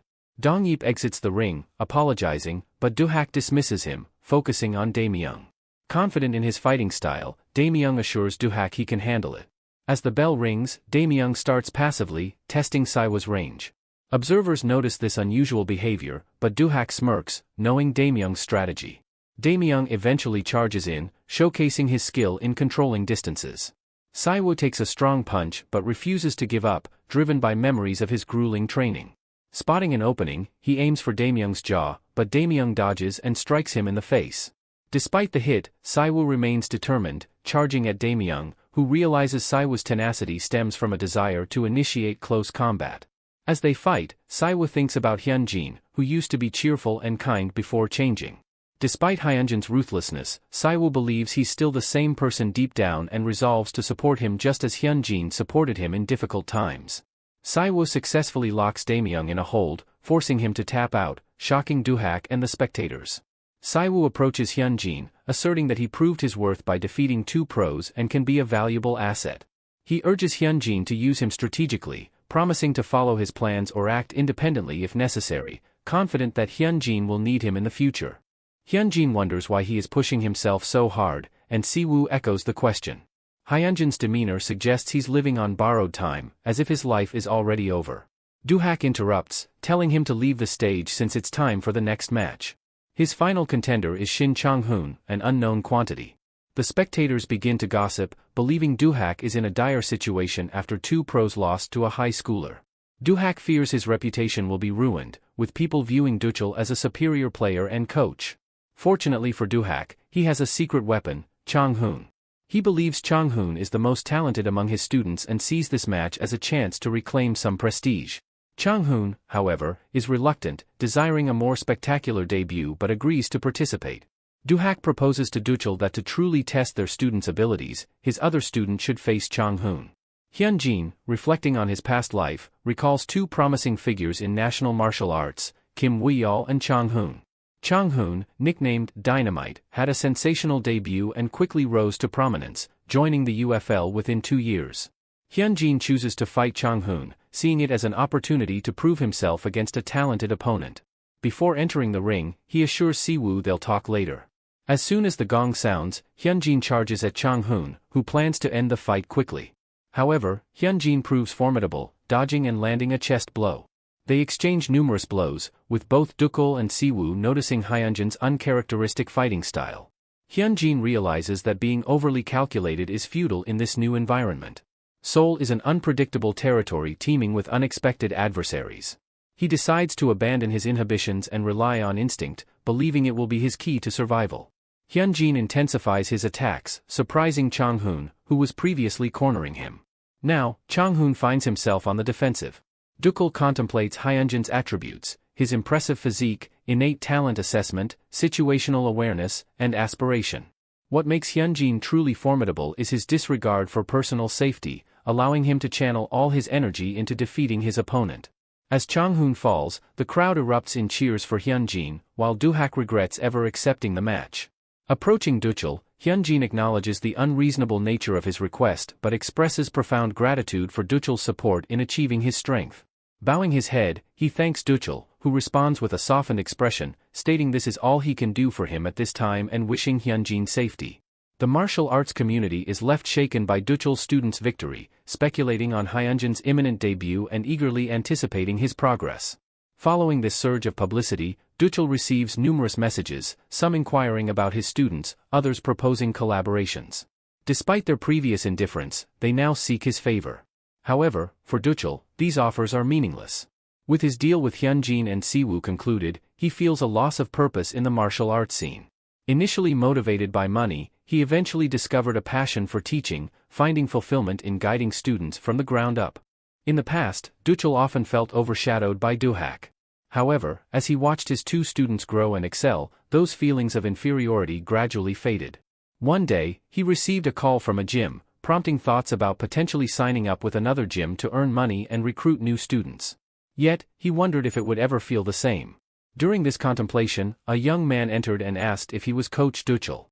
Recognizing him, the visitor expressed how the recent match had left a lasting impression. Despite others' negative remarks, he believed in Duchel's exceptional talent and wanted to train under him, certain he would become a champion.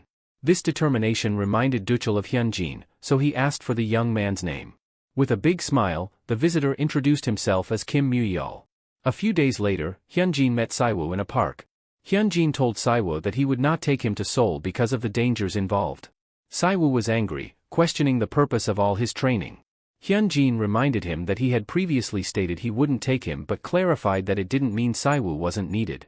He promised to contact Siwoo to join him in Seoul when the time came, accepting Siwoo's dedication.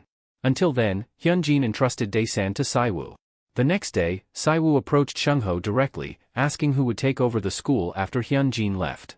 Shungho, surprised, replied that it should be him since he hadn't achieved much despite their friendship. Siwoo agreed but pointed out a problem. Once Hyunjin left and Siwoo eventually graduated, the title would be vacant again. If he tried to claim it, the bullies wouldn't respect him. Thus, Siwoo challenged Shungho to a fight. Shungho warned Siwoo about the allure of power but agreed to fight. Siwoo, confident in his training under Hyunjin, assured Shungho not to worry. They fought, and Siwoo emerged victorious. News of his win spread quickly, but Siwoo didn't stop there. He began defeating every bully who defied him, restructuring the school's hierarchy. The third years attacked first, followed by the second and first years, but all fell to Siwoo's might. Jin Woo, when asked why he wasn't intervening, explained that his ambitions of being the top dog were long gone. He was content with being second or third. With this, the hierarchy at Kyeonil High was firmly established, and Siwoo became the top dog. Time passed, and the final exams, signaling the end of the year, concluded. As usual, Hyunjin achieved perfect scores, setting the stage for his future. Confident that his academic record would make waves in Gangnam, where such achievements were highly valued, he prepared to leave. However, a student stopped him, wanting to talk. The student admitted his past mistakes, acknowledging how he had ignored Hyunjin's requests and was now ready to accept any rebuke. Despite being ostracized and treated as invisible, he found solace in studying and was actually happy, free from Park and his minions' harassment. He experienced a normal high school life, even without friends, which he found to be a fair trade. Eventually, he met others in similar situations and formed a bond with them. Reflecting on the past, he sometimes wished he could go back and do things differently, but he knew he would likely act the same due to his inherent cowardice. However, he couldn't keep running because he was transferring schools. Promising never to forget that day, he wanted Hyunjin to know that they were all grateful. Because of Hyunjin, they could all live a better life. Hyunjin's actions became a catalyst for other students to approach him, expressing their gratitude. Although his initial intention was to deal with the bullies without considering others, the thankfulness of his peers was overwhelming. Even though he wanted to listen, he had to let their gratitude pass by. He knew that if his thirst for revenge faded, he would lose sight of his goal. However, the appreciation extended beyond his school. A student from another school thanked him, explaining that without Hyunjin's actions, his life would have been different. Hyunjin dismissed the thanks, stating that he only crushed the bullies to prove his strength. The student insisted that the reason behind Hyunjin's actions didn't matter, what mattered was the positive impact they had on others. Many kids in Daesan felt the same way. He handed Hyunjin a phone showing that the group Hyunjin formed had made a significant impact. Bullies had become inactive, and even those who had no direct interaction with Hyunjin wanted to thank him. The student explained that many kids dreaded going to school, but now they lived in a changed world where they could enjoy peaceful high school lives, all because of Hyunjin. As Hyunjin walked home, he noticed more students smiling at him. These smiles made him think of the fearful gazes of his enemies, a memory he couldn't shake. He believed that hatred begets hatred, but he didn't care. To him, his twisted sense of justice was still justice. He thought people would shun him for his actions, but instead, the more he rid the school of bullies, the happier people became. Were his actions truly evil? He concluded they weren't. This was judgment by blood, a necessary role no one else wanted to take. He would gladly fulfill this role, believing it might be the reason he was given a second chance at school. With winter vacation approaching, Hyunjin's time at Kyeonil High was coming to an end. He finalized his transfer with the principal and said farewell to Youngchul. Despite their help, Hyunjin had no intention of sparing those who might aid future bullies. He believed in cutting down the entire tree to allow a new one to grow. As he left school, Seona stopped him, mentioning that her father wanted to speak with him. Surprised, Hyunjin agreed. At Seona's house, her father, Choi Song-pil, a former high-ranking government official and now chairman of the Anti-School Violence Committee, welcomed Hyunjin and offered him food. Hyunjin encouraged Song-pil to speak openly. Song-pil, who had lost his son to bullying, explained that he was impressed by Hyunjin's efforts to fight school violence. He admitted that Hyunjin, a high schooler, had achieved more in reducing bullying in Daesan than he had. Song-pil shared a heartfelt reflection, wishing his son had had a friend like Hyunjin or that someone had spoken up earlier. He admitted his own shortcomings as a father, failing to notice the signs his son was giving. He felt incompetent, acknowledging that children in double-income households often struggle to express their feelings. He recounted how he pressured his son about his grades, failing to understand the deeper issues. When he suggested that he wants to transfer schools, he didn't listen, thinking his son was just trying to avoid the academic difficulties he was facing. That day remained etched in his memory, a constant reminder of his failure to prioritize his family's happiness over his own. This realization drove him to move to Daesan, to better care for Seona and to fight school violence. Yet, he recognized that Hyunjin's methods were far more effective, as Hyunjin was the unbiased enforcer of justice that he could never be. Hyunjin's decision to move to Seoul signified an expansion of his mission to eradicate injustice. Song-pil finally expressed his admiration for Hyunjin, vowing to support him regardless of what he faced in Seoul. As long as Song-pil's organization was active, they would ensure no one obstructed Hyunjin's path. With a firm handshake, Hyunjin thanked him, promising to remember this moment forever. Later, Hyunjin spoke with Seona, who confessed her frustration at not acting on her desire for revenge against those who harmed her brother. Hyunjin reassured her, stating that she was not to blame. Seona admitted that the real culprits were the ones who caused the harm. Inspired by Hyunjin, she now had a new dream. Seeing Hyunjin gain power and face no obstacles made her realize the importance of wielding that power. She decided to become a prosecutor, determined to take control of her life and live it fully. She urged Hyunjin to continue his fight, as his strength gave her the courage to pursue her own goals. Hyunjin promised to do his best and support her efforts. As winter vacation began, Hyunjin devoted his time to his family. They shared delicious meals, enjoyed beautiful sceneries, and visited an amusement park for the first time, where his grandmother's joyful smile made him cherish these moments even more. Despite their outings, home always felt the best. While cleaning his grandmother's ears, he suggested buying hair dye for her, but she declined, considering it a blessing to age naturally. She insisted he spend the money on something for himself and his brother. These moments filled Hyunjin with happiness, making him appreciate the time he had with his family. What he valued most about his return to the past was not the opportunity for revenge, but the disappearance of the pain he had caused his family, bringing him unparalleled joy. He wished these moments would never end, but he knew he had to continue on the path he had set for himself. We will use main character's name Kim Hyunsung from now on. The Dae Taeyang Group holds the prestigious position of being the third wealthiest corporation in South Korea. Its vast empire spans multiple industries, including electronics, automobiles, and insurance, among numerous other sectors. Because of this, Dae Taeyang consistently ranks among the top 3 companies that fresh graduates dream of joining as they step into the professional world. Within one of the towering buildings owned by Dae Taeyang, employees often catch glimpses of a particular individual, the heir to this massive conglomerate. Whenever he makes an appearance, murmurs of admiration ripple through the halls. Whether it's his striking features or the effortless charisma he exudes, people can't help but discuss him. This man is Yoon Hyun-min, the successor to the esteemed Dae Taeyang Group.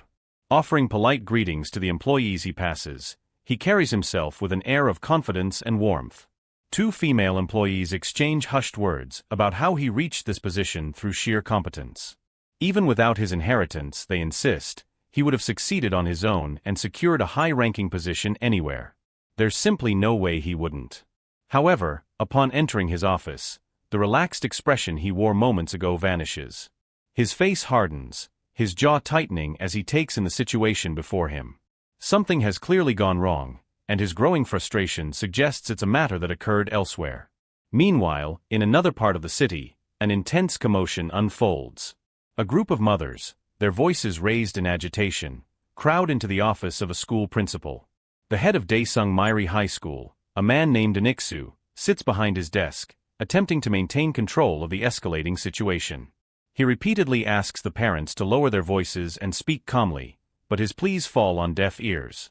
The women, whose children are all in their final year of high school, are far too enraged to listen.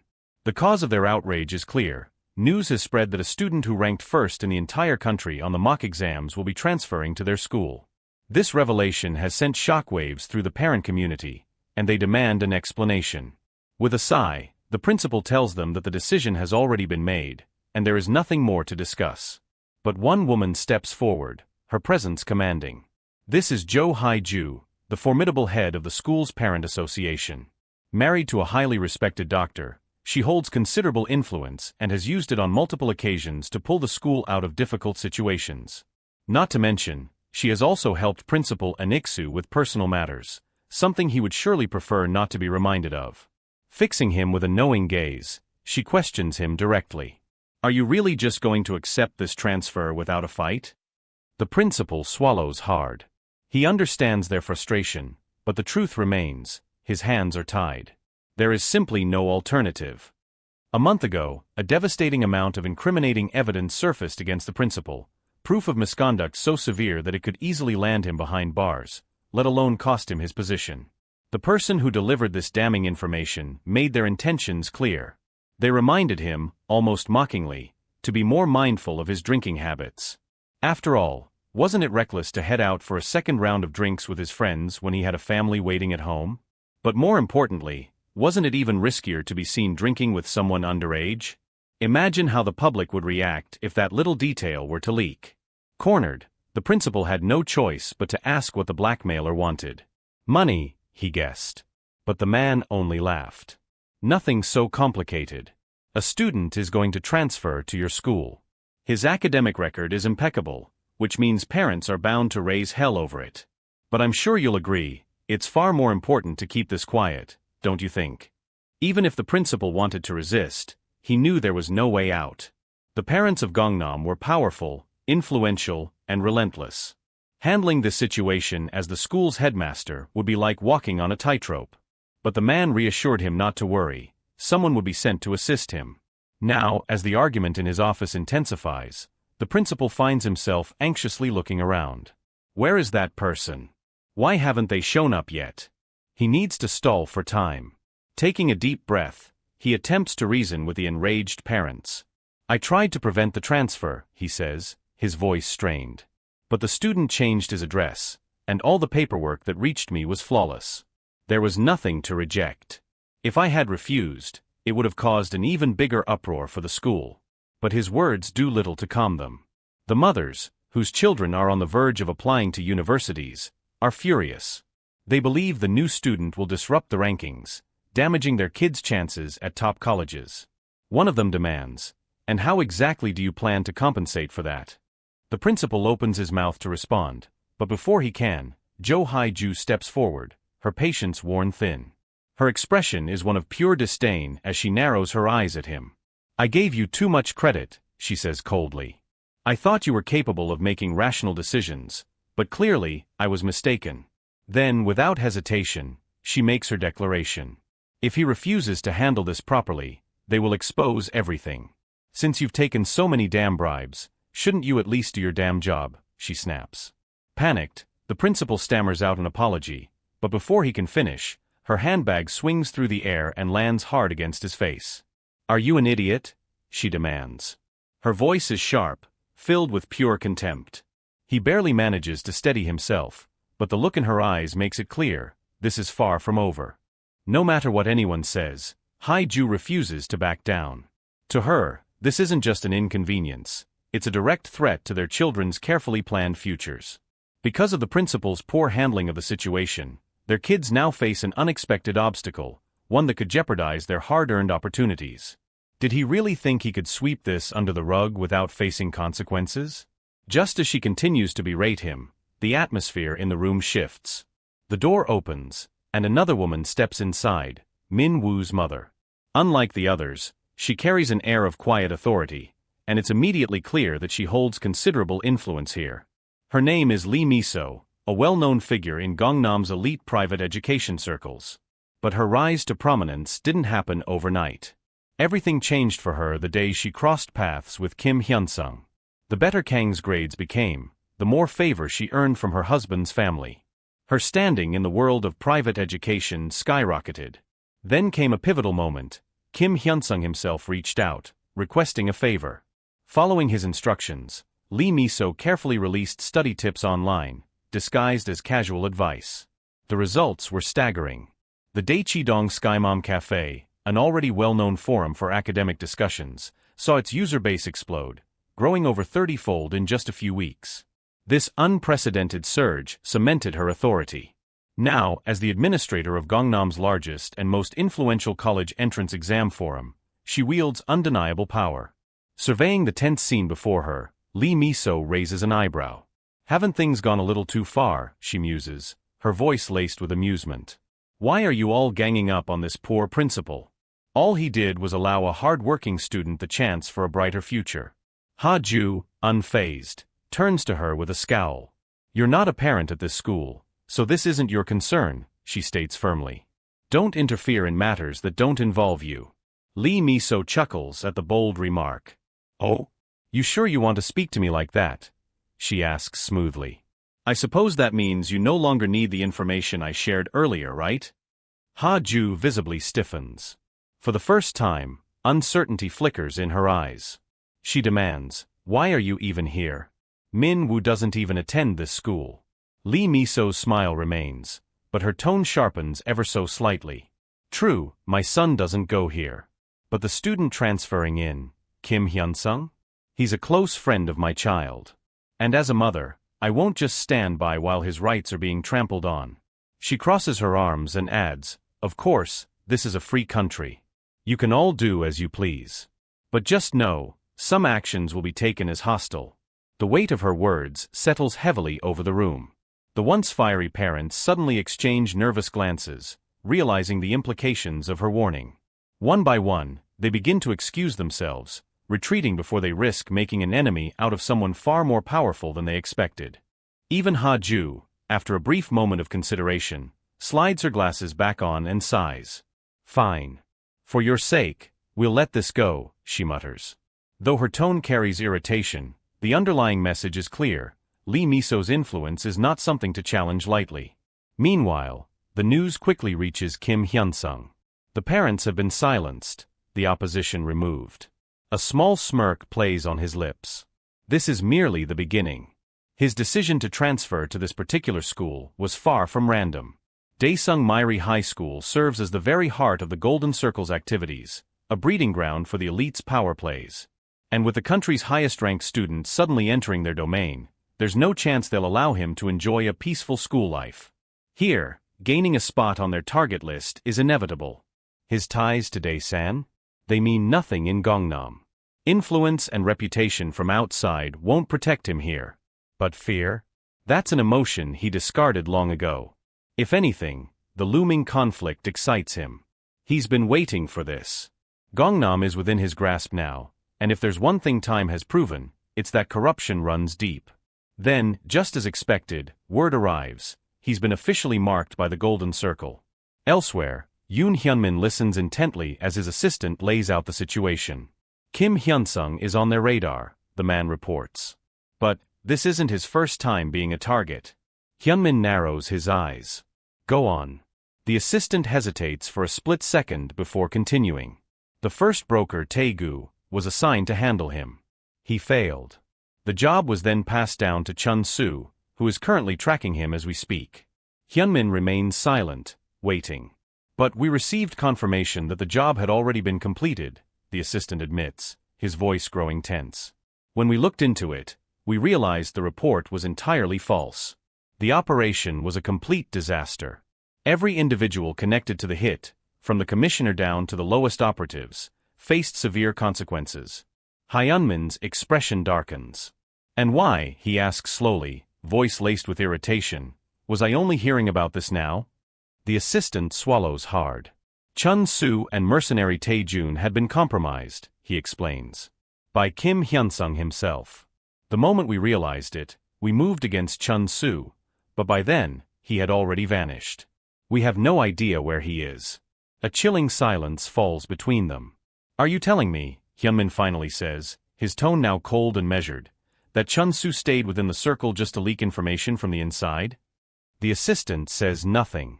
Instead, he drops to his knees, forehead pressed to the ground in desperation. Forgive me. I should have. Hyunmin cuts him off with a sharp glare. So it took you this long to tell me that we're completely screwed?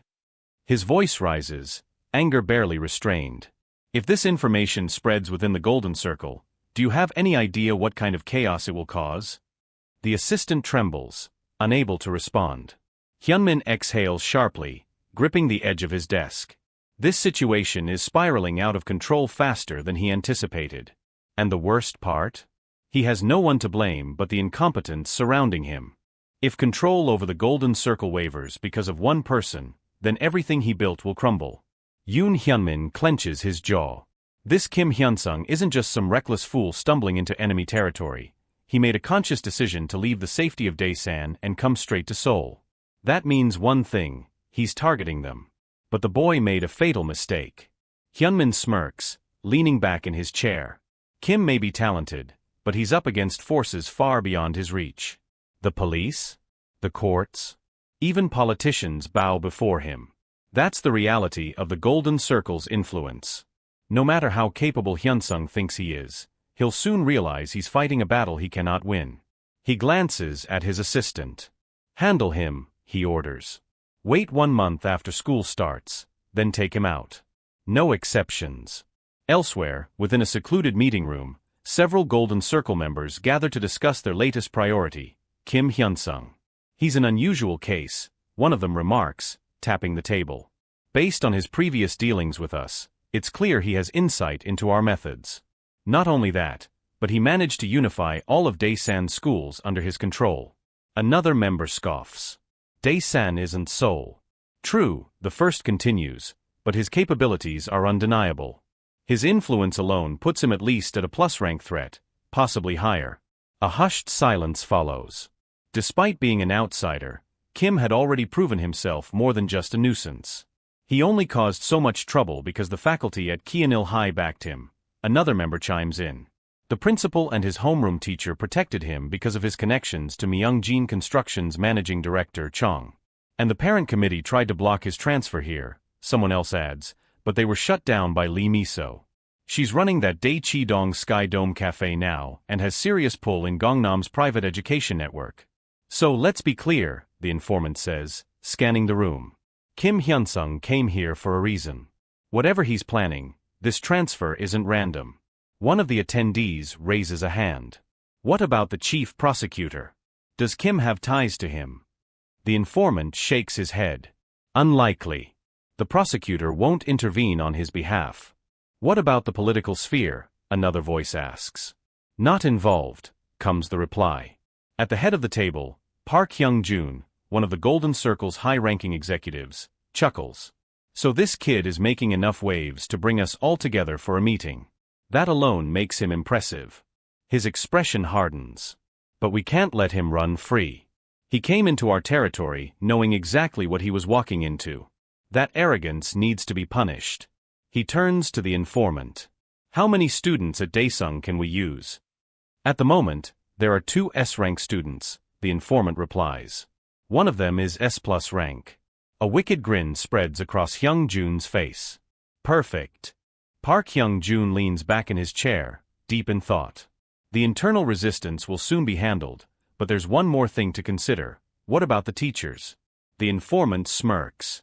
Most of the faculty at that school are already in our pocket.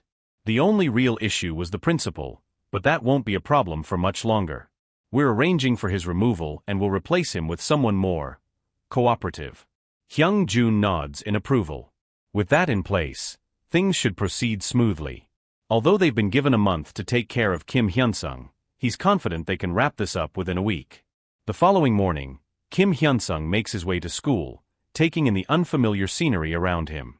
Towering skyscrapers, designer suits, polished cars, everything about this place screams wealth and influence.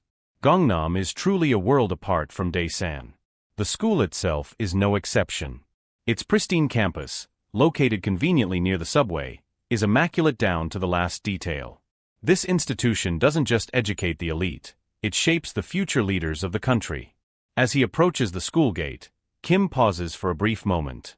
This is it, the first real step toward his revenge. Stepping into the classroom, he's immediately greeted by his homeroom teacher, Wang Ji. "Everyone, we have a new student joining us today," the teacher announces, his tone neutral yet firm. "You've probably heard of him, first place in the national mock exam, Kim Hyun-sung. Go ahead and introduce yourself." Kim scans the room. The moment his eyes meet theirs, he senses it immediately, hostility. It's not the usual cold reception new students sometimes get. This feels orchestrated, as if the entire class had been prepped in advance. Whether it's resentment over his top-ranking status or a direct order from someone higher up, it doesn't matter. Their thinly veiled animosity only makes him more amused. Kim keeps his introduction short, not bothering to play into their expectations. The teacher doesn't seem fazed. "All right, let's continue with the lesson." As the lecture progresses, Kim quickly realizes that the coursework here is leagues ahead of what he was used to in Daesan. The difficulty isn't an issue, he can handle it, but it's clear that this school operates on a whole different level. After a while, Wang Ji glances in his direction. "Since we have a top-ranking student with us, why don't we have him solve this problem on the board?" Kim sighs internally. Here we go.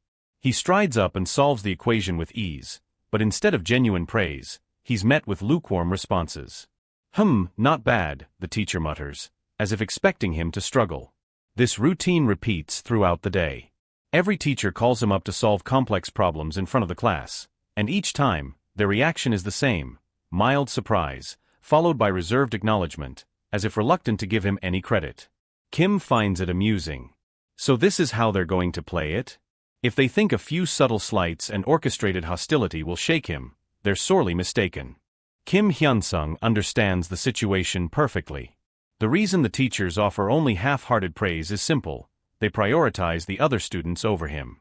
Eventually, the true nature of this place will reveal itself. Sure enough, during break, a group of students nearby start whispering among themselves, making sure he can hear every word. "Can you believe they let the national top scorer transfer in just like that?" One of them scoffs. "Yeah, it's not even the school's fault. It's his. Why would he come here, of all places? What kind of person willingly throws himself into a school like this and makes life harder for everyone else? Maybe he's just arrogant," another chimes in. "Did you see how eager he was to jump up and answer questions? He must think he's better than us." Kim doesn't react. Their words are nothing more than desperate attempts to get under his skin. This isn't some lawless territory where they can do whatever they please without consequences. One of the more vocal students, clearly frustrated by his lack of response, suddenly slams his palm against Kim's desk. "Hey, are you deaf or something?" he sneers. "Answer the damn question. Why the hell are you here?" Kim remains silent, refusing to entertain the nonsense. The student's expression darkens. "Oh, so that's how it is? You think you're too good to talk to us?" Then, without warning, he smacks himself across the face, hard enough to leave a visible red mark. Kim watches him, unimpressed. "What the hell are you doing?" The student grins maliciously. "Oh, nothing much. Just ruining your life." Suddenly, he starts making a scene, clutching his cheek and staggering back. "Ow. What the hell, man? You think you can just hit people and get away with it?" Before Kim can say a word, the commotion attracts a teacher, who storms over and drags both of them to the staff office. Their homeroom teacher glares at Kim, his voice filled with anger. "Do you have anything to say for yourself?" Kim meets his gaze calmly. "I didn't touch him." The teacher crosses his arms. "Oh really? Then how do you explain the clear mark on his face?" Kim remains composed. "He hit himself." The teacher snorts in disbelief. "Do you really expect me to believe that?" Turning to the other students who had witnessed the scene, the teacher asks, "Did Kim Hyun-sung hit him?" The students' friends nod solemnly, their expressions full of false concern. "We were too scared to step in," one of them lies. "But we saw everything. He just attacked him out of nowhere. Yeah, and we've heard about him before, another adds. He caused all sorts of trouble in his old school. Kim stays silent, watching them spin their web of lies. He knew they would pull something like this eventually. The real question is, how far are they willing to go? Kim Hyun-sung narrows his eyes, analyzing the situation. Were these students working for the Golden Circle, or did they simply want to get rid of him for their own reasons? Either way, he had walked straight into their trap without even making the first move. This only confirmed one thing: the Golden Circle was already aware of him and his motives for transferring here. Without an informant on the inside, he had no way of tracking their internal movements. This wasn't just some minor conflict, it was an all-out war. Still, there was a way to turn things around. He calmly suggests that they bring in neutral witnesses, students who aren't friends with either party. If those witnesses also claim that he was the aggressor, he would accept whatever punishment the teacher deemed necessary. His homeroom teacher scoffs, shaking his head. You're really something else, trying to make excuses and twist the story on your very first day. Kim doesn't argue. Instead, he pulls out his phone and dials the police. Hello? I'd like to report an incident of school violence, he says coolly. It's a serious case, so I'd appreciate it if you sent someone over quickly. The room falls silent. The other students and the teacher stare at him in disbelief, completely thrown off by his unexpected move. Kim leans back slightly. It's simple. We need facts to resolve this situation fairly. Luckily, I have evidence. He pulls out a sleek pen from his pocket. Everything was recorded here. A precautionary habit of his, he always came prepared. Now, it was proving to be quite useful. This should make things easier for everyone, don't you think? When the detective arrives, he takes one look at the situation and shakes his head in exasperation. A high school student framing himself? Are we in some kind of revenge drama? He sighs. What the hell were you thinking? The chatty student's bravado crumbles instantly. He bows his head and mutters, I'm sorry. I've been struggling with my grades lately, and seeing him do so well just frustrated me. The detective turns his glare toward the homeroom teacher. And you didn't even bother to listen to both sides before jumping to conclusions. The teacher swallows hard and nods. I saw the mark on his face and assumed the worst. I should have handled it better. The detective isn't satisfied. An apology alone doesn't fix this. You do realize this is his first day here, right? And this is the kind of welcome he gets? Do you have any idea what kind of impression that leaves? Just as the tension reaches its peak, a woman steps into the room, her voice smooth but firm. Let's not be too hasty. Kim turns to see Kyung-hee, the vice principal, watching the scene with a measured gaze. This is a school where grades dictate everything, she continues. I'm certain there was no real malice behind this incident. High school seniors act on emotions, and in that moment, the teacher simply trusted the students who had been here longer. Kim doesn't miss the subtle message behind her words. This wasn't just about the truth, it was about maintaining the school's hierarchy. But now, he had made it clear. If they wanted to play games, he wasn't going to play fair. The detective, despite acknowledging that this might have been a misunderstanding, states that he still has a duty to follow through on the report. Once an official complaint has been filed, it cannot simply be brushed aside. Kyung-hee nods in understanding, though her tone remains composed. Of course, you're just doing your job. Still, you must be aware that this school has its own unique circumstances. We rarely accept transfer students, yet the principal personally pushed for this one. Given everything we already have to manage, I'd appreciate it if you could be a little more considerate in handling this matter. The detective exhales, rubbing the back of his neck. I get that the school has its priorities, but so do victims. It's only fair that the affected party gets proper consideration as well. Kyung-hee maintains her calm demeanor. Naturally. We'll ensure that disciplinary action is taken against those responsible. We wouldn't want incidents like this to happen again. The detective, satisfied that the matter is being dealt with, seems eager to wrap things up. All right, that settles it. Kid, I suggest you accept their apology and move on. No need to make things more complicated than they already are. Kim Hyun-sung, however, sees right through their act. This entire exchange, Kyung-hee's calculated reasoning, the detective's attempt to mediate, it was all just another tactic to control the narrative. They weren't trying to resolve anything, They were simply making sure things went the way they wanted.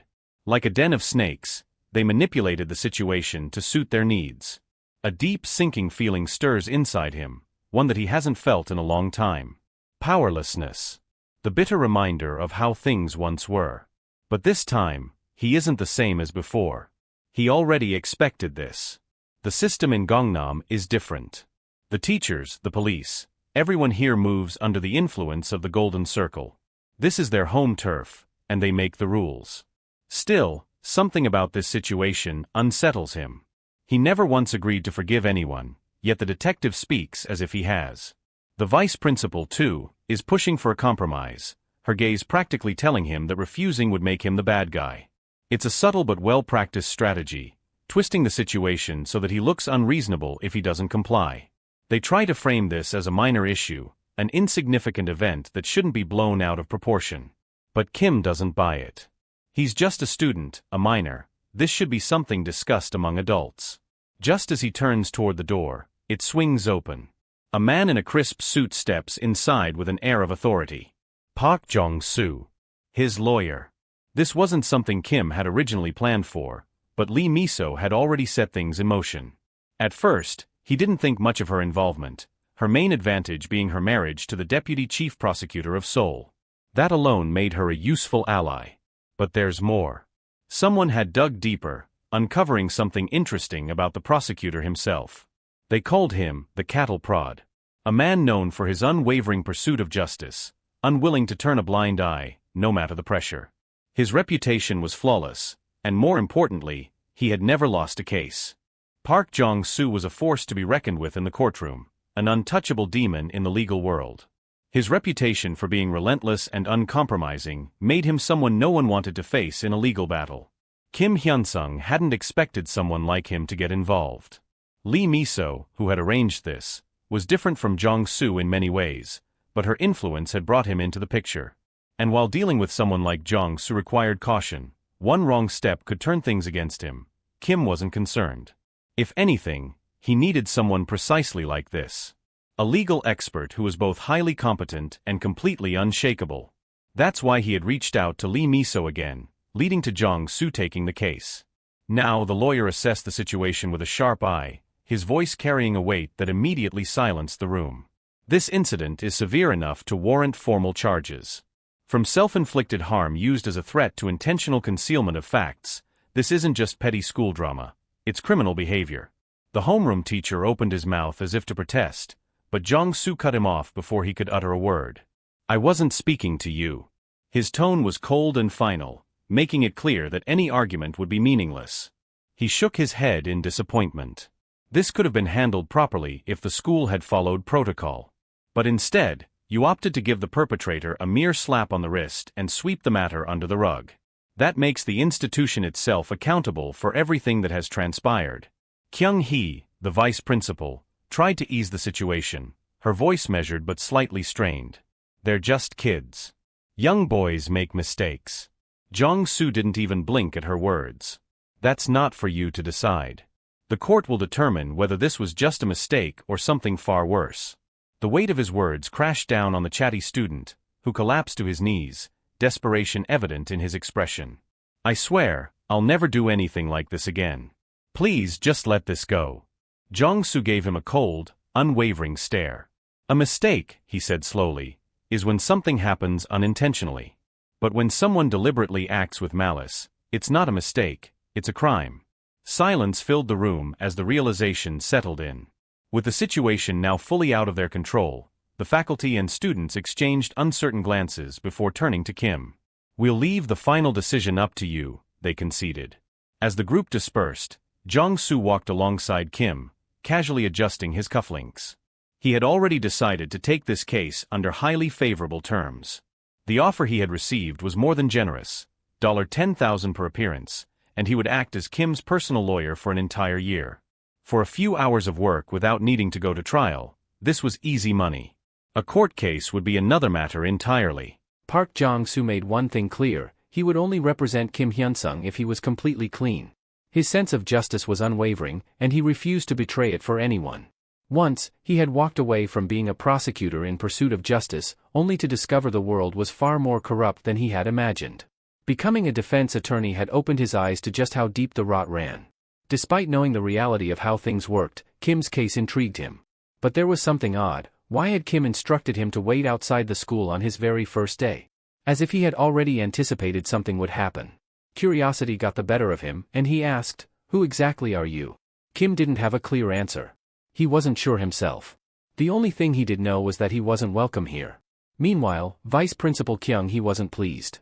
"I was the one who vouched to handle this, yet you couldn't even do one thing right," she scolded the homeroom teacher. "From now on, we need to be cautious. He's sharper than we initially thought." The teacher quickly nodded, swearing to be more careful. But Kyung he still looked unsettled. With deadlines approaching and things spiraling out of control, they needed to rely on the tried-and-true methods that had worked in the past. Kim, on the other hand, found himself satisfied with how things had played out. Jong-soo had proved to be a valuable asset. Once the school handed down suspensions to the chatty student and his accomplices, the atmosphere around him shifted. Some students actively avoided him, while others treated him differently. The influence of the Golden Circle remained, but isolation had made things easier for him, far easier than he had expected. That's when a familiar presence appeared. "Bold of you to come to the cafeteria at lunchtime," a voice sneered. "Does the food even taste good?" Kim barely looked up as a hand snatched a piece of food from his tray. He had already expected this encounter. Choi Myung-hoon. The Golden Circle's infamous S+ hitman. Myung-hoon's gaze flicked to Kim's recorder, but he showed little interest in it. "You can record whatever you want," he said, unconcerned. "But don't fool yourself. This school won't start treating you like a human just because you stirred up some trouble." He leaned in slightly, lowering his voice. "Sure, some students might be wary of you now, but that's only temporary. Once you slip up, once you let your frustration get the better of you, the teachers will bury you alive. Your Daisen background? Worthless here." Kim remained impassive, absorbing every word. "I'm only telling you this because things are about to get interesting," Myung-hoon continued, a smirk playing on his lips. "And you? You're right in the center of it all." With that, he turned to leave. One of Myung-hoon's lackeys caught up with him, looking puzzled. "Why'd you let him off so easy? We've got the backing of every teacher here." Myung-hoon simply chuckled, his expression unreadable. "I read the report the Golden Circle put together on him," he said. "That guy? He's not normal." "Not in the slightest." Choi's companion, still skeptical, asked just how bad this guy really was. With a smirk, Choi leaned in slightly and explained, "This lunatic took on his entire school by himself, hunted them down one by one, and beat them into submission until they either fell in line or became his personal lapdogs." He let out a short laugh. "And those were the lucky ones. The ones he didn't like? He either had them locked up in juvie or turned them into something unrecognizable." His friend swallowed hard, but Choi wasn't finished. "Oh, and get this, the poor bastard he turned into paste? He was one of ours. A Golden Circle member." His grin widened. "So yeah, Kim's on a whole different level?" But despite everything, Choi wasn't too concerned. If he played his cards right, there was a hefty reward waiting for him. Hyun-sung hid his identity and put in a request to the Golden Circle, he admitted. "If I succeed, I'll be walking away with a cool 100 million, and that's just the base pay. There's a nice fat bonus on top if I do things right." His expression turned serious. "We can't treat him like some average high schooler. Breaking a limb or two won't stop him. He's the type who keeps going, no matter how bad things get." His friend, now visibly sweating, nodded in understanding. "We need to make a move," Choi continued. Daisen was just a playground for him. Seoul? Seoul is hell. Kim was already aware of the Golden Circle's plans. They had a deadline for dealing with him, likely before the first semester's midterms. If his grades suffered, the commissioners would start breathing down his neck. But at the same time, the Golden Circle's lackeys wouldn't just sit back and do nothing. Even with his recorder as a deterrent, they would find ways to provoke him. Right on cue, something small flew across his desk. An eraser shaving landed on his notebook. Slowly, he turned his head. Behind him, one of Choi's friends was casually flicking the shavings in his direction, a smirk on his face. Kim wasn't surprised. He had expected petty harassment like this. But this? This was so juvenile it was almost laughable. A simple test, seeing how much he could take before he snapped. The moment he reacted, they would twist the narrative and use it as an excuse to escalate things however they wanted. Did they really think he wouldn't see through this? They knew what kind of person he was. They knew what he was capable of. And yet, they were still willing to poke the beast. Kim had already resigned himself to this kind of lifestyle. Taking Choi out wouldn't change anything, someone else would just take his place. That much was inevitable. But for now, he had to make one thing clear. The school's rules meant absolutely nothing to him. Rising from his seat, he walked over to the lackey who had been tossing the shavings and stopped in front of him. "Are you having fun?" Kim asked, his tone eerily calm. The guy blinked in surprise. Kim tilted his head slightly. "I asked you a question." Before the student could even react, Kim reached over, turned off his recorder, and without a moment's hesitation, drove his fist straight into the guy's face. The impact sent him reeling, clutching his nose in shock. But within seconds, his expression twisted into one of indignation, and he immediately started whining. "This is school violence," he shouted. "I'm telling the principal." Kim remained unfazed. Unlike Dong-soo's situation, this time was different. This wasn't a slip-up. He hadn't been tricked into reacting. No, this time, he had struck first. And he had done it deliberately. Kim was merely setting the stage for what needed to be done. As he stood there, he turned his gaze toward the onlookers, his voice cutting through the tense atmosphere. "Watch closely," he said. "You're all my witnesses." And with that, he delivered another sharp slap across Yonho's face. Then another. And another. A twisted grin stretched across his lips as the student flinched under the repeated blows. Kim wasn't just reacting, he was making a statement. Naturally, the commotion didn't go unnoticed. Soon enough, both of them were dragged to the faculty office. Yonho wasted no time in explaining himself. "I was frustrated about what happened to Dong-soo because of him," he said, casting a bitter glance at Kim. "So yeah, I flicked some eraser shavings at him. It was just a joke. But then, as soon as class ended, he jumped me. Just started beating me." His voice wavered slightly as he continued, "I know I started it, and I admit I was wrong, but this was way too much." One of the teachers nodded, seemingly convinced by his account. The vice principal let out a sigh before addressing him. "The disciplinary action taken against Dong-soo was entirely fair," she said. "But it's good that you understand your mistake." Then, her sharp gaze shifted to Kim. "But you," she continued, "why resort to violence over something so trivial?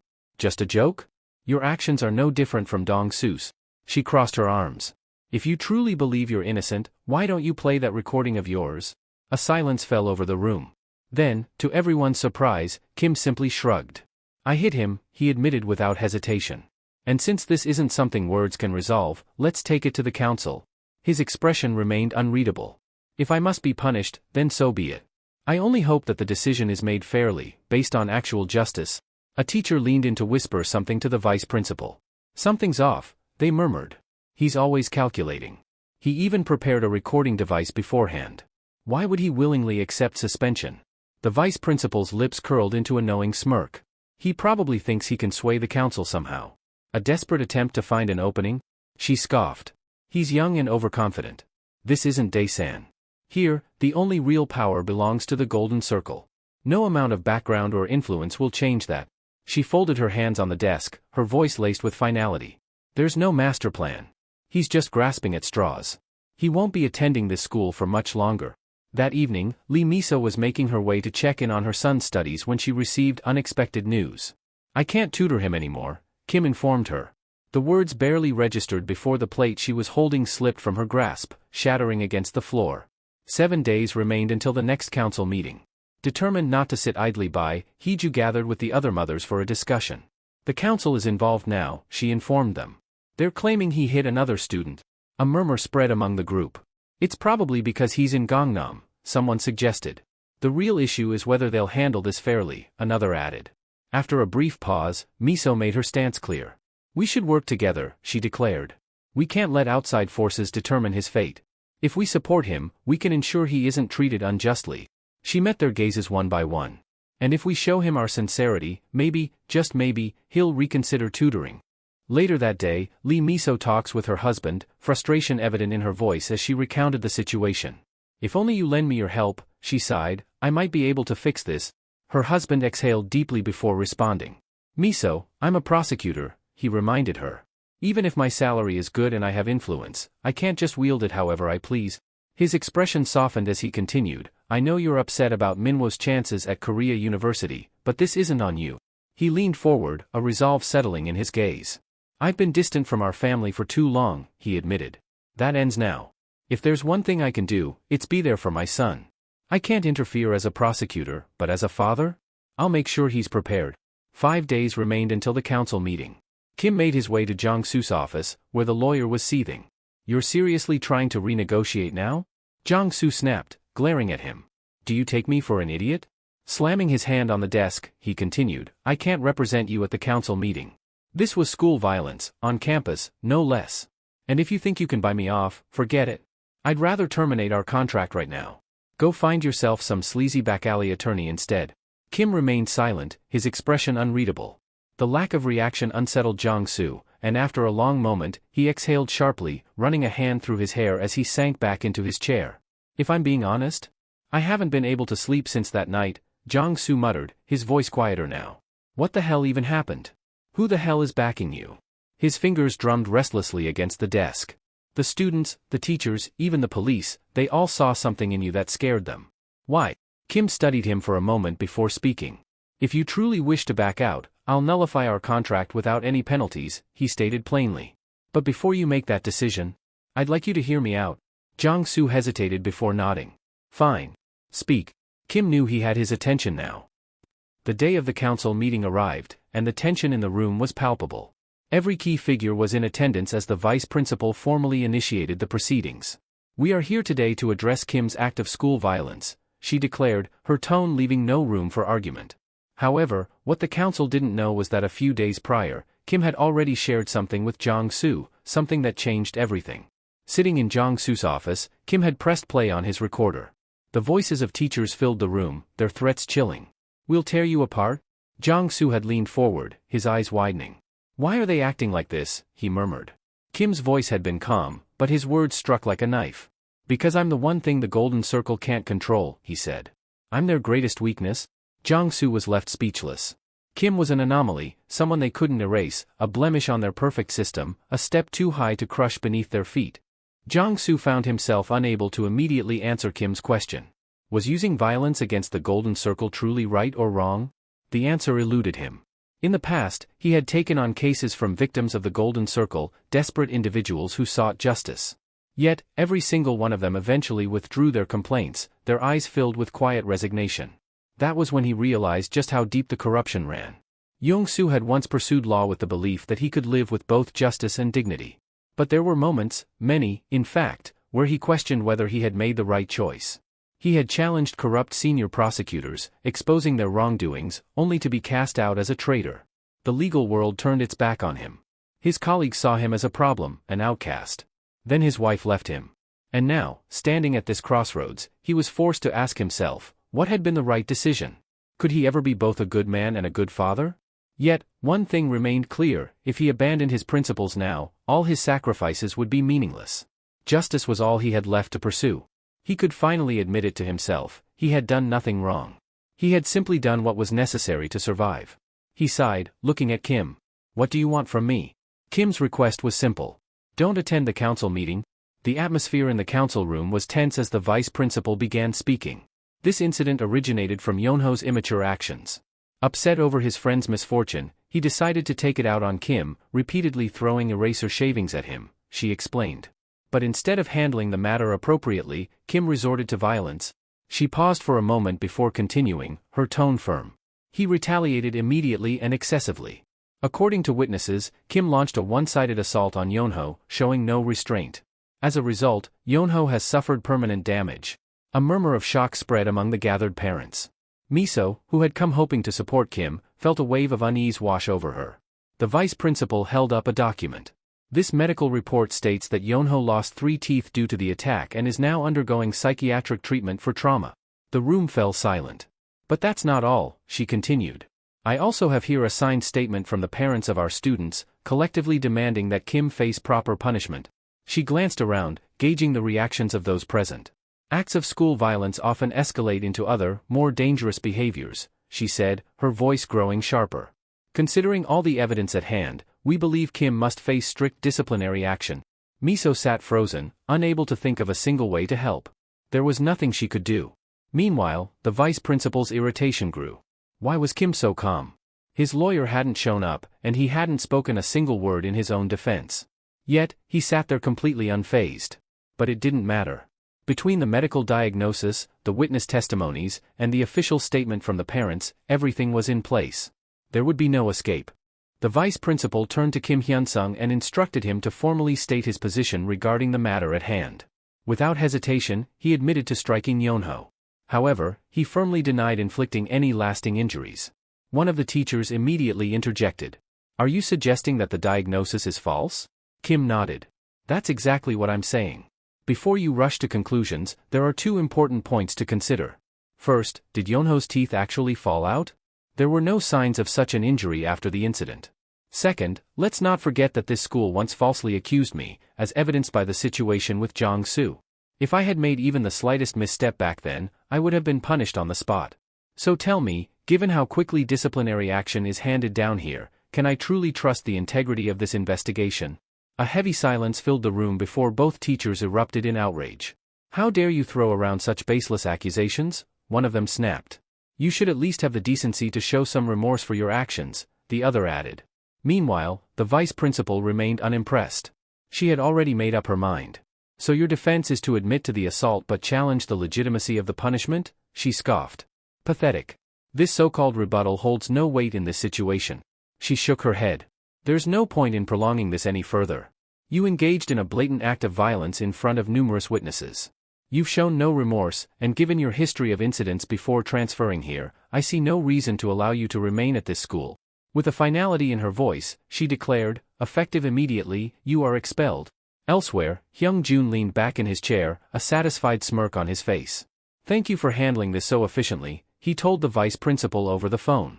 "With him gone, our clients will be pleased. Naturally, your efforts won't go unrewarded." The vice principal chuckled, clearly pleased with herself. "It's the right decision. Besides, with the principal gone, I'm now officially in charge of the school. Everything is under control." Hyung-jun nodded approvingly. "You're the perfect choice for the position. Congratulations." As she ended the call, she couldn't help but relish the moment. That fool of a principal had made things far too easy. With him out of the way, she now held true authority over the school, backed by the full support of the Golden Circle. Life was truly wonderful sometimes. The following day, she stormed into one of the classrooms, her heels clicking sharply against the floor. She stopped in her tracks as she spotted Kim Hyun-sung sitting at his desk, calmly flipping through the pages of his book. Her eyes widened in rage. "What the hell are you doing here? You've been expelled." Kim barely spared her a glance. "I see no reason to abide by your decision." The word sent her into a frenzy. "You insolent little. You're just a student. You don't have the power to overturn this."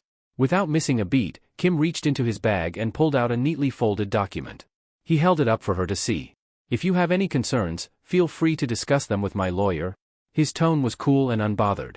"Otherwise, I suggest you get out of my way. I have studying to do." Her fingers trembled as she took the document, her eyes scanning the contents. The blood drained from her face. Later, in the faculty room, Young-soo leaned back in his chair and explained the situation to the gathered staff. The ruling was riddled with inconsistencies. "Given the circumstances, we naturally filed for a suspension of the decision's execution," he stated matter-of-factly. The faculty members exchanged uneasy glances. The situation had just taken an unexpected turn. Jong-soo leaned back in his chair, his expression calm yet unwavering as he continued his explanation. "If the request for suspension of execution is granted, then regardless of what the school decides, my client has absolutely no obligation to comply with any of their so-called disciplinary measures," he stated firmly. "Expulsion? Detention? Any other form of punishment? None of it will matter." His tone turned sharper. "And to make sure this case drags on for as long as possible, I'll exhaust every legal loophole available. By the time we're finished, my client will have already graduated, completely unscathed." The principal's expression twisted in frustration. She clenched her fists, barely restraining the urge to lash out. "If that happens," she murmured under her breath, her mind racing. Young-soo smirked. "That's right. If he walks away clean, the people who orchestrated this entire mess, the ones who hired the Golden Circle to take him down, will inevitably face the consequences." The principal's nails dug into her palm. These lunatics. Did they really believe they could take on the Golden Circle and win? She let out a bitter laugh. "You idiots really screwed up this time?" Her voice dripped with contempt as she continued, "Instead of running your mouths at me, maybe you should have gone to a damn church and prayed that the Golden Circle wouldn't catch wind of this." She narrowed her eyes. "Do you seriously think you can slip past their influence? That you can just challenge them and get away with it?" Young-soo picked up a worn, crumpled document and tapped his fingers against it. "No amount of money thrown into a courtroom can change legal precedents," he said, his tone casual yet firm. The law isn't so easily rewritten. That's why precedent exists, to prevent rulings that contradict established legal logic. If a ruling is made without precedent to support it, then an appeal can be filed, and the entire case could take a completely different turn. He smirked slightly. And if things go that far, it could even cost the judge their position. No one in their right mind wants that kind of risk. The principal's confidence wavered slightly, but she refused to back down. Young-soo then gestured toward a thick stack of papers in front of him. "Do you know what this is?" he asked, watching her reaction carefully. She hesitated before glaring at him. "What?" "This is undeniable proof of just how often the Golden Circle has used the exact same method we're using right now." He flicked through the pages, scanning the countless names listed.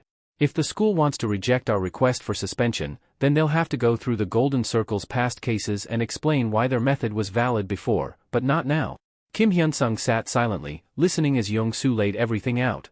He already knew about this loophole. The Golden Circle had relied on it far too many times before.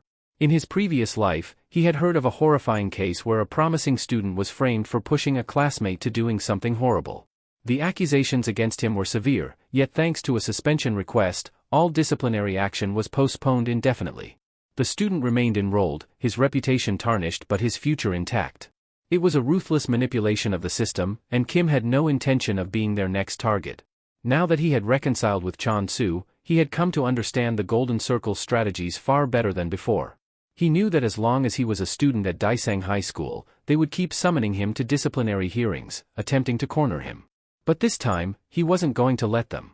This time, he would beat them at their own game. Young-soo placed a set of documents in front of the principal. "Take a good look," he said. "These names, Min-hee, Ji-hoon, do they sound familiar?" Her eyes flicked over the list, her stomach sinking as she recognized them. They were all Golden Circle clients, he continued. Every single one of them had disciplinary action filed against them, yet they managed to graduate without a single issue. Why? Because they used this exact same method to delay and evade punishment. His voice dropped into a warning tone. "If the Golden Circle continues interfering with my client, then we will take this matter to court and use these precedents to justify his right to stay. And let me tell you, when the truth comes to light, it won't be my client who suffers the consequences." The principal gritted her teeth, her fury barely contained. Kim Hyun-sung watched in silence, satisfied. The Golden Circle had played this game for too long, believing themselves untouchable. But now, they were about to experience what it felt like to be on the losing side. The principal's expression darkened as she leaned in, her voice sharp with determination. "You think you can stop us?" she sneered. "We'll do whatever it takes to bring Kim Hyun-sung down. Sacrificing a single judge is nothing in the grand scheme of things." Young-soo smirked, completely unfazed by her threat. "Go ahead and try," he said smoothly.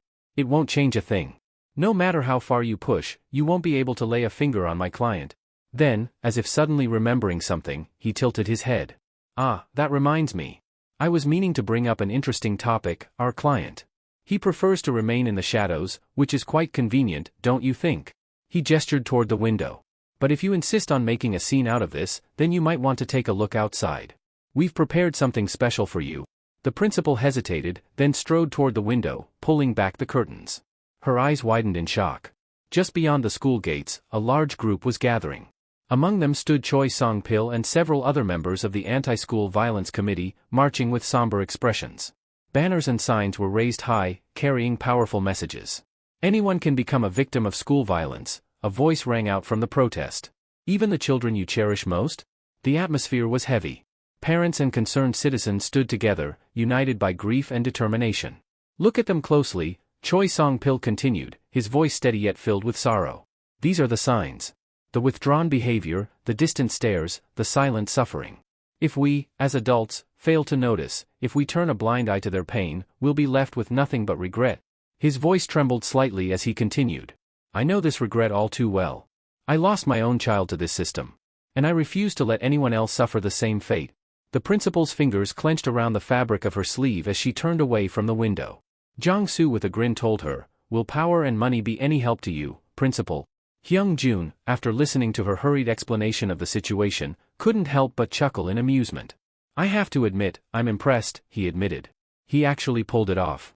Now, we're backed into a corner." She frowned. "You're making it sound worse than it is. We still have leverage. Everything we've kept hidden hasn't been exposed yet." Hyung-jun's smirk faded, his tone turning cold. That doesn't matter anymore. Things have already escalated too far. We need to deal with this quickly. His eyes gleamed dangerously. Spread the word to the staff. Tomorrow, no one lifts a finger. No matter what happens in that school, no matter if students start tearing each other apart, they are to stand by and do absolutely nothing. While the principal stewed in frustration, elsewhere in the school, another unfortunate victim of the Golden Circle was facing his own nightmare. Kang Jae-wook gasped for breath, his back slammed against the cold, grimy wall of a bathroom stall. Blood trickled from his lip as he clutched his stomach in pain. Please, he muttered weakly. I'm sorry. The boy looming over him, Choi, sneered. Oh, now you're sorry? He grabbed Jae-wook by the collar, dragging him closer. You think you're smart, huh? You were ordered to drop out. Or at least transfer. And yet here you are? Jae-wook swallowed hard, his body trembling. Choi scoffed, shaking his head. I know exactly what you're thinking. You figured you'd just stick around for one more year, didn't you? Graduate quietly and walk away unscathed. He chuckled darkly. I've seen plenty like you before. But it's been a while since someone was this stupid. Jae-wook let out a strangled gasp as another punch landed against his ribs, his vision blurring from the pain. Choi's voice was almost pitying as he leaned in. I almost feel bad for you. But the glint in his eyes said otherwise. It would have been so much simpler for Jae-wook to just leave. To transfer schools and escape this nightmare. But he had convinced himself to endure. Then, with a sickening snap, a sharp pain shot through his hand. Choi had just broken one of his fingers. Jae-wook let out a scream, but Choi only clicked his tongue in irritation. Tish, be quiet, will you, he muttered, looking almost bored. His lackeys smirked as they watched, enjoying the spectacle. Jae-wook had never wanted to get involved with people like them. He had once been a promising student, his future bright, his parents full of hope when they moved to Gangnam, believing he would have an excellent high school experience. But everything changed after the first midterms of his freshman year. He had ranked first. And that was when Choi appeared in his life. At first, he endured. For the sake of his parents, for the dreams they had for him, he bore the pain. But as the beatings grew harsher, his will to endure began to crumble. There were nights when he lay in bed, staring at the ceiling, wondering if it would be easier to just disappear. Then, one day, a rumor reached him, one that filled him with despair. Choi had turned his attention to another senior. A student named Kim.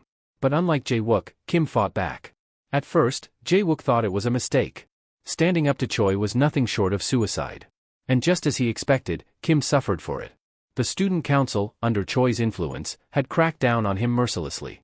It was proof that resistance was useless. At least, that's what Jae-wook believed. But then, days later, Kim was still at school. Not only had he survived, but he was still attending classes, walking the halls like nothing had happened. Rumors spread that he was using some kind of legal loophole to protect himself, something that might even let him graduate without issue. For the first time in a long while, Jae-wook felt something stir within him. Hope. Maybe Kim was different. Maybe he had found a way to fight back. And if Kim could stand up to Choi, maybe he could, too. With that thought, he sought Kim out, hoping, no, needing, to talk to him. Listen, Jae-wook said, lowering his voice as they stood in a quiet hallway. I think Choi's deliberately trying to provoke you. He hesitated before adding, and I think I'm a target too. Just like you. Kim stared at him for a moment, unreadable. Why are you telling me this? Before Jae-wook could answer, something cold and wet splashed over Kim's head. A carton of milk had hit its mark, dripping down his face and soaking into his uniform. Both of them turned toward the source. Choi was standing there, a smug grin on his face. Kim exhaled slowly, wiping the liquid from his face. You're right, he muttered.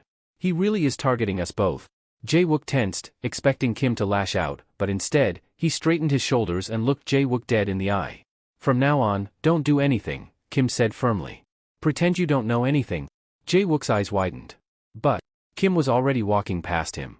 I'll handle this, he called over his shoulder. Choi watched him approach, his grin widening. Oh? You're actually coming to us? He turned to one of his lackeys. Tell the others. It's time. Kim climbed the stairs, his expression calm. At the top, a dozen students stood waiting. One of them stepped forward, opening his mouth to say something. Kim punched him. The student crumpled to the ground, groaning. The others hesitated for half a second before they all rushed at him. But Kim had positioned himself perfectly. They were on a staircase. There was only enough room for them to attack one at a time. Jae-wook, watching from below, felt his heart pound. Kim was different. He already knew about Jae-wook's situation, Chon-soo must have told him. But even knowing everything, Kim was charging forward, ready to fight. And for the first time, Jae-wook wondered if he could do the same. Jae-wook had always been a dedicated student, someone who sought knowledge with genuine passion. But right now, books and lectures were the last things on his mind. As Hyun-sun's fists connected with another attacker, sending the student tumbling down the stairs, he barely spared a glance at Jae-wook. He knew why the boy had approached him earlier: desperation. He had once felt the same way, clutching onto the last sliver of hope when the world had turned its back on him. But Hyun-sung wasn't just fighting for himself anymore. If he could make it down these stairs in one piece, if he could carve a path through this chaos, then maybe both he and Jae-wook could find peace. Even if that meant some broken bones and blood-stained floors along the way. Up above, one of Choi's lackeys watched in horror. This wasn't how things were supposed to go. They had sent a group of guys to take care of Hyun-sung, and yet, they were the ones left sprawled on the cold steps, groaning in pain. The sight was unbelievable. Hyun-sung was standing there, unshaken, his breathing steady. And worse, he wasn't finished. Oh no, far from it. This was only the beginning. Jae-wook wandered through the halls, his mind clouded with worry. Would Hyun-sung really be okay? Just as the thought crossed his mind, a student rushed past him, muttering excitedly to a friend. There's a fight happening on the stairs in the next building. Jae-wook's breath hitched. Yeah, it's that senior, Kim. All the guys in school are after him. He's probably dead by now. A sickening chill spread through Jae-wook's chest. No. If Hyun-sung was gone, that meant there was no one left to stand against Choi. And if no one could stop Choi, then Jae-wook's fate was sealed. He had to act. Without hesitation, he sprinted toward the teacher's lounge. Throwing open the door, he stumbled inside, his chest heaving. There's a fight happening, right now. You have to do something. The teachers barely looked up. One of them sighed, rubbing his temples. Get out. Jae-wook's stomach twisted. You don't understand. We're having a meeting, another teacher interrupted, stepping forward. His tone was calm, firm, and utterly dismissive. Leave. Jae-wook clenched his fists. He had expected nothing from them, but actually seeing them brush this off so easily made his blood boil. Fine. If the teachers wouldn't help, then he would call the police. Pulling out his phone, he dialed emergency services and quickly explained the situation. A moment of silence followed. Then, the operator's voice came through, eerily detached. You're calling from Daesung Myri High School? Yes. Please, you have to send someone. Unfortunately, we're dealing with a 3-car collision nearby. We're unable to dispatch any officers at this time. The call disconnected. Jae-wook stared at his phone, unable to move. The teachers had ignored him. The police had brushed him aside. This wasn't a coincidence. Somewhere deep down, he had already known. The system had failed him long ago. But now, the realization hit him like a ton of bricks. The adults weren't just useless. They were letting this happen. The night before, Hyung-jun had stood before Choi, his expression filled with amusement. Tomorrow, the school will be lawless. Choi's eyes gleamed with anticipation. There will be no rules. No consequences. No interference. A wicked grin stretched across Choi's face. Hyung-jun chuckled. Do whatever you want. There won't be any witnesses left when it's over. Choi had understood the message loud and clear. Tomorrow was going to be fun. Jae-wook stood frozen in the hallway, his mind racing. He could turn around. Pretend he saw nothing. This wasn't his fight. But Hyun-sung had worried about him. Hyun-sung had been the only person to stand by his side. The only one who ever saw him as more than just another victim. His grip tightened. A broken mop handle was the only weapon he could find, but right now, it would have to be enough. Bracing himself, Jae-wook stepped forward. Jae-wook gritted his teeth, gripping the broken mop handle tightly. He had spent too long standing on the sidelines, letting fear dictate his actions. Not anymore. Determined, he made his way up the stairs, each step filled with purpose. But just as he neared the rooftop entrance, the muffled sound of a struggle reached his ears. Something was wrong. Without hesitation, he threw open the door. And his blood ran cold. Kim Hyun-sung stood in the center of the rooftop, his body rigid, his hand clutching at his stomach. A knife was buried deep in his gut. Jae-wook's breath hitched as the realization hit him like a freight train. He was too late. Flashback. Earlier that year, before he ever stepped foot in Seoul, Hyun-sung had pushed himself harder than ever. Every day, he trained at the gym, testing his limits, forcing his body past exhaustion. Sweat dripped from his brow, muscles screaming in protest, but he didn't stop. He couldn't afford to. Saiwoo had warned him more than once. You're going to kill yourself at this rate? Hyun-sung didn't waver. You already conquered Daesan, Saiwoo pressed. What more do you have to prove? Hyun-sung tightened the straps on his gloves, his gaze cold. The golden circle isn't like Daesan. Daesan had been a battlefield, but at least the enemies there had fought face to face. The golden circle was different. They played in the shadows, using influence and deception as their weapons. Hyunsung had run through every possible scenario in his mind, considering the worst of the worst. He had known things wouldn't be fair, that the rules wouldn't apply. But even he hadn't expected them to go this far. When the students attacked him earlier, their hesitation had been obvious. They weren't used to their victims fighting back. That was their mistake. Hyunsung had known about Choi's scheme. The teachers would turn a blind eye. The police wouldn't interfere. And in return, Choi had free reign. So be it. If no one would stop him, then Hyunsung would make sure they regretted ever trying. The rooftop. Hyunsung had burst through the door moments ago, stepping into the open air. Choi was already waiting for him. Leaning against the railing, he greeted Hyunsung with a slow clap. "You really are something else, huh?" he mused. "A complete lunatic?" Hyunsung said nothing, his gaze locked onto him. Choi smirked. "Well, since you love playing the crazy guy, I went ahead and set the stage for you." He gestured to the ledge. "This is how it's going to go down," Choi continued, voice laced with amusement. "You've pissed off the entire school. You picked a fight with everyone. So naturally, after causing enough chaos, you tripped?" Hyunsung's expression didn't change, but his fingers curled into fists. "The police will investigate, of course," Choi went on, shrugging. "But all the witnesses will say the same thing, that you lost control, went too far, and ended up falling." A slow grin stretched across Choi's face. "And just like that, it'll all be over." Hyunsung exhaled through his nose. A laugh. Soft, low, and utterly devoid of fear. Choi's smirk faltered slightly. "You're right," Hyunsung finally spoke. "Someone is dying tonight." Choi's eyes narrowed. And then they moved. Both of them lunged at the same time, fists flying, muscles tensed. This was it. No more tricks. No more games. Just a fight to the bitter end. Meanwhile, inside the teacher's lounge, an uneasy silence lingered. One of the faculty members shifted uncomfortably in his seat. "Are we really going to let this happen?" he asked, voice barely above a whisper. The principal exhaled deeply, folding his hands on the desk. "There is no other way." The answer was simple, emotionless. Their ties to the Golden Circle had already been established. Their fate had been sealed the moment they accepted their backing. Now, all they had to do was sit back and watch. And when the dust settled, they would clean up whatever remained. What if this doesn't go as planned? The principal, unfazed, leaned back in his chair. "It will. Choi isn't the only S-rank in the school. No matter how skilled Kim is, there's no way he walks out of this untouched." On the rooftop, Kim Hyunsung was taking a beating. Choi's fists connected over and over, his strikes relentless. Hyunsung could have dodged, but his movements had slowed. His stamina was wearing thin. But that didn't change a thing. This fight had been unfair from the start. If he didn't win, he was done for. Choi, however, wasn't just any thug. As an S-rank under the Golden Circle, he had real skill. Even so, compared to the director, he was nothing. Hyunsung grit his teeth and lunged, meeting Choi's incoming punch with a brutal headbutt.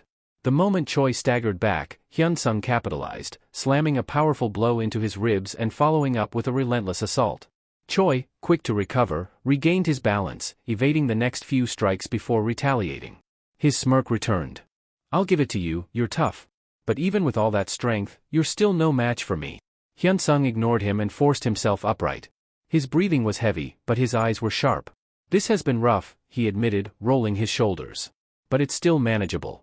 Let's keep going, see which one of us is choking on our own blood first." "Sound good?" Choi's fingers twitched. This was wrong. He had overwhelmed this bastard with a continuous barrage of attacks. Hyunsung should have reached his breaking point by now. And yet, his strikes were still heavy. His presence was still terrifying. A flicker of doubt crept into Choi's mind. His confidence wavered. For the first time, Hyunsung didn't seem like a man on the verge of defeat, he seemed like a monster. His frustration boiled over, and he let out a furious scream. One of the students watching from the sidelines panicked. Without thinking, he lunged forward, blade in hand, and drove it straight toward Hyunsung's torso. At that exact moment, Jae-wook burst onto the scene. Choi turned to the attacker with a smirk. Good timing. He recognized this guy, an S-rank bully who had already faced juvenile charges multiple times. Brutal. Merciless. Unstable. And yet, the student's eyes widened in sheer terror. "What the hell are you doing? Help me," he shrieked. Choi blinked. That was when he saw it. Hyunsung, standing firm, gripping the blade that was meant to gut him. With his bare hands. Choi's smirk disappeared. The attacker, an S-rank himself, was frozen in disbelief. This guy was crazy. Hyunsung's voice cut through the air, low and unimpressed. So this is the guy they call an S rank? Some punk who got his rank through sheer cruelty? His grip tightened. The blade cracked. Then, with a single movement, it snapped. The attacker barely had time to react before Hyunsung drove him into the ground. A sharp breath escaped Choi. This wasn't supposed to happen. Hyunsung straightened, his gaze drifting toward the other students who had been watching in silence. The fact that all of you turned out like this, he muttered, voice laced with contempt, is the fault of the adults who let it happen. The teachers. The system. Everyone who turned a blind eye. And Hyunsung had no intention of letting any of them off the hook. When adults neglect a child's growth, they create something broken. Something dangerous. The tension in the air was suffocating as the teacher and principal finally arrived on the rooftop. The teacher's voice wavered as he demanded an explanation. Hyunsung exhaled sharply, shaking his head. You already know, don't you? After all, I was outnumbered. This guy ordered everyone to bury me. What you're seeing now, this mess, is the result of that. His gaze swept over the unconscious and groaning bodies sprawled across the rooftop. Judging by how hard I hit them, the infirmary isn't going to cut it. You should call an ambulance. And while you're at it, you should probably call the cops too.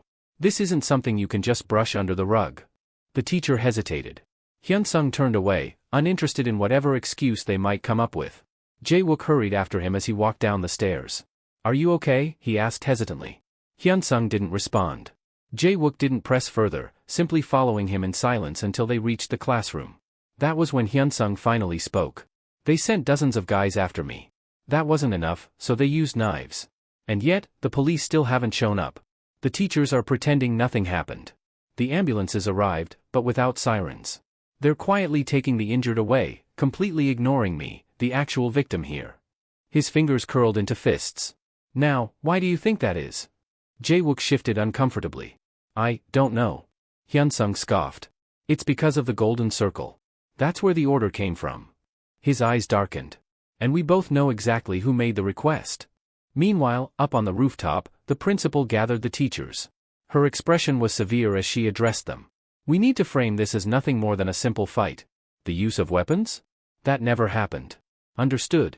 A male teacher hesitated. Can we even do that? The principal shot him a sharp look. Use your brain. If the full truth gets out, we're all done for. We allowed this school to become a lawless battlefield just to get rid of one student, but that guy turned it around on us. He used our own chaos to tear everything apart. She let out a slow breath, her eyes scanning the uneasy faces of the teachers. Could we try making him the villain? Sure. But there's evidence everywhere. Too many witnesses. We can't twist the narrative to our liking this time. If Kim takes this to court, if he brings in a lawyer or some private organization, we're finished. And if things spiral any further, we'll be forced to take full responsibility. Silence. Then, she narrowed her eyes. I hope you all understand what's at stake. The male teacher swallowed hard. I apologize for questioning you. The principal's gaze remained cold. I don't care about apologies. If you want to keep your job, then make sure you understand why we're doing this. The teachers would claim ignorance, acting as if they had been locked in an important meeting, completely unaware of the chaos unfolding in their own school. That would be their official stance. But someone still had to take the fall. As the faculty members dispersed, the principal allowed herself a moment of relief, believing everything had been settled. Yet, an unease lingered, a nagging feeling she couldn't shake. Then, it hit her. Her expression darkened as she turned sharply to Teacher Ji. Go downstairs. Now. We forgot about Su-chan. Ji's face paled, and without another word, he hurried off. But it was already too late. By the time he arrived, Su-chan was crumpled on the floor, several teeth missing, completely unconscious. Su-chan wasn't just any student. He ranked second in the entire school, a spot that all but guaranteed his admission to any prestigious university. A model student by all appearances. So why had he been beaten to a pulp? Some might ask that question. But the answer was simple. Su-chan had never been able to accept that Jae-wook, a student from outside their social circle, someone who didn't attend expensive private academies, had somehow outranked him. That resentment had led him to a place that thrived on the suffering of others, the Golden Circle. An underground organization specializing in ruining the lives of students for a price. Su-chan had placed a bounty on Jae-wook, ensuring that his life would become a living nightmare. That way, his grades would inevitably drop, securing Su-chan's place at the top. And that was the beginning of the twisted, systematic bullying everyone had witnessed.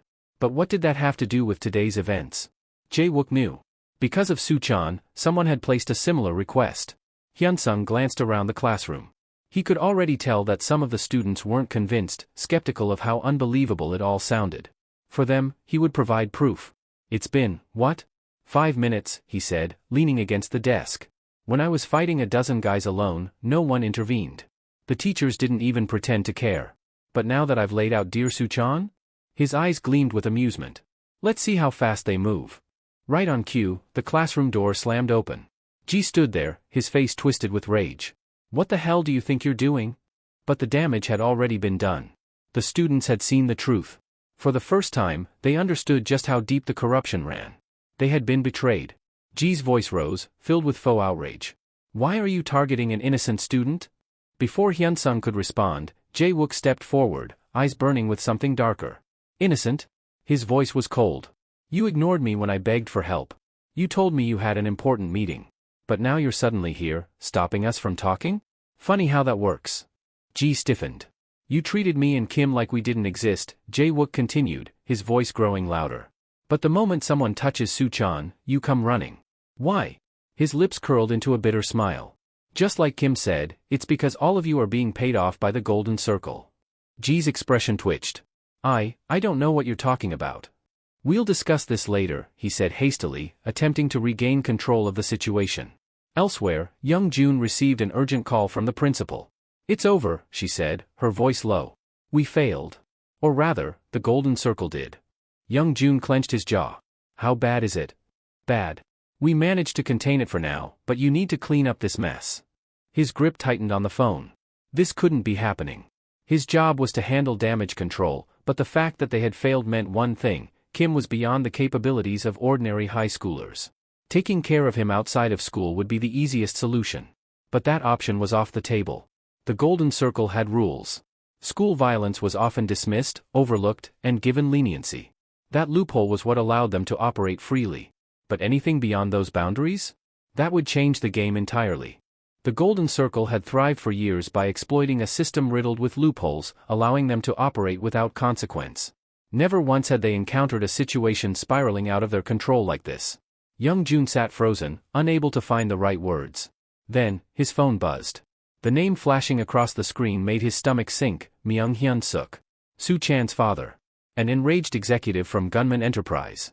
The moment he answered, Hyun-suk's voice thundered through the receiver. Do you understand what's going to happen to that punk Kim? He'll rot in prison like the thug he is. I'll make sure of it. His son had been beaten to a pulp, and now, Hyun-suk wanted revenge. With his influence, he had the power to bury Kim's future entirely. Kim, however, remained unfazed. If I'm punished for this, he responded coolly, I'll bring in a private organization to expose everything. The great Myung Hyun-suk, an executive of a powerful corporation, personally hired the Golden Circle to terrorize an innocent student just for the sake of his dear son. Do you think your position will survive that kind of scandal? The line fell silent. Executive roles weren't as stable as they once were. One wrong move, and Hyun-suk's career could come crashing down. Young Jun felt the weight of the situation shift. This had escalated beyond anything he had anticipated. Not only had Kim turned the tables on them, but now one of their own clients was at risk of exposure. Kim's voice cut through the tension. Did you really think no one would find out? Even if the Golden Circle enforces anonymity, nothing stays a secret forever. Hyun-suk's breathing was heavy on the other end. Damn it, those idiots. Kim pressed on. I'm not the one who should be held accountable. I simply uncovered the truth and retaliated. The real culprit here is the Golden Circle. They failed to protect their client's confidentiality. Fury boiled in Hyun-suk's chest. His reputation was on the line, and someone had to pay for this mess. Moments later, another call came through, this time from Hyun-suk himself to Young Jun. The executive didn't waste a second before launching into a tirade. You incompetent idiots. My son got the shit beaten out of him, and you've done nothing to fix it, he spat. You know what? Forget it. I don't want you handling it anymore. Young Jun barely had time to react before Hyun-suk continued, his words dripping with venom. I'm taking this straight to the Golden Line. They'll hear about how badly you screwed up, and trust me, they won't be happy. The Golden Line, an elite faction within the Golden Circle. And now, Young Jun was under their scrutiny. As expected, Hyun-suk wasted no time exposing the situation. The moment word reached the Golden Line, the pressure on Young Jun intensified. They would be monitoring his every move, watching him like a hawk. The stress was unbearable. His hands trembled as he reached for a cigarette, but he was so consumed by rage that he abandoned the idea entirely. He needed to eliminate Kim. If this continued, he would be the one thrown to the wolves as the scapegoat. Lost in his frustration, another call disrupted his thoughts. Annoyed, he nearly barked at the caller to leave him alone, until he saw the name on the screen. The blood drained from his face. It wasn't just anyone. It was someone he feared. Later that evening, Young Jun found himself at a high-end restaurant, seated across from a man who radiated authority. The proxy of the Golden Circle's boss. A figure who spoke directly on behalf of the organization's true leader. Calmly, the man poured a cup of steaming tea and slid it across the table. "You know why you're here, don't you?" he asked, his voice deceptively gentle. Young Jun swallowed hard. He didn't need to be told. He already knew. The proxy of the Golden Circle leaned back, exhaling slowly as he considered the severity of the situation. A client's identity had been exposed. Chansu, the traitor. This wasn't an isolated incident either.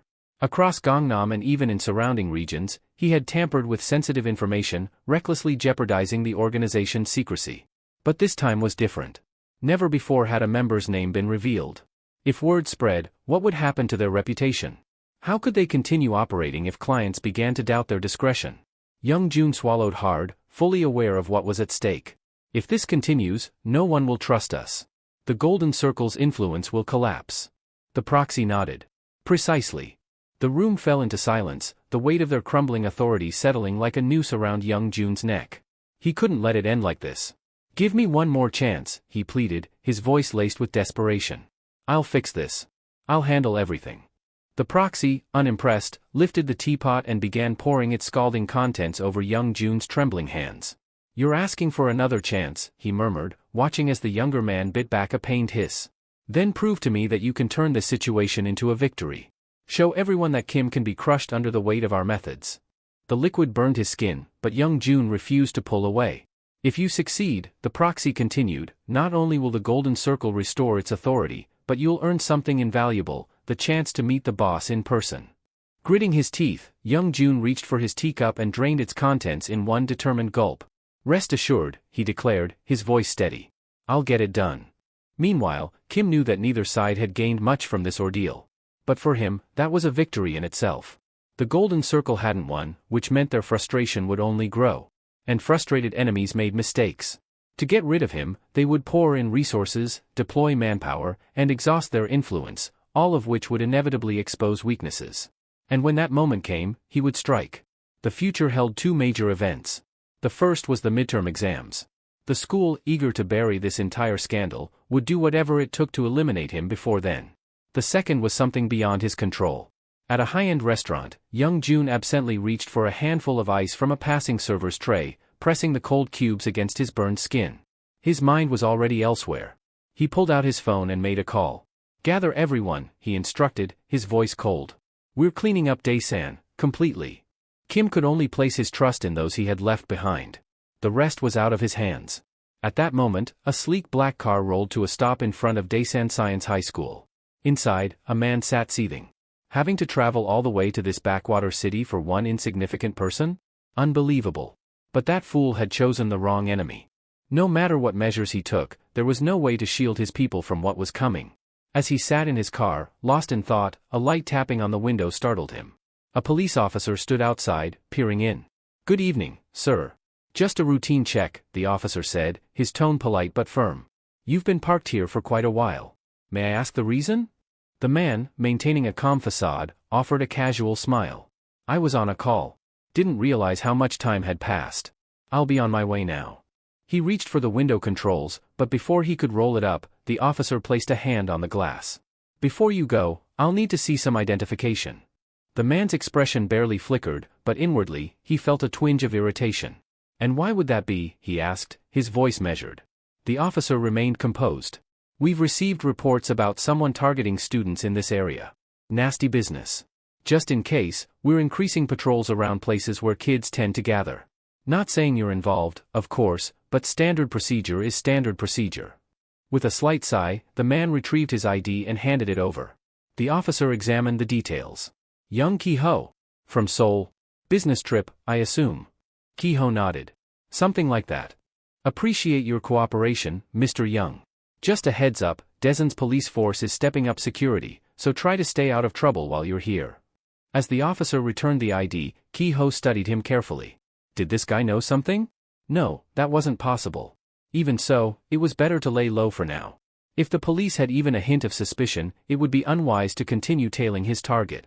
Instead, he'd familiarize himself with the area first. There was a local by the name of Hyunjin, Hyunsung's little brother. Getting to know his surroundings would be a smart move before taking action. Pulling a cigarette from his pocket, Ki-ho lit it up, taking a slow drag to ease his frustration. Seriously? A voice interrupted his moment of solace.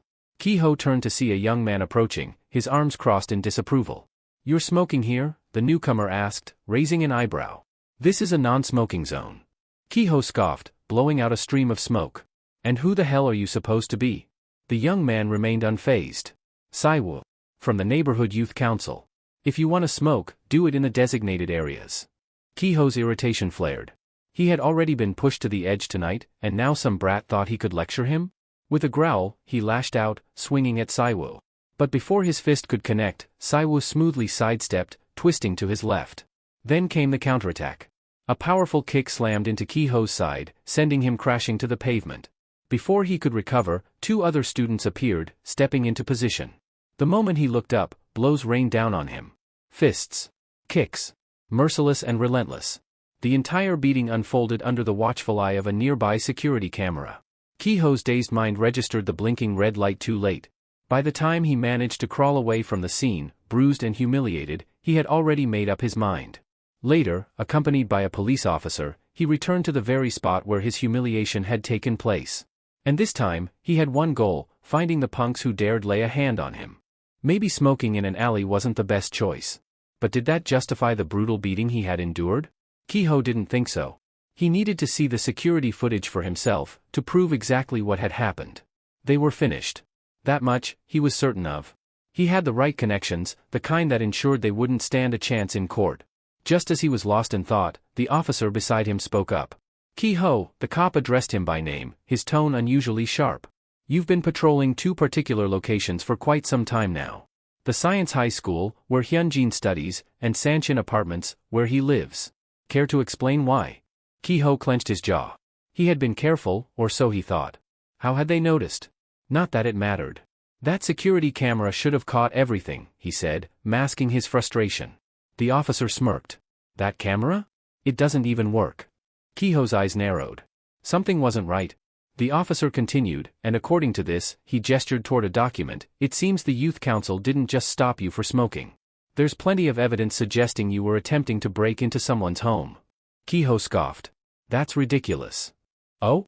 Well, with them as witnesses and this much evidence stacked against you, I'd suggest getting yourself a very good lawyer.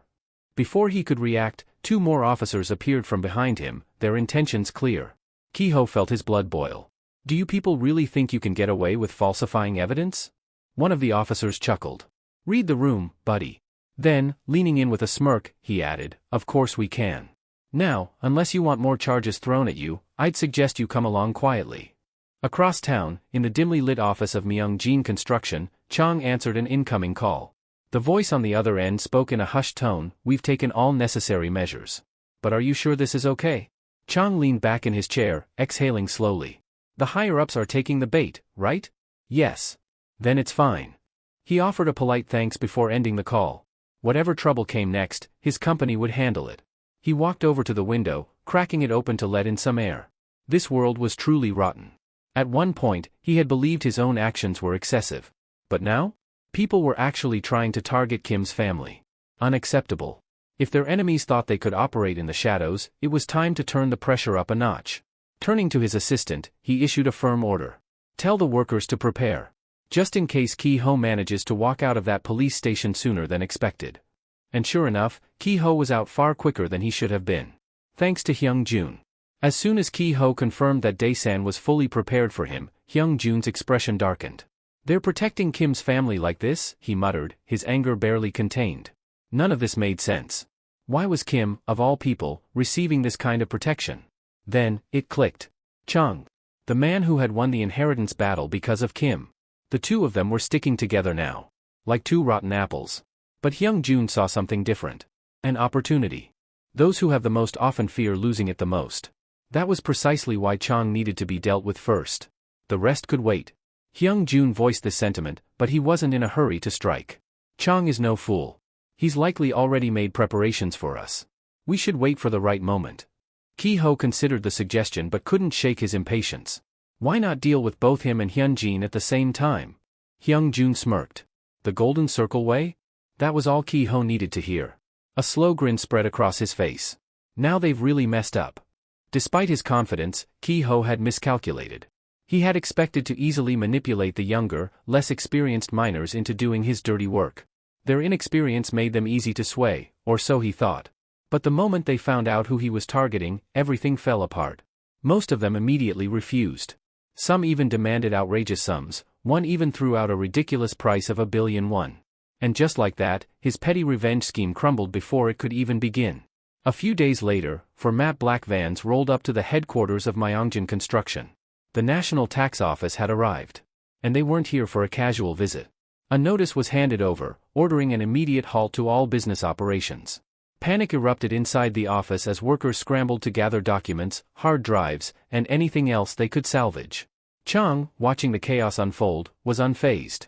He had heard stories about the tax office before, but witnessing their efficiency firsthand was something else. To shut down an entire operation within a single day, it was almost admirable. Almost. His thoughts were interrupted by a sharp voice. "You should correct yourself," the lead investigator said with a smirk. "We're not the impressive ones. Your company is just that corrupt." The remark made Chang chuckle. "You really have no idea who you're talking to, do you?" The investigator scoffed. "Do you even understand how bad a tax investigation is? I doubt you even went to school." Chang raised an eyebrow. "And yet, here I am." The investigators weren't interested in further conversation.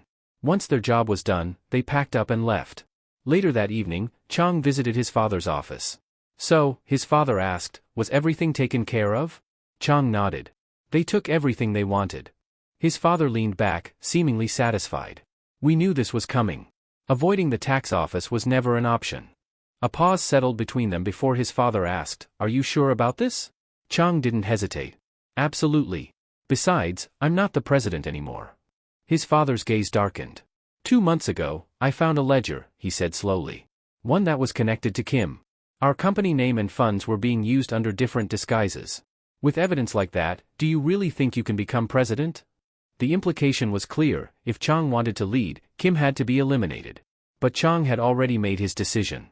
"You once told me," he began, "that people should be treated with fairness, regardless of age, gender, or status. That's why I fought my brother back then. It was because of Kim." His father remained silent. "Kim and I struck a deal," Chang continued. "He would help me become president, and in return, I would stand by him in the war he's about to start." He exhaled, his voice steady. "I know this will bring some damage to Myeongjin Construction, but I won't abandon my people. I've taken your words to heart, and I see this as a great opportunity for both of us." His father's expression remained unreadable. "I'm not the president yet," Chang admitted. "You can fire me anytime if I fail. But if my arrogance ever puts the company at risk, I'll take full responsibility and step down myself." Silence stretched between them before his father finally spoke. His father was taken aback by Chang's words. All this time, he had seen him as nothing more than an impulsive child, one who lacked the foresight to handle the weight of responsibility. But now, hearing him speak with such conviction, he realized he had misjudged him. Letting out a deep sigh, he muttered, "Perhaps I underestimated you." However, that didn't change the reality of the situation. "This isn't just about stepping down from your position," his father continued. "This is dangerous. Once you go down this path, there's no turning back. If things go wrong, you won't just lose your title, you'll lose everything." He leaned forward, his gaze sharp. "Do you understand what that means?" Chang didn't waver. "I do." "Then tell me, why? Why go this far for him?" His father's voice carried a hint of frustration. "We've already used him for what we needed. People are replaceable. Why should we protect him now?" Chang's expression remained resolute. "Because I choose to." His father scoffed, but Chang pressed on. "As a businessman, I respect you. But as a craftsman, I have my own principles. I will stand by those I believe in, no matter the cost. That is the life I've chosen. That is the kind of leader I want to be." His father studied him in silence before shaking his head. "You think ideals will save you?" He let out a bitter chuckle. There are construction companies out there far more successful than ours. But even the strongest of them crumbled under a single tax investigation. You think Myungjin Construction is different? His gaze turned cold. This company was never built on purity. I pushed harder than the rest, took risks others wouldn't. I never aimed for less, only more. And now that the investigation has begun, it's obvious we'll take a hit. He exhaled sharply. If sacrificing you is what it takes to protect this company, then so be it. Meanwhile, elsewhere, Hyung-jun's phone buzzed. It was a call from the head of the National Tax Office. Myungjin Construction is a mess, the man reported. Their operations are poorly managed, and their financials are full of holes. If we hit them with everything we've got, they'll collapse overnight. There was a pause before the official added, but before we move, the Golden Circle needs to decide, are we just sending Kim a warning? Or are we taking them both down for good? Hyung-jun didn't answer immediately. Kim had been a thorn in their side for a long time, and in a way, he almost admired the kid for how long he had resisted. But in the end, he was still just a child. And now, without Chang backing him, he was nothing. Hyung-jun ended the call and turned over the possibilities in his mind. He needed to pressure Chang and make sure everything was going according to plan. Just then, his phone rang again. This time, it was Yong Chang, one of the high-ranking executives of the Golden Circle. The moment he picked up, Yong Chang's voice burst through the speaker, laced with urgency. Call it off. Now. Hyung-jun smirked. Why would I do that? Because you have no idea what you're playing with, Yong Chang snapped. That company is a ticking time bomb. If you don't stop now, it'll explode right in your face.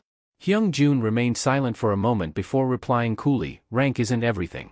Once I finish this, I'll be right up there with you. This isn't a game. Yong Chang barked. This is an order from the higher-ups. If you have a problem, take it up with them. Hyung-jun's eyes darkened, but he said nothing and ended the call. Elsewhere, Kim was tending to his wounded hand. Wrapping a bandage around his palm, he sighed. He had been training too hard again. The bruises and cuts weren't anything serious, but he needed to be more careful. After all, he would need his hands in perfect condition. Because soon, he would bring the Golden Circle to its knees. It was obvious they would target those closest to him. But that was fine, he had already taken precautions to ensure his family's safety. That wasn't the real issue. The real problem lay with those assisting him, particularly Chang. Unlike Kim, they had much more to lose. In any battle against a corporation, a tax investigation was one of the most legitimate and devastating weapons one could wield. For the Golden Circle, something like that was nothing more than a routine maneuver. The real challenge was finding a way to counter it. A perfect defense didn't exist, but that didn't mean there wasn't a way to turn the situation to their advantage. Months earlier, Kim had foreseen this possibility and prepared accordingly. During a private meeting with Chang, he had handed over a flash drive filled with incriminating data, information that detailed the financial dealings of the Golden Circle's top-ranking members, all gathered through Shansu's efforts. Send money to them through Myungjin Construction, Kim had advised. Chang immediately understood. If those high-ranking individuals accepted the payments, they would be directly implicated. When the inevitable tax probe descended on Myungjin, it wouldn't just bring down the company, it would also drag the Golden Circle's most powerful figures into the mess. Kim had smirked. Once they realize the danger, they'll be forced to reveal themselves to protect the company. And in doing so, we'll be able to eliminate a few rats hiding in the shadows. He leaned back, eyes gleaming. Aren't you curious to find out who the real boss of the Golden Circle is? As planned, Hyun Sung had exposed numerous individuals who had made secret deals with the organization's upper ranks. And after Chang became familiar with those elites through Manhwa, he had used the deadliest poison against them, money. At first, it seemed like an incredible investment.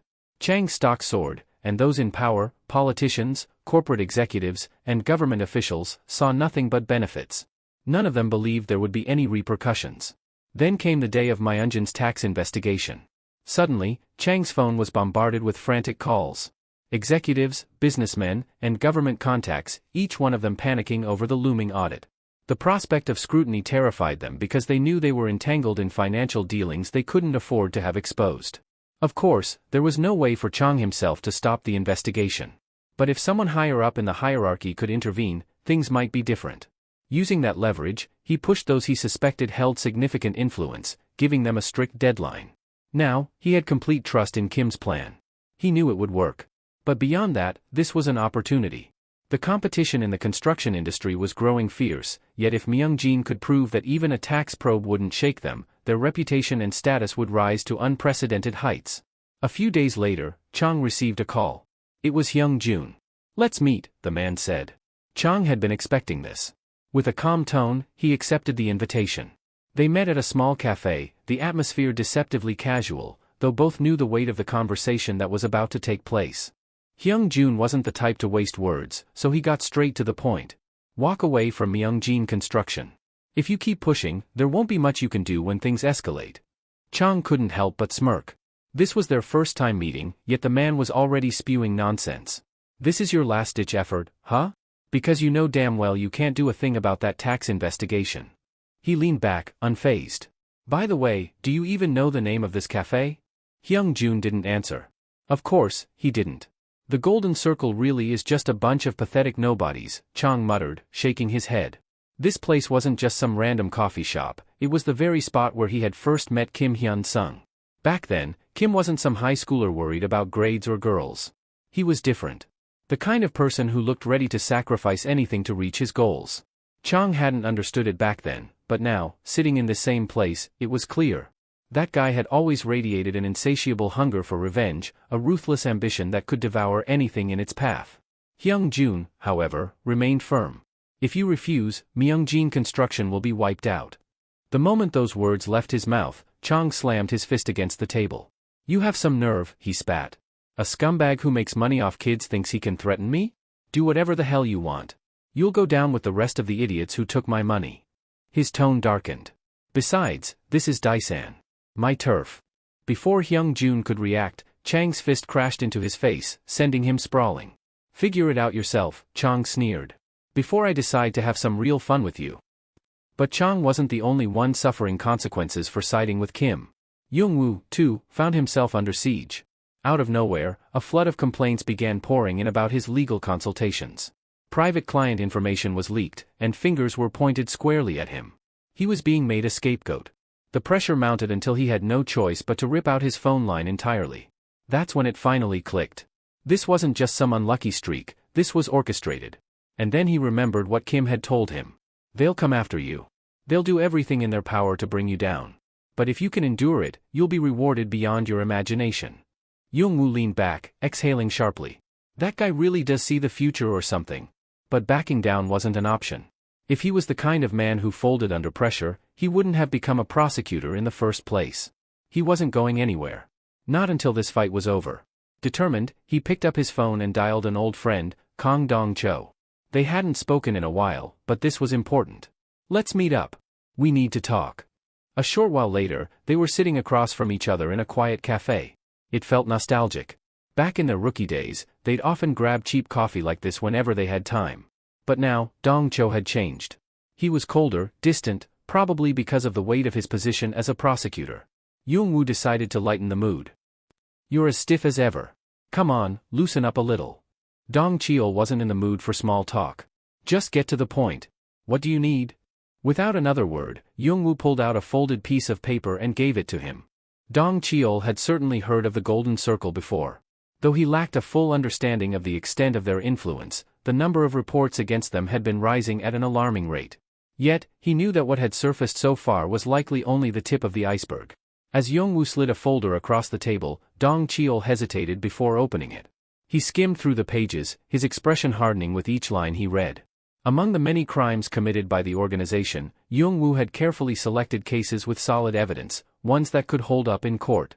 "If you go through that," Young-woo said, "you'll realize exactly what kind of people they are." Dong-cheol exhaled sharply. "Is this a personal request?"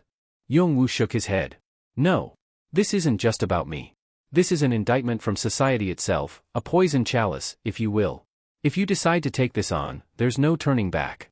You'll have to risk everything, maybe even resign." Dong-cheol remained silent, deep in thought. "But these guys need to be dealt with," Young-woo continued, his voice firm. "And you're the only one capable of doing it." He leaned back, crossing his arms. "I'm leaving that copy here. If you decide to move forward, give me a call." As he got up to leave, he added, "My client is a victim of the Golden Circle. His name is Kim Hyun-sung." At that, Dong-cheol's eyes narrowed. He was already familiar with the name. Kim Hyun-sung had been Min-woo's tutor. His wife had once requested that he help the young man, but he had refused. If he had stepped in back then, perhaps things wouldn't have spiraled so far out of control. But he was a prosecutor. He had never made excuses for anyone, no matter how powerful or influential they were. Yet this was different. The Golden Circle wasn't just another corrupt organization, it was a system in itself. A structure designed to ensure that those with wealth and power maintained their grip on both, crushing anyone who dared to stand in their way. And now, this entire machine was being set in motion against a single individual. Despite everything, Dong Cheol felt conflicted. He tapped his fingers against the table, debating his next move. But in the end, there was only one choice he could live with. He refused to become the kind of person who turned a blind eye to injustice. Without hesitation, he pulled out his phone and made a call. "Swing by my office tomorrow," he said. "I have a favor to ask." Meanwhile, elsewhere, things were not going as planned. The proxy of the Golden Circle was anything but pleased. His patience was thin, and his disappointment in Hyung-jun was evident. "I handed you everything on a silver platter," he muttered, tapping his fingers against the desk. "A clear opportunity. A chance to prove yourself." He let out a slow, deliberate sigh. "And yet, the outcome is the complete opposite of what you promised me." Hyung-jun was on his knees, his forehead nearly touching the floor, even though there was no one around to see his desperation. "I have no excuse," he admitted, his voice shaking. "But I swear, I'll fix this. I'll handle the situation properly." The proxy eyed him with an expression of cold indifference. "Oh? And how exactly do you plan to do that?" Silence. The proxy leaned back in his chair, smirking slightly. "You prodded the wrong beast, Hyung-jun. And in doing so, you've lost access to Kim Hyun-sung's entire network." He clicked his tongue in disappointment. A top-tier member making mistakes like this. Do you have any idea what the master will say? Hyung-jun clenched his fists, his body trembling. He already knew. This wasn't just a simple failure. It was a death sentence.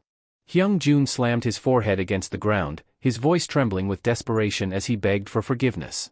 Every word was drenched in sincerity, his entire being consumed by regret. He knew he had failed, knew that the weight of his mistakes had brought him to the brink. But just when he thought his fate was sealed, the proxy, after a long pause, decided to grant him one final opportunity. "This is your last chance," the proxy said coldly.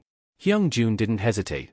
He accepted immediately, swearing that he would stake his very life on completing the task this time. The proxy leaned back, his expression unreadable. The master is determined to eliminate any trace of internal doubt. The Golden Circle must be seen as an unstoppable force, willing to go to any lengths to achieve its objectives. You will play a part in proving that. Hyung-jun listened carefully, not daring to interrupt. Kim cannot be allowed to take his midterm exams. You have two options: either ensure his grades plummet or make it impossible for him to attend at all. In short, the proxy's lips curled into a smirk. He needs to disappear. A twisted grin formed on Hyung-jun's face as he bowed deeply once more. "This time, I will not fail. I'll make sure Kim suffers." Meanwhile, Chang sat in his office, phone pressed to his ear. "It worked," he said, his voice laced with a mix of relief and disbelief. "The pressure did the trick. I just got word, the tax investigation has been called off." On the other end of the line, Kim remained composed. "I appreciate you keeping your word. It must have been a tough call for your company." Chang scoffed, shaking his head. "You think this is the first reckless move I've made? Running a business like this, you need a sharp mind to survive. But you," he hesitated before adding, "you'd better take care of yourself." Kim let out a quiet chuckle. "I will." Even so, Chang couldn't shake off the uneasy feeling settling in his gut. "Are you sure this will be enough?" he asked. "Daisan is one thing, we control our turf. But Seoul? That's a different battlefield." "Don't worry," Kim assured him. "I'll handle things here." As the call ended, Kim leaned back in his chair, deep in thought. At first, he had viewed Chang as nothing more than a disposable pawn, an expendable piece in a much larger game. But that perception had shifted. Chang had proven himself more than useful. He had not only helped Kim stand against a massive organization but had also played a crucial role in creating an opportunity, an opening that could expose the top-tier members of the Golden Circle. Kim suspected that at least a few of those high-ranking individuals knew the true identity of the elusive boss. And if those in power hadn't placed their absolute trust in the Golden Circle's network, the organization wouldn't have lasted as long as it had. That was the key. All he had to do was crack it open. The tax investigation wasn't just an ordinary case, it held deeper significance, one that directly connected to Congressman Lee Kyung-hyol, a central figure in the ruling party. Even in Kim's past life, Lee had been a prominent political player. When the Golden Gate scandal erupted, he managed to build a solid reputation as a long-standing congressman, which made it highly likely that he had ties to the Golden Circle. From the very beginning, Kim had been wary of him. To confirm his suspicions, he set a trap, using Manhwa to bait him with money. The plan worked. The tax investigation followed soon after, entangling Lee in a web of scrutiny and forcing the Golden Circle to act swiftly in response. But Lee wasn't the only one who reacted in a noticeable way. Others did as well. One of the most significant figures was Lim Cheol-young, the CEO of Future Investment and Securities. Through careful observation of Hyung-jun's contacts, information gathered from Chon-soo, and the movements of the enigmatic figure known as the Proxy, Kim had begun piecing together the identities of the Golden Circle's top members. The key to dismantling the organization lay in connecting these scattered dots. If he could trace the right path, it would inevitably lead him to the very core of the Golden Circle, to the elusive mastermind pulling the strings from the shadows. Only then could he set his true revenge into motion. Meanwhile, at Myri High, the atmosphere had undergone a dramatic shift following the blackout incident. Those who had been injured, including Myung-hoon, had yet to return to school. Among the student body, Kim Hyun-sung's name was now whispered with a mix of awe and fear. Rumors surrounding the Golden Circle spread like wildfire. Ever since Kim had spoken about them, speculation ran rampant. Was the organization real? Was it true that Soo-chan had actually formed that secretive commission? And if so, what did it mean for the students of Myri High? The weight of these questions loomed over them. However, as mere high schoolers, there was little they could do. Left with no real power to act, they resorted to the only thing within their control, distancing themselves from Kim. Yet, the fallout extended far beyond the students. The principal, already struggling to maintain order, found herself in an even worse predicament. The teachers no longer placed their trust in her, and even the student body had turned against her leadership. Adding to the turmoil, Hyung-jun had begun using the faculty to make Kim Hyun-sung's life as difficult as possible in the days leading up to the first semester's midterm exams. The principal, overwhelmed by the chaos, could hardly contain her frustration. How had everything spiraled so far out of control? How could this reckless idiot openly talk about the existence of the Golden Circle? Desperation clawed at her. She attempted to reason with him, urging him to step back and assess the situation before making any further moves. But whether he would listen or not, that was an entirely different matter. Hyung-jun, however, remains unfazed by the principal's hesitance. With a sharp glare, he reminds her that they are in the same predicament. If she fails to handle the situation, they will both bear the consequences. And when that time comes, he won't be the only one paying the price. His words send a chill down the principal's spine. The sheer audacity leaves her momentarily speechless, but deep down, she knows he's right. She had already aligned herself with this scheme. Backing out now would be nothing short of self-destruction. How naive she had been to think otherwise.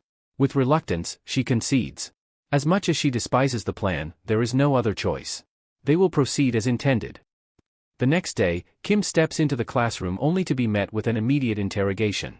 The teacher wastes no time in questioning his tardiness. I had to run an errand for the literature teacher, Kim explains calmly.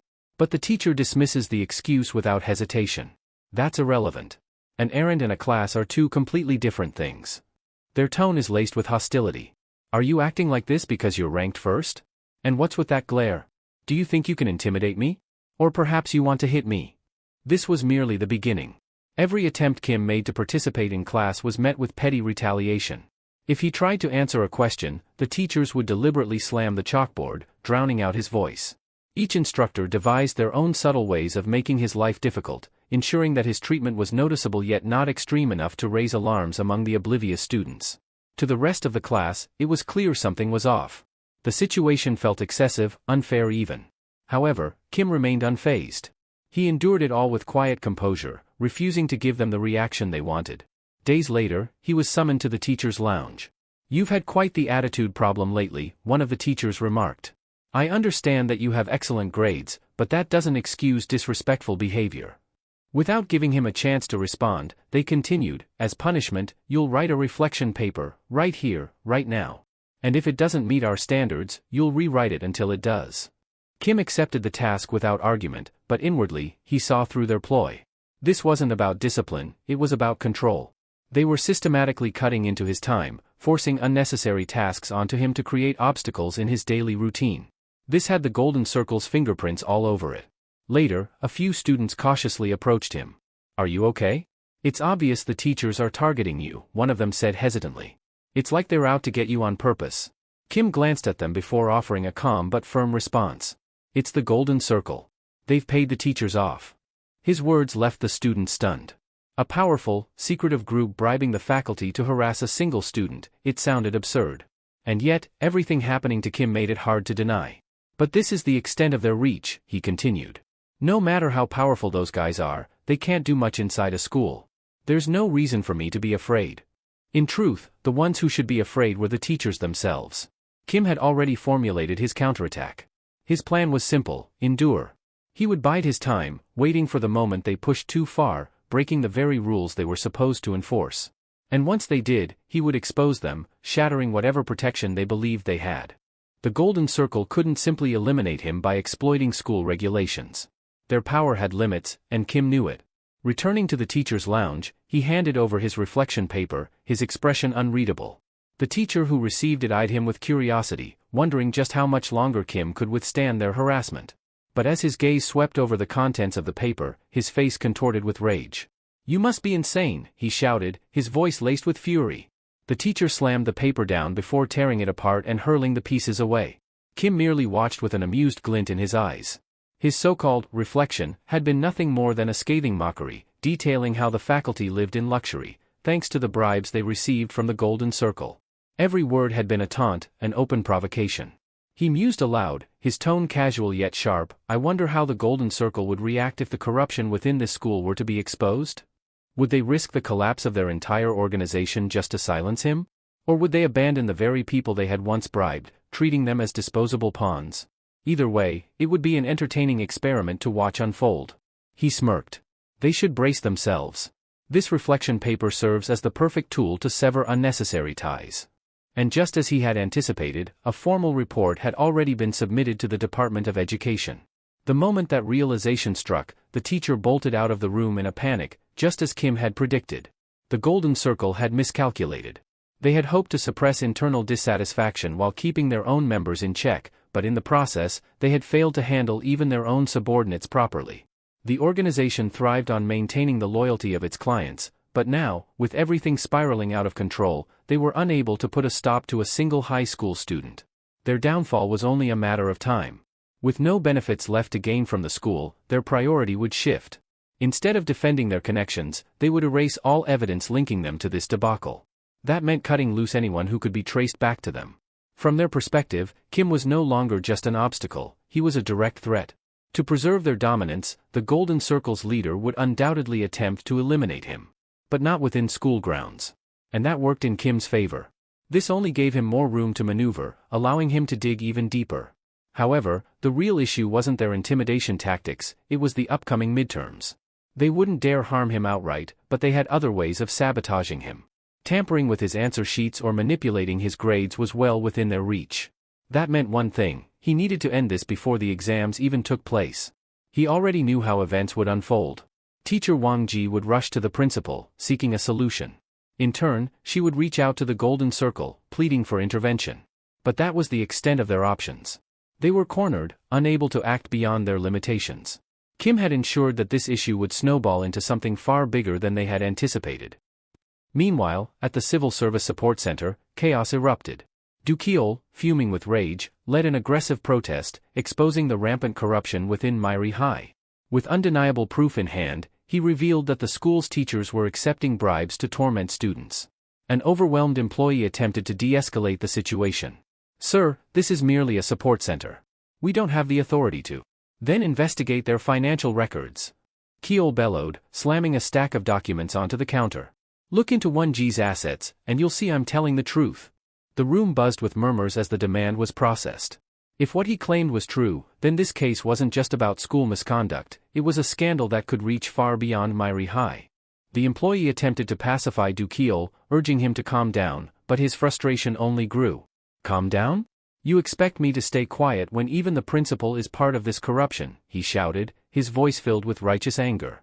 He exposed a troubling truth: wealthy parents were using their influence to manipulate attendance records, securing early leaves and excused absences through discrete financial transactions. What did that imply?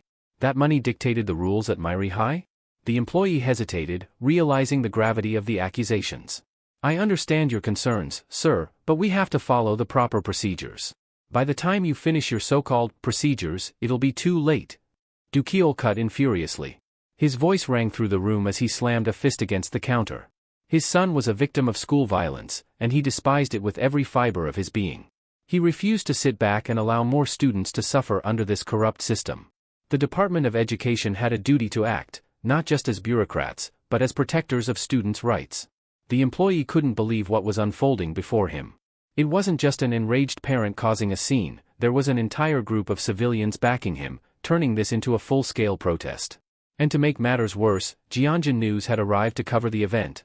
Gyeongjin News was well known for its integrity, its reports carrying weight in the public sphere. Their presence meant this wasn't just another school controversy, it was something far bigger. How did they even get involved? Unbeknownst to many, Do Kyeol had arrived at the support center after receiving inside information from Kim. But that wasn't the most shocking part. The fact that Gyeongjin News was already on the case suggested that Kim had more than just a single ally. He had another force working behind the scenes. A few days prior, Kim had approached Manhwa with a request, seeking his influence for an operation that would shake the Golden Circle to its core. He presented his findings, evidence revealing that, besides Cheol-young, several other high-ranking members of the Golden Circle were powerful figures in both politics and business. Manhwa had been stunned. He hadn't anticipated that Kim would identify the leader of the Golden Circle so swiftly. However, what intrigued him even more was the presence of Kyung Cheol, the very figure spearheading the political faction Manhwa had vowed to destroy. Seeing Manhwa's interest, Kim explained, "I've orchestrated this entire situation so that you can make your move. Once we take down Kyung Cheol, the Golden Circle, this festering societal problem that's been waiting to explode, will collapse with him. And if that happens, nothing will stand in your way when you run for president." Manhwa couldn't help but grin. He had doubted the boy's ability to deliver on his promises, but Kim had proven him wrong. The level of strategy he displayed was astonishing.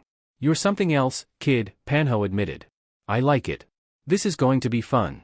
But tell me, what do you want in return?" Kim's request was simple yet strategic. "I want Myri High's corruption to dominate the headlines. Call in a media outlet that can exert pressure on the Golden Circle. Once they see the heat rising, they'll know someone is coming after them." Manhwa let out a hearty laugh. "That's it? Fine. I'll even let you borrow my name if it'll help."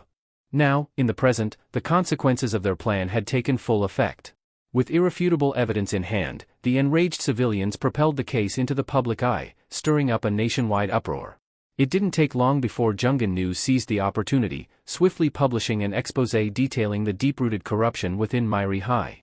The Golden Circle had thrived in the shadows for far too long. But now, with the weight of public scrutiny crashing down on them, they were running out of places to hide. Although the published article did not directly mention the Golden Circle, its exposure to the public sent shockwaves through the organization. With the unwanted attention now drawn to Myri High, the group was left with no choice but to withdraw from the school. Sensing the growing controversy, the Department of Education swiftly stepped in, urging students to come forward with any incidents of school violence or corruption they had witnessed. However, their sudden eagerness to investigate wasn't entirely noble. The department was wary of the backlash. If the students turned their reports against them, the department itself could become a target of public outrage. Among those given the opportunity to report was Jae-wook. Staring at the blank paper before him, he hesitated. What would be the point of provoking those guys? Would it even make a difference? He had long accepted that Myri High was an unfair, unjust institution, but Kim's words echoed in his mind. Living independently required courage. If someone crossed a line, there needed to be consequences. If he remained silent, nothing would ever change.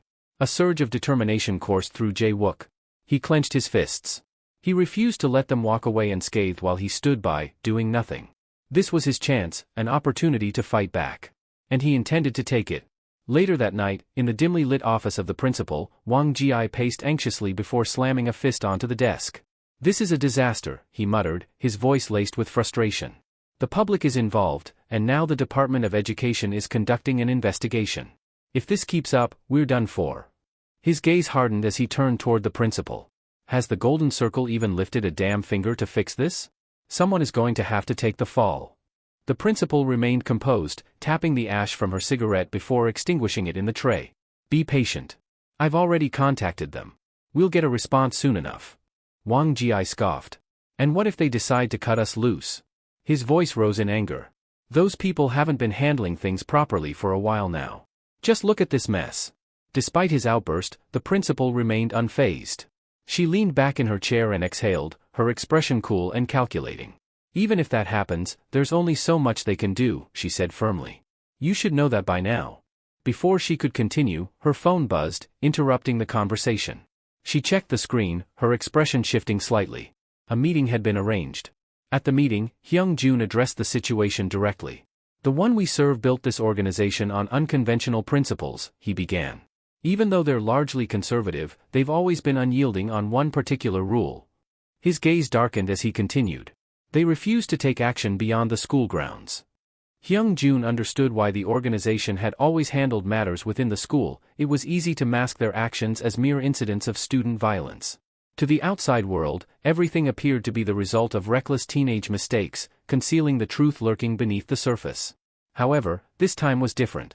The potential rewards of eliminating Kim were substantial, making it logical to consider bending their own rules.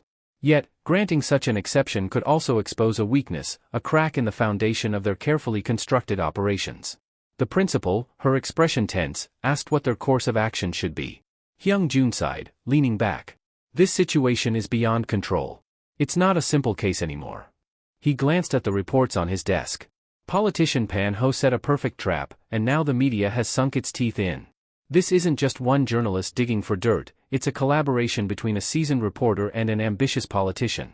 Manhwa is using this as a stepping stone to boost his influence. The real problem, however, was that this could not be buried. There was no way to silence the noise. If they couldn't force their opponents to retreat, they would have to offer a sacrifice, someone to take the fall. The principal's eyes widened in realization. "Are you seriously suggesting that I be the scapegoat?" she snapped, slamming a hand on the desk. "Do you expect me to just sit back and let it happen?" Hyung-jun's expression remained cold. "It's in your best interest," he replied smoothly. "If you cooperate, they'll reinstate you in time. But if you resist," he let the words hang in the air, his meaning clear. "You'll be erased. You are nothing more than a pawn in their game." His gaze hardened. "This is simply the price you pay for all the benefits you've received." Across the room, Wang Ji felt his stomach churn. It was over. The Golden Circle had promised him wealth, but now, would they still honor that promise? He had seen others discarded like trash once they were deemed no longer useful. Panic gripped him as his mind raced. He had a mortgage to pay, children in school, and a future that suddenly looked terrifyingly uncertain. Unlike the principal, he never even got to enjoy his time at the top. And it was all because of Kim. His desperation led him to make a choice. If those who followed Kim received financial backing in Daisan, perhaps there was still a way out for him. With trembling hands, he picked up his phone and arranged a meeting. When he finally stood before Kim, Wang Ji did something he never thought he would. He bowed deeply, his voice shaking. "I didn't want any of this," he pleaded. "I had no choice. I have debts to pay. I have children to take care of. Please, you have to understand. I know I was wrong, but I just need one chance. I'll do whatever you ask, I'll be your puppet if I have to." Kim watched him, his face unreadable. Then, he spoke. "Do you remember Yang Minho?" Wang Ji flinched at the name, but Kim continued, his tone cold. "He graduated 5 years ago. He was bright, so much so that he could have attended Korea University. But one day, for no clear reason, he became a target. He endured the bullying and still tried to move forward. He wanted a future. He chose to enlist in the military, hoping it would help him move on." Kim's voice grew sharper. But that wasn't what he needed. The damage had already been done. With nowhere left to turn, he took his own life 3 years ago. Kim's gaze bore into him. "Did you ever consider the consequences when you took money from the Golden Circle?" Silence hung between them like a noose tightening around Wang Ji's throat. "You're a fool," Kim continued, disgust evident in his voice. "You have blood on your hands. You played a role in all of this. And whether you accept it or not, your fate is sealed." A bitter chuckle escaped him. "Don't get the wrong idea, though. You're not some tragic figure who deserves pity. You're just a pig, cold and trembling in a slaughterhouse, waiting for the blade." His eyes darkened. "And just like a pig, you will all be butchered." The Department of Education, which had long turned a blind eye to the rampant corruption within schools, suddenly took decisive action. In a public statement, they confirmed that the soon-to-be principal, Kyung-hee, along with Won Ji, had been implicated in a scandal involving embezzlement and bribery. Both individuals were immediately removed from their positions, with the possibility of facing criminal charges looming over them. During the course of the investigation, students openly spoke about various issues, including the notorious blackout incident, the widespread corruption among teachers, and even mentioned the Golden Circle by name. However, despite these revelations, the focus of the authorities remained solely on Kyung-hee and 1GI, leaving the rest of the organization untouched. Yet, this was far from the biggest problem. The Golden Circle had successfully manipulated the flow of information, preventing the news from spreading beyond a controlled scope. The Department of Education's official website, where the announcement was posted, was not widely visited by the general public, meaning very few people were even aware that such a scandal had taken place. While Young and News did cover the story, as expected, most adults were too preoccupied with their daily lives to pay much attention. They discussed it briefly, indulging in gossip for a short while, but before long, the incident faded from their minds, lost in the never-ending cycle of fleeting news. However, the consequences of the scandal did not end with the mere dismissal of those accused. Things took a turn for the worse. 1GI, now under intense scrutiny, refused to answer any questions without the presence of a lawyer. He remained certain that the Golden Circle would intervene on his behalf. After all, he had been a loyal servant to their cause and had even been in direct contact with some of their executives. That loyalty, he believed, would not go unrewarded. But the prosecutor, who had been reviewing his file, could only shake his head. "Naive," he muttered. "You put far too much faith in them." Leaning forward, he continued, his voice devoid of sympathy. "If you're expecting a lawyer from them, you can forget it. They won't be sending anyone." 1GI's expression faltered. Panic crept into his eyes. "You don't understand," he insisted. "I was just following orders." The prosecutor gave him a look of pure indifference. "If you wanted real support, you should have aligned yourself with the right people. You placed your bets on the wrong side, and now you're on your own." Then, almost as an afterthought, he added, "Did you even check what was sent to you last night?" 1GI's breathing hitched. "A USB drive," the prosecutor revealed, watching his reaction closely. "An audio file, sent by Kim Hyun-sung himself." He let the weight of his words sink in before continuing. "It seems you didn't realize that the Golden Circle couldn't get involved directly. That's why he sent it. A brilliant move, really. He made sure they would see you as a liability, someone who could no longer be trusted." 1GI's face drained of color. "And to make matters worse," the prosecutor went on, his voice calm but sharp as a knife, "they also discovered that you attempted to betray them." He let out a low chuckle. "Now tell me, what do you think their next move will be?" Realization dawned on 1GI like a death sentence. The best way for the Golden Circle to clean up this mess was to make sure he never spoke again. 1G, overwhelmed by desperation, erupted in fury. His voice echoed through the room as he shouted that he was being framed, his curses directed at Kim, damning him for daring to bring about his downfall. His rage knew no bounds, but the prosecutor remained unimpressed. "Enough," the prosecutor ordered, his tone sharp. "If you understand your situation, let's end this here." He leaned forward, his gaze unwavering. 1G, do you admit to your charges?" 1G's breath came in ragged gasps. He had the right to remain silent, but what good would that do him now? Silence wouldn't save him, nor would it change his fate. His energy drained from his body, his once defiant spirit crumbling under the weight of reality. But before surrendering completely, he needed to know just one thing. "If I had never crossed paths with Kim," he asked, voice barely above a whisper, "would the Golden Circle have protected me?" The prosecutor smirked, as if he had been expecting that very question. "Protected you?" he scoffed. "They were never going to protect you." He tapped on the thick case file in front of him. "The only reason they gave you money was to use you. And once you outlived your usefulness, they had no problem throwing you away. This case is as good as wrapped up, your incarceration will be easy." The word struck 1G like a blade to the chest. His entire world collapsed in an instant. His eyes, once filled with fury, now burned with nothing but hatred. With a sudden burst of rage, he lunged at the prosecutor, his fingers outstretched for his throat. "Restrain him," the prosecutor barked, and within seconds, his subordinate seized 1G, dragging him away as he thrashed and cursed. "Let go of me," he roared, his mind consumed with a singular thought: murder. If he ever got the chance, he would kill that prosecutor with his bare hands. But as he was being hauled through the hallways, something caught his attention. The vice principal. The man stood frozen in place, his face ashen, his body trembling as if his very soul had been ripped from him. Before 1G could process the scene, the vice principal collapsed, and staff members rushed to his aid, immediately calling for an ambulance. Back at the school, tension hung thick in the air. The remaining teachers were in a state of unease. They knew the walls were closing in. One teacher, his voice laced with anger, scoffed, "They can't possibly punish all of us. Even the Golden Circle would struggle with that. They'll probably just let this end with Kyung-hee and 1GI, another muttered. As long as we stay quiet, we'll be fine. But the moment they stepped into the faculty room, they froze in place. Kim stood before them. His expression was unreadable, his presence alone enough to make their hearts pound. "Gather all the teachers who are outside," he ordered, his voice devoid of emotion. "You have 10 minutes. The teachers exchanged uneasy glances but complied without hesitation. Within moments, the entire faculty was assembled. A heavy silence filled the room as Kim took center stage. "I'm sure Kyung-hee and 1GI are terrified right now," he began, his tone cold and calculated. "Worried about what will happen to them. But what about all of you?" His sharp gaze swept across the room. "Are you not also accomplices?" The teachers remained silent. No one dared to speak. Kim continued. "I'm the one who orchestrated this situation. I called the Department of Education. I made sure those two were rightfully punished." His eyes darkened. "Now, what I do next will determine your futures. And the futures of your families."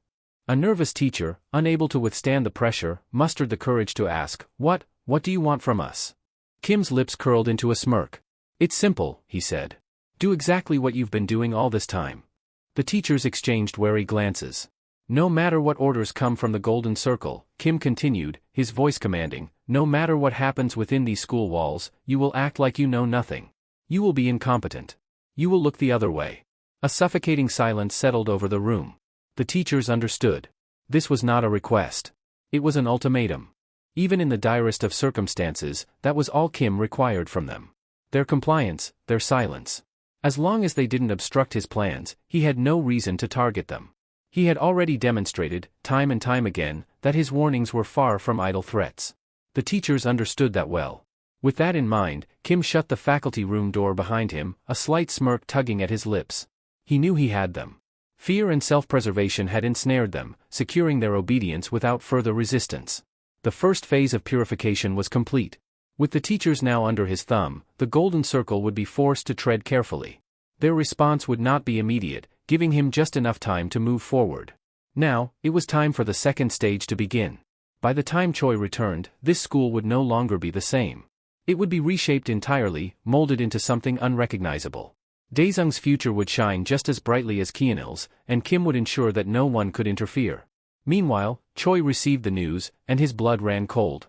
2 teachers had been removed from their positions. Interrogated by the authorities.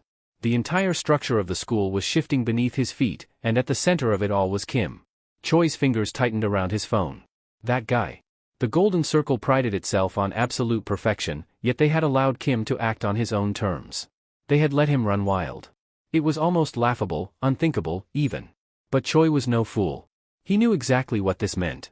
Kim had already seized control of the school. If Choi returned now, he was as good as dead. The Golden Circle was no longer his safety net, they had abandoned him the moment things went south. He couldn't rely on them anymore. His mind raced. He needed a plan. Without wasting another second, he dialed a number. "Gather everyone at our usual spot," he ordered. "We don't have much time." The following day, they assembled as instructed. Tension crackled in the air as Choi surveyed the group, their expressions a mix of uncertainty and dread. "You all know why we're here," he said, voice firm. "It's because of Kim." His gaze swept over them, eyes narrowing. "I have to go back to school, but let's be honest, the teachers won't be of any help. They're pretending they don't see what's happening, and the Golden Circle has already washed their hands of us." Some of them shifted uncomfortably, unwilling to face the reality of their situation. "But we can't just sit here and do nothing," Choi continued. "We need to stick together. If we don't, we're finished." He turned his attention to Minsik, his expression hardening. "And you," he said sharply. "An S-rank, trembling like a coward? What the hell happened to you?" Minsik clenched his fists but didn't meet Choi's gaze. "What do you expect me to do?" he snapped. "You saw what happened. That guy almost got stabbed, and he just laughed it off." A heavy silence followed. The fear in Minsik's voice was evident, and the others felt it too. Choi exhaled sharply, running a hand through his hair. "I get it," he admitted. "You're scared. We all are. But right now, survival is all that matters." His voice dropped, his tone leaving no room for argument. "We don't have a choice. Dropping out isn't an option without the Golden Circle's permission. So if we want to make it through this, we need to protect ourselves." The group exchanged glances, reluctant but understanding. They were on their own now. If they simply stood idle, waiting for fate to decide their future, they would only end up as prey. They had to act. One of them spoke up in agreement, and soon, the others followed suit.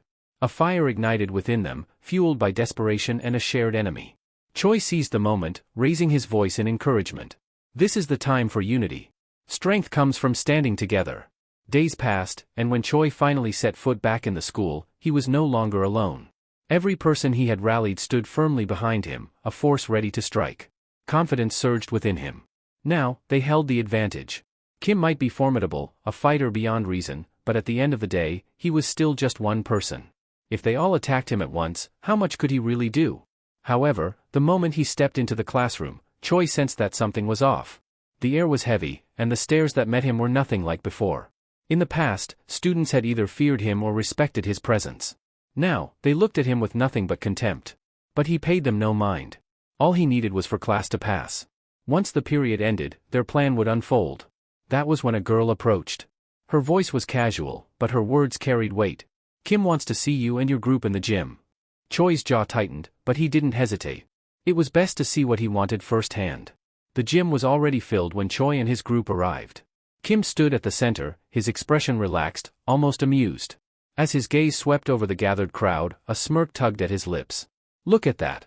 Everyone's here, Kim said, his tone dripping with mock appreciation.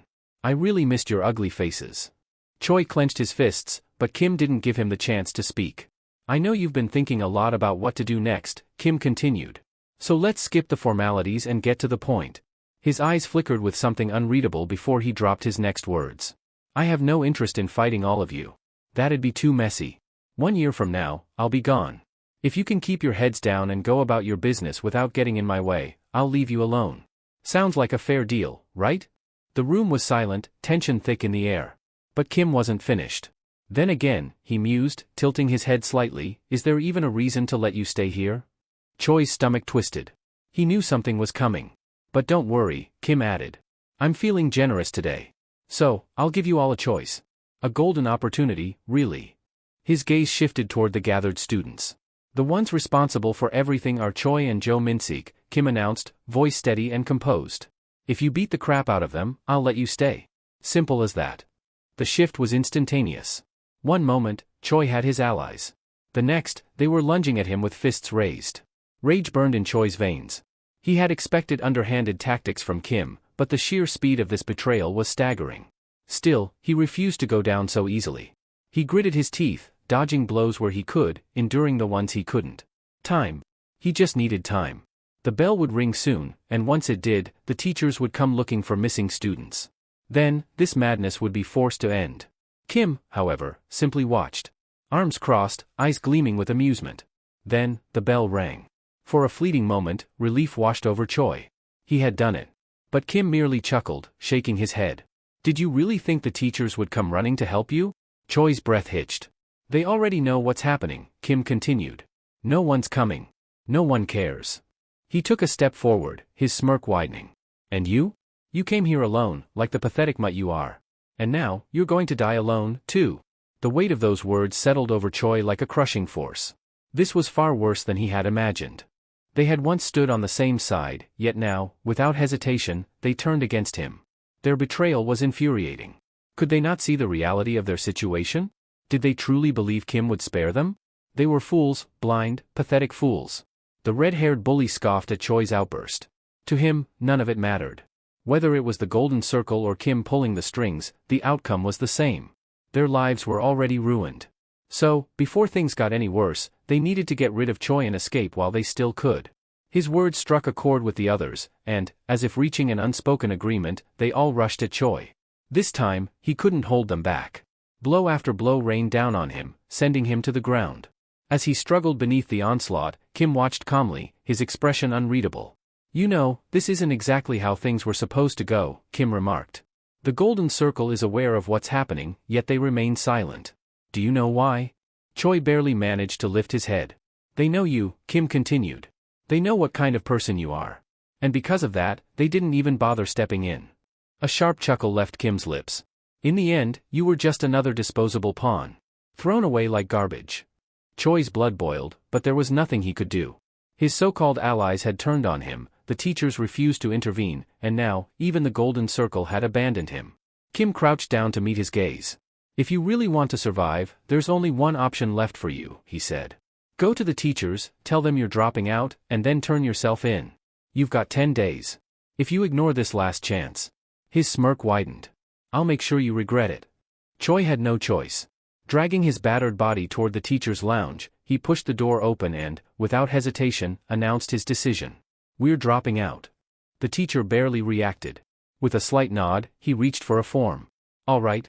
Have your parents sign this. Choi frowned. He had expected resistance, questions, at the very least, but there was none. His own homeroom teacher didn't even ask why. That's it? Choi asked, irritation creeping into his voice. You should be more focused on graduating and getting a job instead of wasting time fighting, the teacher said dismissively. But if this is what you want, I won't stop you. Choi gritted his teeth. He didn't know what Kim had done to make the school like this, but the change was undeniable. Kim knew Choi had taken the easy way out. He had dropped out to save himself. But would someone like him, someone who had never once felt remorse, actually turn himself in? Probably not. But it didn't matter. Choi had already lost. Choi's pride had been shattered, and that wasn't something he could just accept. He had been humiliated, cast aside like trash. There was no way he would let it end like this. Revenge was inevitable. After everything Kim had done, wouldn't it be natural for him to want to kill him? Sure, he could simply follow orders, turn himself in, serve his time in juvenile detention, and attempt to live a normal life afterward. But knowing what had happened to Kyung-hee and Wang Ji, Choi wasn't naive enough to believe that option was anything but a carefully laid trap. That left him with only one logical course of action. Like the rat he was, he would crawl back to the Golden Circle. And in return, they would surely lend him their strength, possibly even calling in an S+ ranked member to handle things. The midterms were just around the corner, so it didn't really matter what moves Choi made. Kim only needed to stay focused on his preparations. Just as he had predicted, Choi dismissed the idea of turning himself in. Meanwhile, Min-sik had made up his mind to leave Seoul altogether. Before parting ways, he gave Choi one last piece of advice: stay away from Kim unless he had a death wish. Choi scoffed. Pathetic, he muttered under his breath. Pulling out his phone, he knew he had to strike first. There was no way he was going to juvie. Instead, he would regain the Golden Circle's trust and position himself favorably once more. Without hesitation, he sent a message to Hyung-jun. I'll do whatever it takes to get rid of Kim. Hyung-jun's response was swift. I like the sound of that. Come to the office. I'm in the middle of planning something. Wasting no time, Choi made his way there. The moment he arrived, Hyung-jun greeted him with an almost amused expression. We have to acknowledge Kim's skill, he admitted. He's just a high schooler, yet he managed to take over our base. That means he orchestrated this entire situation from beginning to end. And that, quite frankly, is terrifying. There was a flicker of something in Hyung-jun's eyes, perhaps begrudging respect. If I'm being honest, he would have made an excellent S rank. Maybe even S+ if he had joined us. Then, his expression hardened. But we can't let this continue. It's time to put an end to him. Tomorrow, Kim would face the consequences of his actions. Days passed, and the midterms were just around the corner. Yet, something felt off. Too quiet. Kim had expected the Golden Circle to make a move, possibly even outside of school. But given how large the city was, it wasn't exactly easy for them to stir up trouble without attracting attention. Still, he remained cautious. Returning to his apartment, he instantly knew something was wrong. The place was a wreck. Despite having state-of-the-art security installed, the entire apartment had been torn apart, furniture overturned, walls damaged, personal belongings shattered. But the most unsettling part? No one was there. His phone buzzed. A message. From none other than Choi. Since you're trying to conquer Gangnam, some people are after your head. They're relentless. I'll do my best to stop them, but watch your back. Kim narrowed his eyes at the message. What was this rat babbling about? His answer came swiftly. A thunderous pounding on his door echoed through the apartment, accompanied by furious voices demanding he open up. Instinctively, Kim glanced at the security monitor. It wasn't just one person. There were several of them. But their uniforms? They were unfamiliar. That's when it clicked.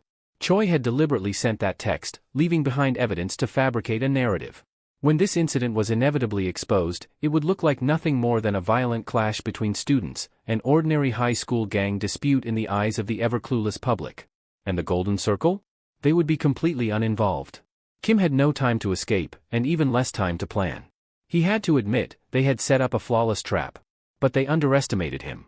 If they thought they were the only ones who could play dirty, they were gravely mistaken. Unlike them, he could do it better. These idiots would undoubtedly charge in like a pack of rabid dogs, giving him no room to maneuver. If he tried to fight them inside, he would be torn apart. No. He couldn't afford to let them dictate the battlefield. Before they could break down the door, Kim took the initiative. With a swift, brutal kick, the door flew open, slamming into the nearest attackers and sending 2 of them crashing to the floor. Kim stepped out, eyes cold as he gestured for the rest to come at him. "What are you waiting for?" he taunted. "You didn't come all this way just to stand there, did you?" One of them lunged, swinging a club-like weapon straight at his skull. Kim sidestepped effortlessly, striking back in a flash. His fist connected with bone, and the man crumpled to the ground. Another came at him from behind, wielding a metal bar. Kim ducked at the last second, causing the attacker to strike his own ally instead. The sickening crunch of impact was followed by a strangled cry of pain. One hit. That was all he needed. But no matter how many he took down, there were too many of them. Staying here wasn't an option. He needed to carve a path out, even if it meant breaking a few bones along the way. With that in mind, Kim launched forward, forcing his way through the attackers with sheer aggression. They swarmed him in a desperate attempt to hold him back, but he moved with precision, dodging, countering, incapacitating. However, as soon as he broke free of the apartment, his escape was cut short. Kim stopped in his tracks. A grim sight awaited him. Every direction, left, right, even above on the fire escapes, was occupied. A sea of hostile figures, all with one goal in mind, his death. The Golden Circle had truly lost their minds. Still, he had to give them credit. They had gone through quite the effort for this elaborate execution. At the building's entrance, a commotion was unfolding. Several individuals blocked the residents from entering, turning the scene into utter chaos. The distraction was working. Far away, watching from a distance, Choi observed the events unfold with smug satisfaction. To him, Kim was as good as dead. When the news broke, it would be framed as nothing more than an unfortunate escalation of a student brawl, one that tragically resulted in a fatality. No matter what Kim does now, his fate is sealed. They had planned everything meticulously. The CCTV? Disabled. The building's maintenance staff? Bribed into silence. The evidence? It was an elaborate setup, designed to ensure there would be no way out for him. And yet, despite all their careful preparation, they expected Choi to deliver the final blow. Hyung-jun had handed him a knife, instructing him to stab Kim. Afterward, he was to turn himself in, claiming it was a tragic accident. Being a minor, his sentence would be reduced significantly. Time behind bars was inevitable, but the Golden Circle had promised to take care of him once he got out. Generously. Even if Choi had some degree of trust in them, this was a dangerous game.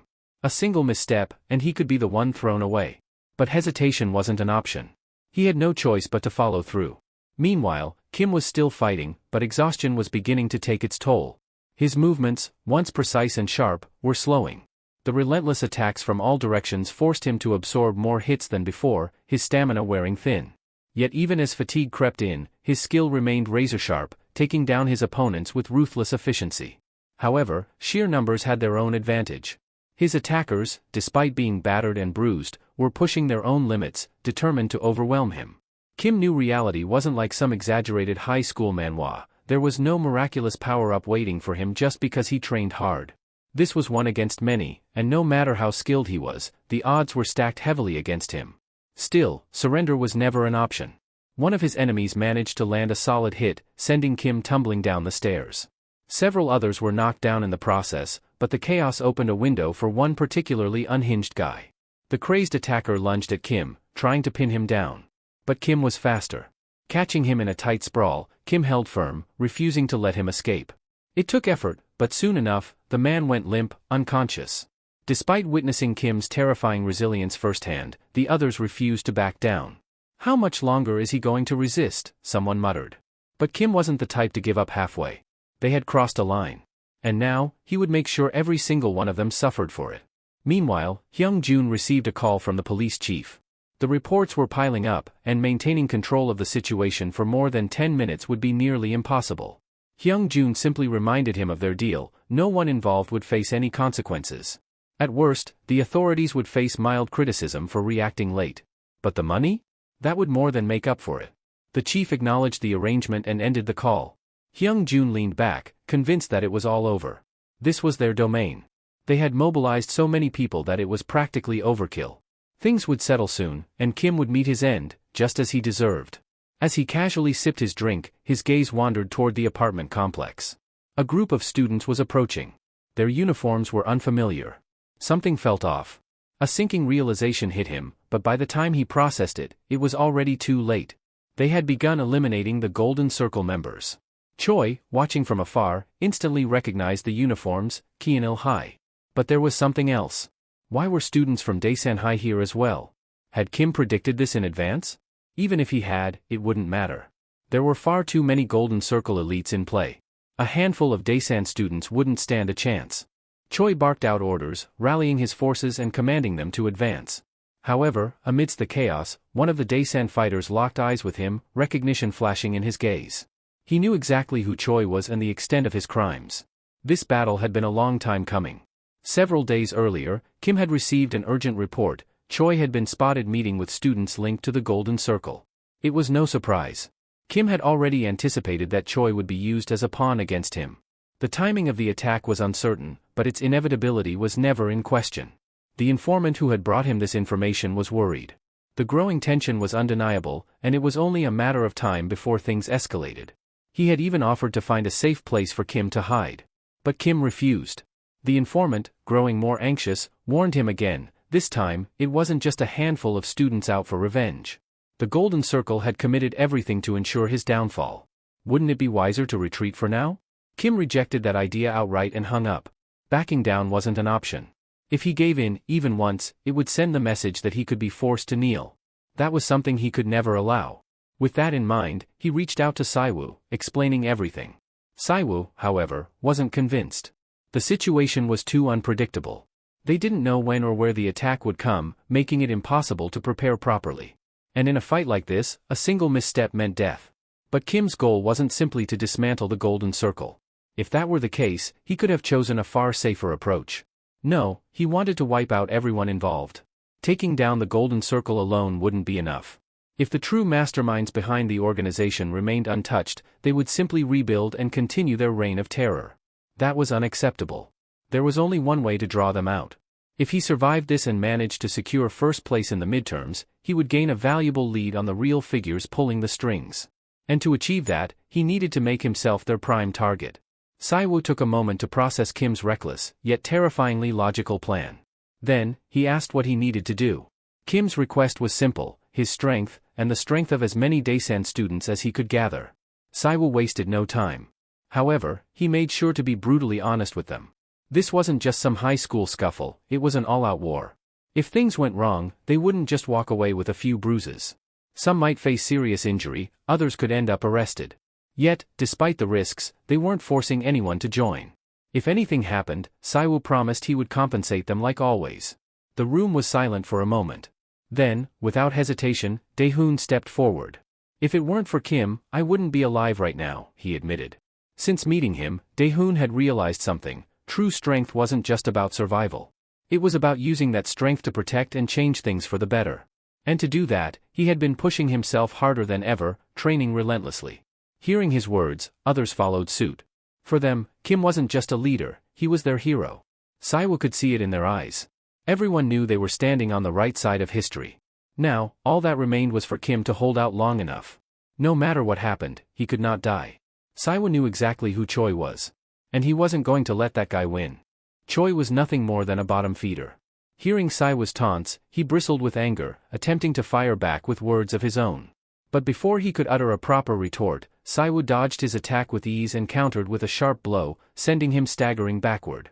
Choi's eyes burned with frustration. He wasn't about to be humiliated like this. Spotting a small opening, he lunged forward, aiming to turn the tide of the fight. But Saiwoo read his movements perfectly, effortlessly intercepting the attack with a sharp kick to his fist. "I'm busy," Saiwoo said, his tone as casual as if he were discussing the weather. "Let's wrap this up." Choi clenched his jaw. He didn't want to resort to this, but he was out of options. Without hesitation, he pulled out a concealed knife and lunged at Saiwoo in a desperate attempt to take him down. The blade found its mark, stabbing him directly in the torso. But Choi's triumph was short-lived. His expression twisted in shock as he realized that the knife hadn't pierced flesh. Instead, it met resistance. A stab-proof vest. Saiwoo smirked. "Nice try." Before Choi could react, a crushing blow struck him square in the face, his consciousness fading as he collapsed to the floor. Meanwhile, the Daesan students were making quick work of their opponents. The Golden Circle's foot soldiers were nothing more than disposable thugs, their skill levels laughably low. Saiwoo continued plowing through anyone foolish enough to stand in his way, his fists striking with pinpoint precision. However, a group of bullies managed to catch up to him. Most of them went down in seconds, but one of them caught Saiwoo off guard, delivering a well-placed blow to his arm. Saiwoo briefly assessed the force behind the attack. Not bad. He estimated the guy's strength to be around S rank, but that didn't worry him. Kim was still waiting for him. He had no time to waste. With renewed urgency, he retaliated with a powerful kick. It wasn't enough to knock the guy out, but before the bully could recover, a hooded figure appeared out of nowhere and slammed into him with bone-crushing force. The thug crumpled. Saiwoo turned toward the newcomer. It was Shung Ho. Go, Shung Ho ordered, stepping forward. I'll clear the path. Saiwoo hesitated for only a second before nodding in gratitude. Shung Ho wasn't here by chance. He had been working construction after school to make ends meet, but Kim had approached him with an offer, 100 million. For that amount of money, he was willing to take on any job, even if it meant risking prison time. This is just business, Shung Ho muttered, cracking his knuckles. Saiwoo didn't argue. He had his own mission to complete. As he sprinted ahead, the sound of combat continued behind him. Meanwhile, a different kind of battle was taking place online. Deezon's infamous Rat was streaming the chaos, providing his audience with a dramatic play-by-play. According to his version of events, they had rushed into the building after one of their own had been attacked, and now, they were locked in a fierce struggle. But something wasn't adding up. He had called the cops the moment the fight broke out, yet they still hadn't arrived. And the police station was only a 5-minute walk from here. Viewers began flooding the chat with comments, pointing out the strange delay. Many had even filed reports themselves. There was something off about this whole situation. The Rat had done exactly what Kim had instructed him to do, and in return, his channel had exploded in popularity. But despite that, one question still lingered in his mind. Would Kim really make it out of this alive? Kim himself had no time for such thoughts. After cutting his way through wave after wave of opponents, he finally arrived at an elevator. He took a breath, knowing full well that escaping this place alone was impossible. This wasn't over yet. Taking the elevator was a gamble. Kim knew that better than anyone. It could either be his escape route or his coffin. But at this point, he was out of options. The thugs chasing him were growing desperate, and one of them managed to grab hold of his ankle, yanking him backward. Before he could shake them off, another came barreling in, slamming into him with full force. The impact sent him hurtling through a door and into a room teeming with hostile faces. A trap. The moment he hit the ground, they swarmed him, fists and feet raining down. But to Kim, this wasn't fear, it was irritation. These guys just wouldn't quit. With sheer determination, he lashed out, sinking his teeth into the leg of one of his attackers before dragging himself forward. Yet, it was pointless. More of them appeared, blocking every exit, their grins widening as they realized he was completely cornered. He had thrown everything he had into this fight. There was nothing left. No energy. No strength. Only one option remained. His fingers scrambled for the elevator button, slamming it desperately. The thugs saw what he was doing. They rushed him all at once. But Kim refused to fall. No matter how many blows rained down, no matter how much pain surged through his body. He wasn't dying here. Somebody was coming. And then, a chime. The elevator doors slid open. Kim let out a breath and tilted his head up, his lips curling into a smirk despite the bruises forming across his face. Took you long enough. Saiwoo stepped out, eyes burning with cold fury. You really don't know when to quit, do you? Without wasting another second, he launched himself forward. His fists found their targets with ruthless precision, striking down anyone foolish enough to stand their ground. Bones cracked, bodies collapsed, and within moments, the once crowded room was littered with groaning figures, too broken to fight back. Panic spread among the remaining thugs. Then, a shout. The cops are here. That was all it took. Chaos erupted as the bullies abandoned their mission, scrambling to escape. Footsteps thundered through the building as they disappeared into the night. Saiwoo let out an irritated sigh before turning his attention back to Kim, who was barely standing. Annoyed, he hoisted him up. You got a death wish or something? Kim chuckled weakly. I had to make sure everyone saw that I was the victim. Saiwoo's brow furrowed. And what's with the hair? Kim smirked. Thought I'd change things up since I came to the big city. Saiwoo didn't buy it. His grip tightened slightly. After this is over, you're telling me everything. No excuses. Kim exhaled through his nose, amusement flickering in his eyes despite the pain. I'll think about it. No, Saiwoo's voice was firm. You will promise me. Kim didn't answer. The streets outside were now flooded with flashing red and blue lights. Police cars and ambulances lined the area, sirens wailing as officers began swarming the building. It was over. The Golden Circle had thrown everything they had at him, and still, he survived. And there would be consequences. Far away from the chaos, a phone call connected. Hyung-jun's voice was laced with fury. "How the hell could you let this happen?" he spat. On the other end, the chief of police remained calm. "What did you expect?" he replied. "The fight was live-streamed. If I delayed any longer, I'd be forced to resign. You should have shut that down first." Hyung-jun slammed his fist onto his desk. "That idiot took my money and this is all he did for it?" His vision blurred with rage. Things were about to get messy. Hyung-jun clenched his jaw, his fingers tightening around his phone. His mind was a whirlwind of rage and desperation, but at this moment, nothing else mattered except survival. He couldn't think clearly anymore. His gaze fixated on his phone screen, sweat trickling down his temple. This was his last chance, but no solution presented itself. His breath came in shallow bursts as the weight of the situation bore down on him. Meanwhile, at the police station, Kim sat across from a detective in a dimly lit interrogation room. The officer leaned forward, his expression unreadable. "Let's make this easy," he said. "If you cooperate, we'll go easy on you." With a deliberate motion, he slid a phone across the table, displaying a conversation between Kim and Choi. It was a damning piece of evidence. According to the messages, Kim had orchestrated a plan to take control of Gangnam, which ultimately led to the violent confrontation. Given his reputation back in Daesan, it wasn't hard to believe. The detective watched him carefully, waiting for a reaction. Kim, however, only chuckled. "You expect me to believe this nonsense?" he said, shaking his head. "This so-called evidence is laughable. The messages don't even hold the most basic level of credibility." The detective raised an eyebrow. "Then what do you suggest we use?" "Something real," Kim shot back. "Instead of grasping at straws, why don't you present actual proof?" The officer sighed, rubbing his temple. "Fair enough," he admitted. "We do need something more concrete. But let me remind you, repeated coincidences don't go unnoticed." His gaze hardened. "The students from Daesan just happened to be in Gangnam at the exact moment the fight broke out? That's not something that happens by chance." His voice lowered. "They were clearly called in advance. And without a motive, something like this doesn't just happen, does it?" Kim leaned back, an amused glint in his eyes. This guy was determined to spin a narrative. It was obvious. The detective was working for someone, and the judge overseeing this case had already been bribed. Not that it mattered. Kim had anticipated this. Casually, he pulled out his own phone and scrolled through his messages. With a smirk, he placed it on the table, revealing a message congratulating him on the incident. "Lucky, isn't it?" he said. "My friends just happened to be in Seoul for a field trip, and I simply asked them for their support." He tilted his head. "Disappointed?" The detective's face darkened. Without a word, he reached for his own phone and made a call. Moments later, a voice on the other end confirmed the truth. Kianil High School had indeed arranged a field trip for job experience on the very day of the incident. A heavy silence filled the room. The detective exhaled sharply, clearly frustrated. The detective furrowed his brows, frustration evident in his expression. Something wasn't adding up. Was it really just a coincidence that the vocational school's field trip happened to take place so close to the apartment complex where the fight broke out? It seemed too convenient. With no progress from Kim, he shifted his focus to another detainee, Seongo.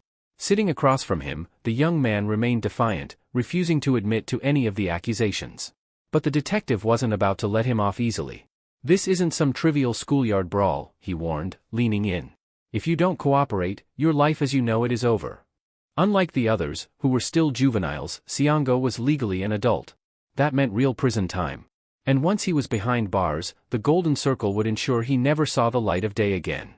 "But," the detective continued, lowering his voice, "if you testify against Kim, if you claim that he was the mastermind behind the entire incident, I can make sure you walk free. You'd even be handsomely rewarded for your cooperation." Silence filled the room. For a moment, Seongo simply stared at his hands. Then, without hesitation, he removed them from the table and met the detective's gaze. "I know exactly what the Golden Circle is capable of," he said calmly. "Erasing someone like me? Child's play for them." The detective's lips curled into a smirk, thinking he had finally broken him. But then Seongo continued. "There's one person in this world that no one should make an enemy of," he said, his tone unwavering. "And that person is Kim Hyun-sung." The detective's smirk vanished. "You probably already know," Seongo went on, "Kim doesn't do anything half-heartedly. I don't even want to imagine what he'd do if I betrayed him. He let out a short chuckle, shaking his head. Yeah, I'm dumb, he admitted. But I'm not that dumb. So do whatever you want. Report the truth. I was passing by when I saw a junior in trouble and stepped in to help. At most, I'll be charged with violence. Nothing more. The detective clenched his jaw, realizing that this interrogation was going nowhere. Hours later, Kim finally emerged from the police station, only to be swarmed by reporters the moment he stepped outside. Camera flashes went off like a relentless storm, and voices clamored over one another, throwing question after question at him. Kim, how do you explain your involvement in this incident? Were you truly unaware of the events leading up to it? Kim raised a hand, signaling for them to quiet down. Once the noise died slightly, he spoke. I have no idea how I got tangled up in this mess, he said, his voice steady. But there's one thing I can say with certainty. The reporters leaned in, hanging on to his every word. The same thing happened before, back in Daesung, Kim continued. At that time, the victim was Choi Myung-hoon. And just like today, the incident was brushed aside, dismissed as simple school corruption without any real investigation. A murmur spread through the crowd. Kim's gaze swept over them before he continued. Looking at everything that's happened, it's clear, someone out there wants me dead. One of the reporters stepped forward, microphone in hand. Are you saying this was a targeted attack? They asked. Do you know who's behind it? Kim smiled, but there was no warmth in it. That's for you all to figure out, he said. But based on today's events, I can tell you this much, whoever they are, they're far from ordinary. Although this was only the beginning, the small spark Kim had ignited quickly turned into a wildfire, spreading across news outlets and beyond. As citizens caught wind of the unfolding scandal, the situation escalated, sending shockwaves through society. Even if much of the information remained speculation, the damage was irreversible. Hyung-jun sat in complete despair, his mind racing. Beside him, Choi, equally distraught, had resorted to slamming his forehead against the floor, mumbling frantic apologies. Hyung-jun slowly rose to his feet, his expression clouded with confusion. This plan was flawless. Every possible outcome had been accounted for. Every contingency had been covered. And yet, Kim had countered them at every turn. The reports from their interrogators confirmed that the Daesan students had been well prepared, because of him. This level of foresight was impossible, unless there was a leak. Hyung-jun's eyes darkened as the realization set in. There was a traitor among them. And that traitor was standing right in front of him. Choi's face went pale as he saw the suspicion in Hyung-jun's eyes. This wasn't me, he protested, shaking his head. I swear, I would never betray you.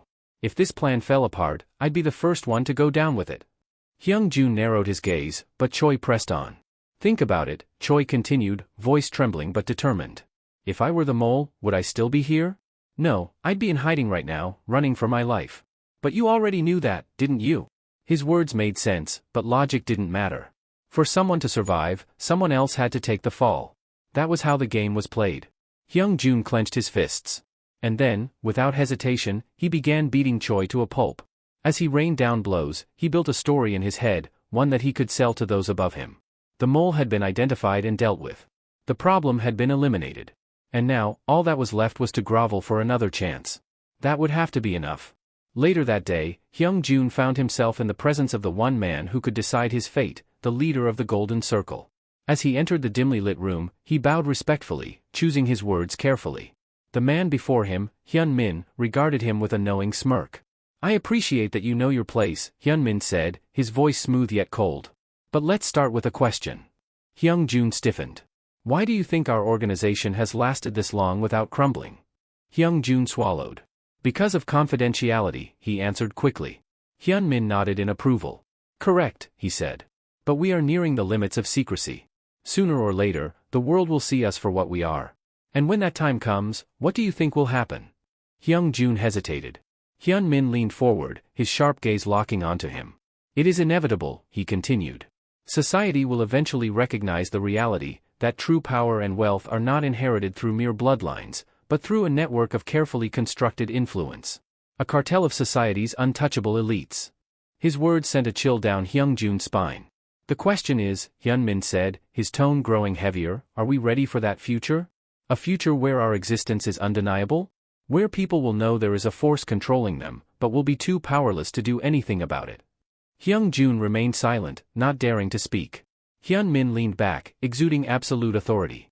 To achieve that future, we must become an overwhelming force, something so untouchable that no one would dare to oppose us.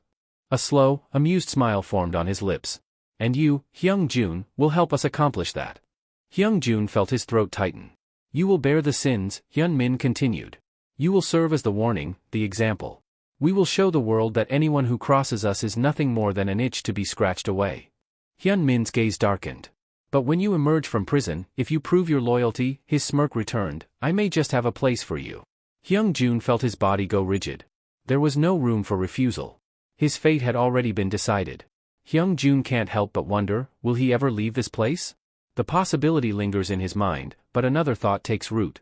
If he can uncover Hyun-min's weakness and exploit it, then perhaps, just perhaps, he can climb to the top. Yet, the moment that notion crosses his mind, Hyun-min narrows his eyes, displeased by the look on Hyung-jun's face. Do you really not understand why I revealed myself to you, he asks, his tone edged with disdain. Hyung-jun remains silent, tension creeping into his posture. Hyun-min smirks. There's already someone prepared to take my place in prison should you try anything foolish, he continues. Not that it matters, because if you do, you will die before it even comes to that. A cold shiver runs down Hyung-jun's spine. That's the reaction Hyun-min was waiting for. Fear. That is the foundation upon which the Golden Circle will thrive. After the meeting, the organization's proxy contemplates whether revealing himself to Hyung-jun was a mistake. Trust was not a luxury they could afford, yet Hyun-min had chosen to show his face. But from Hyun-min's perspective, it was necessary. If his subordinates knew who he was, they would obey him without question. Still, another matter weighs on his mind. Why is that child going this far? Hyun-min mutters, referring to Kim Hyun-sung. The proxy hesitates. At first, they assumed it was nothing more than a personal vendetta. But Kim's actions had proven otherwise. This wasn't just revenge. Something much deeper was at play. Hyun-min's curiosity is piqued. He turns to the proxy with a sharp gaze. I want a full background check on him, everything. How he was raised, how he lived. Find out who he really is. The proxy furrows his brows. On what grounds? Hyun-min chuckles darkly. Simple, he says. I want him. Elsewhere, Kim Hyun-sung schemes through the reports detailing what had transpired at the hotel. The outcome is satisfying. The involved parties had either been sentenced to prison or expelled from school. But Choi and Hyung-jun had suffered far more severe consequences compared to the others, despite not being the only ones responsible. Kim pauses. A memory from his past life resurfaces. Something similar had happened before. Back then, the Golden Circle's identity had been exposed following a student's death. Yet, despite this revelation, the organization had barely suffered any lasting damage. Had the prosecution and police failed to dig deep enough? That question lingers in his mind. If he wants to dismantle the Golden Circle before they become untouchable, he needs to uncover the identity of their true leader. But rushing in blindly would be reckless. No, he must craft the perfect opportunity. And the first step begins tomorrow. With the midterm exams just around the corner, Kim prepares for his next move. His strategy isn't to target the Golden Circle directly but rather to apply pressure where it hurts the most, their families. The school wouldn't dare postpone the exam simply because some students had faced disciplinary actions. To them, maintaining balance within the institution was paramount. Their children's struggles were not an excuse to delay the curriculum. Kim knew what they were thinking. They saw this as their opportunity. Rumors about Kim's declining condition had spread. They assumed he wouldn't be able to perform well this time. But they were wrong. When the results were announced, Kim Hyun-sung had achieved perfect scores on every subject. The academy fell into chaos. Elsewhere, in the confines of his home, a student throws a fit. His future at the academy has been ruined, all because Kim Hyun-sung had aced the exams yet again. His anger echoes through the room. And just like that, the first crack Kim had been waiting for had finally begun to form. A doctor at the university hospital, named Hong Sun, who listens to his son's enraged complaints about the recent midterm results. The boy's future at the academy was now uncertain, all because of one student, Kim Hyun-sung. But Hong Sun, who remains calm. Don't worry, he assures his son. I'll take care of it. Meanwhile, a gathering of influential figures takes place. They had placed their faith in the Golden Circle, believing in the organization's promise of secrecy and guaranteed success for their children. Yet, those assurances had been shattered. Confidentiality had been breached. Their children had not remained at the top. Doubt begins to fester among them. Was there still any reason to remain loyal to the Golden Circle? One of the attendees, Sun, voices the concern aloud. We joined this organization because we trusted him, the president, he states. But now, he must act to restore that trust. Among those present is Lim Cho-young, CEO of Future Investment and Securities and a high-ranking executive within the Golden Circle. Unlike the others, he isn't surprised by the growing unease. This issue was being discussed among the upper echelon of the organization as well. Their operations had been publicly exposed. The media had caught wind of their activities. And worse, they had been forced to make sacrifices, losing one of their own in the process. Lim Cho-young recalls that Hyun Min had personally assured him that nothing would go wrong. Yet, here they were, scrambling to contain the damage. This uncertainty was intolerable. If Hyun Min had an explanation, he needed to hear it directly. When the two men meet, Cho-young wastes no time. I came for a clear explanation, he states firmly. Our relationship is built on trust, after all. Hyun Min leans back in his chair, his gaze sharp with disapproval. The Golden Circle, especially its top members, should never hold meetings like this without a valid reason, he remarks coldly. Have you forgotten that rule? Cho-young stiffens. No excuses, Hyun Min cuts him off. There are no exceptions to that rule. You broke it. His words carry a weight that lingers in the air. This rule had been unshaken for decades. Yet, Cho-young had disregarded it. The CEO's patience snaps. Now you talk about rules, he snarls, frustration spilling over. I trusted you because of your results, because you delivered. But time and again, you've failed to eliminate Kim. He clenches his fists. If mistakes like this continue, we cannot work together any longer. Hyun Min's expression remains unreadable.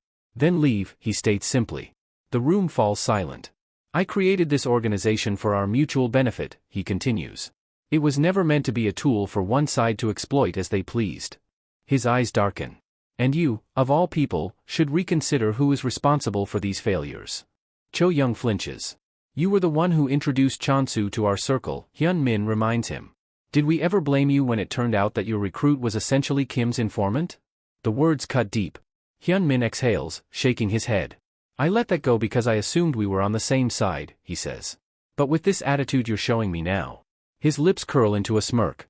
Perhaps I should throw you overboard? A cold chill runs through the room. Hyun Min leans forward slightly. All I ask is that you trust me and wait. His voice is calm but firm. I told you from the very beginning, I will deliver the results you expect. Silence stretches between them. And then, Cho-young storms out. As soon as he's gone, Hyun Min turns to his assistant. Get in touch with some media outlets, he orders. The assistant bows. What should be released? Hyun Min smiles faintly. Make it known that due to a recent investment issue, Great Sun Corporation is in talks with Future Investment and Securities. Hyun Min leans back in his chair, exhaling slowly. Though his expression remains composed, a flicker of irritation crosses his face. The public exposure of his association with Future Investments and Securities does not sit well with him. This level of scrutiny wasn't something he had planned for. And he had a good idea of who was behind it. That guy Kim Hyun-sung. Despite holding information that could deal a devastating blow to the Golden Circle, Kim had yet to use it. Instead, his actions had been unpredictable, deviating from any rational strategy Hyun Min had anticipated. Which only made him all the more fascinating. Hyun Min wanted to own him. He had already solidified the Golden Circle's influence, bringing it to a position where, if he so desired, he could extend his grasp over South Korea entirely. But Kim remained a persistent thorn in his side. If the nuisance refused to disappear on his own, Hyun Min would have to remove him. On the other hand, Lim Cho-young seethes in frustration. Hyun Min had grown too arrogant. He strutted around like some undisputed ruler, acting as if everyone else were merely his subordinates. The sheer gall of it made Cho-young want to end things right then and there. But he couldn't. The benefits he had amassed through his connection to the Golden Circle were too great to abandon. Cutting ties now would mean losing everything, and worse, if the organization crumbled, Hyun Min wouldn't hesitate to eliminate them all to cover his tracks. Somewhere along the way, they had stopped being partners. Hyun Min had become the master. And they? Nothing more than pawns. The thought made Cho-young grit his teeth in frustration. His phone buzzes. When he answers, he's met with an all-too-familiar voice. A short while later, he finds himself in a private meeting with Pan-ho. Pan-ho had heard about Cho-young's recent troubles, the repercussions of having introduced Chonsu to the Golden Circle, and had shamelessly invited himself over. I heard you've lost some influence, Pan-ho says casually. I came to see how you were holding up. Cho-young doesn't deny it. His power within the organization had taken a hit. It's because of that mess, he admits, though his tone lacks resentment. Pan-ho offers an insincere apology, but Cho-young waves it off. There's no need, he says smoothly. After all, he had never publicly revealed who had introduced him to Chan-su. He had chosen to withhold that information. Pan-ho smiles. You're a generous man, truly a good friend. If Cho Young had exposed the truth, Hyun-min would have undoubtedly been prepared to retaliate. But burning a bridge with a powerful figure like Pan-ho wasn't worth the trouble. Instead, he chose to let it slide, knowing he could still reap benefits from their association. He smiles knowingly. We were both victims of that idiot, he muses, raising his glass. He's a man who will one day control South Korea, he adds. I can't afford to waste my time on trivial matters. Pan-ho, blissfully unaware of Kim's true intentions, doesn't even consider the possibility that their paths have already crossed. He nods in agreement, chuckling. You're right. Deep-seated grudges should be handled carefully, like life itself. After all, power is meaningless without purpose. With that, the two clink their glasses and drink deep into the night. Meanwhile, Kim is drawing closer to the truth. Piece by piece, he uncovers the intricate web of connections among Golden Circle members. At first, it had seemed as if more than a dozen individuals were pulling the strings behind the scenes. But as he dug deeper, the pattern became clearer. During a tax investigation into Myeongjin Construction, one individual had displayed unusual interest. Kim had suspected his involvement back then, but the lack of concrete evidence had forced him to hold back. However, the moment he applied pressure to the Golden Circle, Lim Cho-young had gone straight to meet Yoon Hyun-min. A direct link. Kim smirks. He's almost there. For someone who had always adhered to a rigid schedule, the sudden release of an article detailing a meeting with Cho-young was completely out of character. The timing was suspicious, and its impact was immediate. The stock market wavered, experiencing a noticeable dip. At the same time, whispers began to circulate. It was said that when Pan-ho and Cho-young went out drinking, the latter seemed unusually tense. Anxiety was not an emotion Cho-young typically displayed, leading to speculation. Had something gone wrong between them? But this was just one piece of the puzzle. There was also the matter of Lee Kyung-chul. Back when he had faced a major crisis in his political career, it had been none other than the Great Sun Corporation that had stepped in to resolve his financial troubles. And when the Golden Circle came into existence, Hyun-min had taken deliberate steps to prove himself worthy of inheriting the Great Sun Corporation's legacy. During that period, nearly every major power with ties to the corporation had found themselves entangled in its affairs. All roads led back to one person. Kim had spent an agonizingly long time searching for a single name, digging through records, following trails that often led to dead ends. But now, at last, he had his answer. The true leader of the Golden Circle. Yoon Hyun-min. Just thinking about it made his blood boil. Everything, the suffering, the relentless pursuit, the battles fought in the shadows, all of it was because of this man. If Kim allowed himself to be consumed by rage, he'd want to rip Hyun-min's spine out and beat him with it. But that would be far too merciful. A quick death was not what Hyun-min deserved. No. Kim was going to make every second of his remaining years an unrelenting nightmare, a prison from which no amount of power or influence could free him. But before he acted, there was one last thing he needed to do. He had to confirm, without a shadow of a doubt, that Hyun-min was truly the one pulling the strings. He couldn't afford to make a mistake. Not after coming this far. One wrong move, and everything would be lost. This plan would not be rushed. It would unfold carefully, piece by piece, leading to a single, inevitable conclusion. At an abandoned factory in Busan, a man sat in the dim, empty space. Bound. Helpless. Chan-su. He hadn't expected this, to see the face of the man standing before him. The realization settled like a weight in his chest. Yoon Hyun-min. The true leader of the Golden Circle. Looking down at him with an expression as unreadable as ever, Hyun-min asked a single question. Why is Kim after us? Chan-su hesitated. He didn't know the exact reason. But there was one thing he did know. To Kim, the Golden Circle was his sworn enemy. And worse, he was actively searching for their real leader. Hyun-min's expression didn't change, though he absorbed the information carefully. He had already known that pacifying Kim wouldn't be easy. However, the situation was not entirely bleak. If there was one thing he could count on, it was that every high-ranking member of the Golden Circle understood one crucial truth. They were all bound together. A shared fate. That meant that now, more than ever, their unity had to be reinforced. Chan-su, desperately clinging to hope, thought that perhaps he had earned himself a chance to live. But he was wrong. Hyun-min had other plans. He would use Chan-su to send a message, to remind everyone that their allegiance to the Golden Circle was not a matter of choice, but necessity. As Chan-su was dragged further into the darkness, his frantic screams echoed through the empty space. Hyun Min, unfazed, turned to his assistant. Tell everyone that I will personally find Chan-Soo, and take care of him. Yet even as he spoke, his mind was elsewhere. On Kim. And on the unsettling changes happening within the school. Just what would he do next? That's it for today. Thank you so much for watching. If you enjoyed the video, don't forget to hit that like button and subscribe for more. We'll see you in the next one.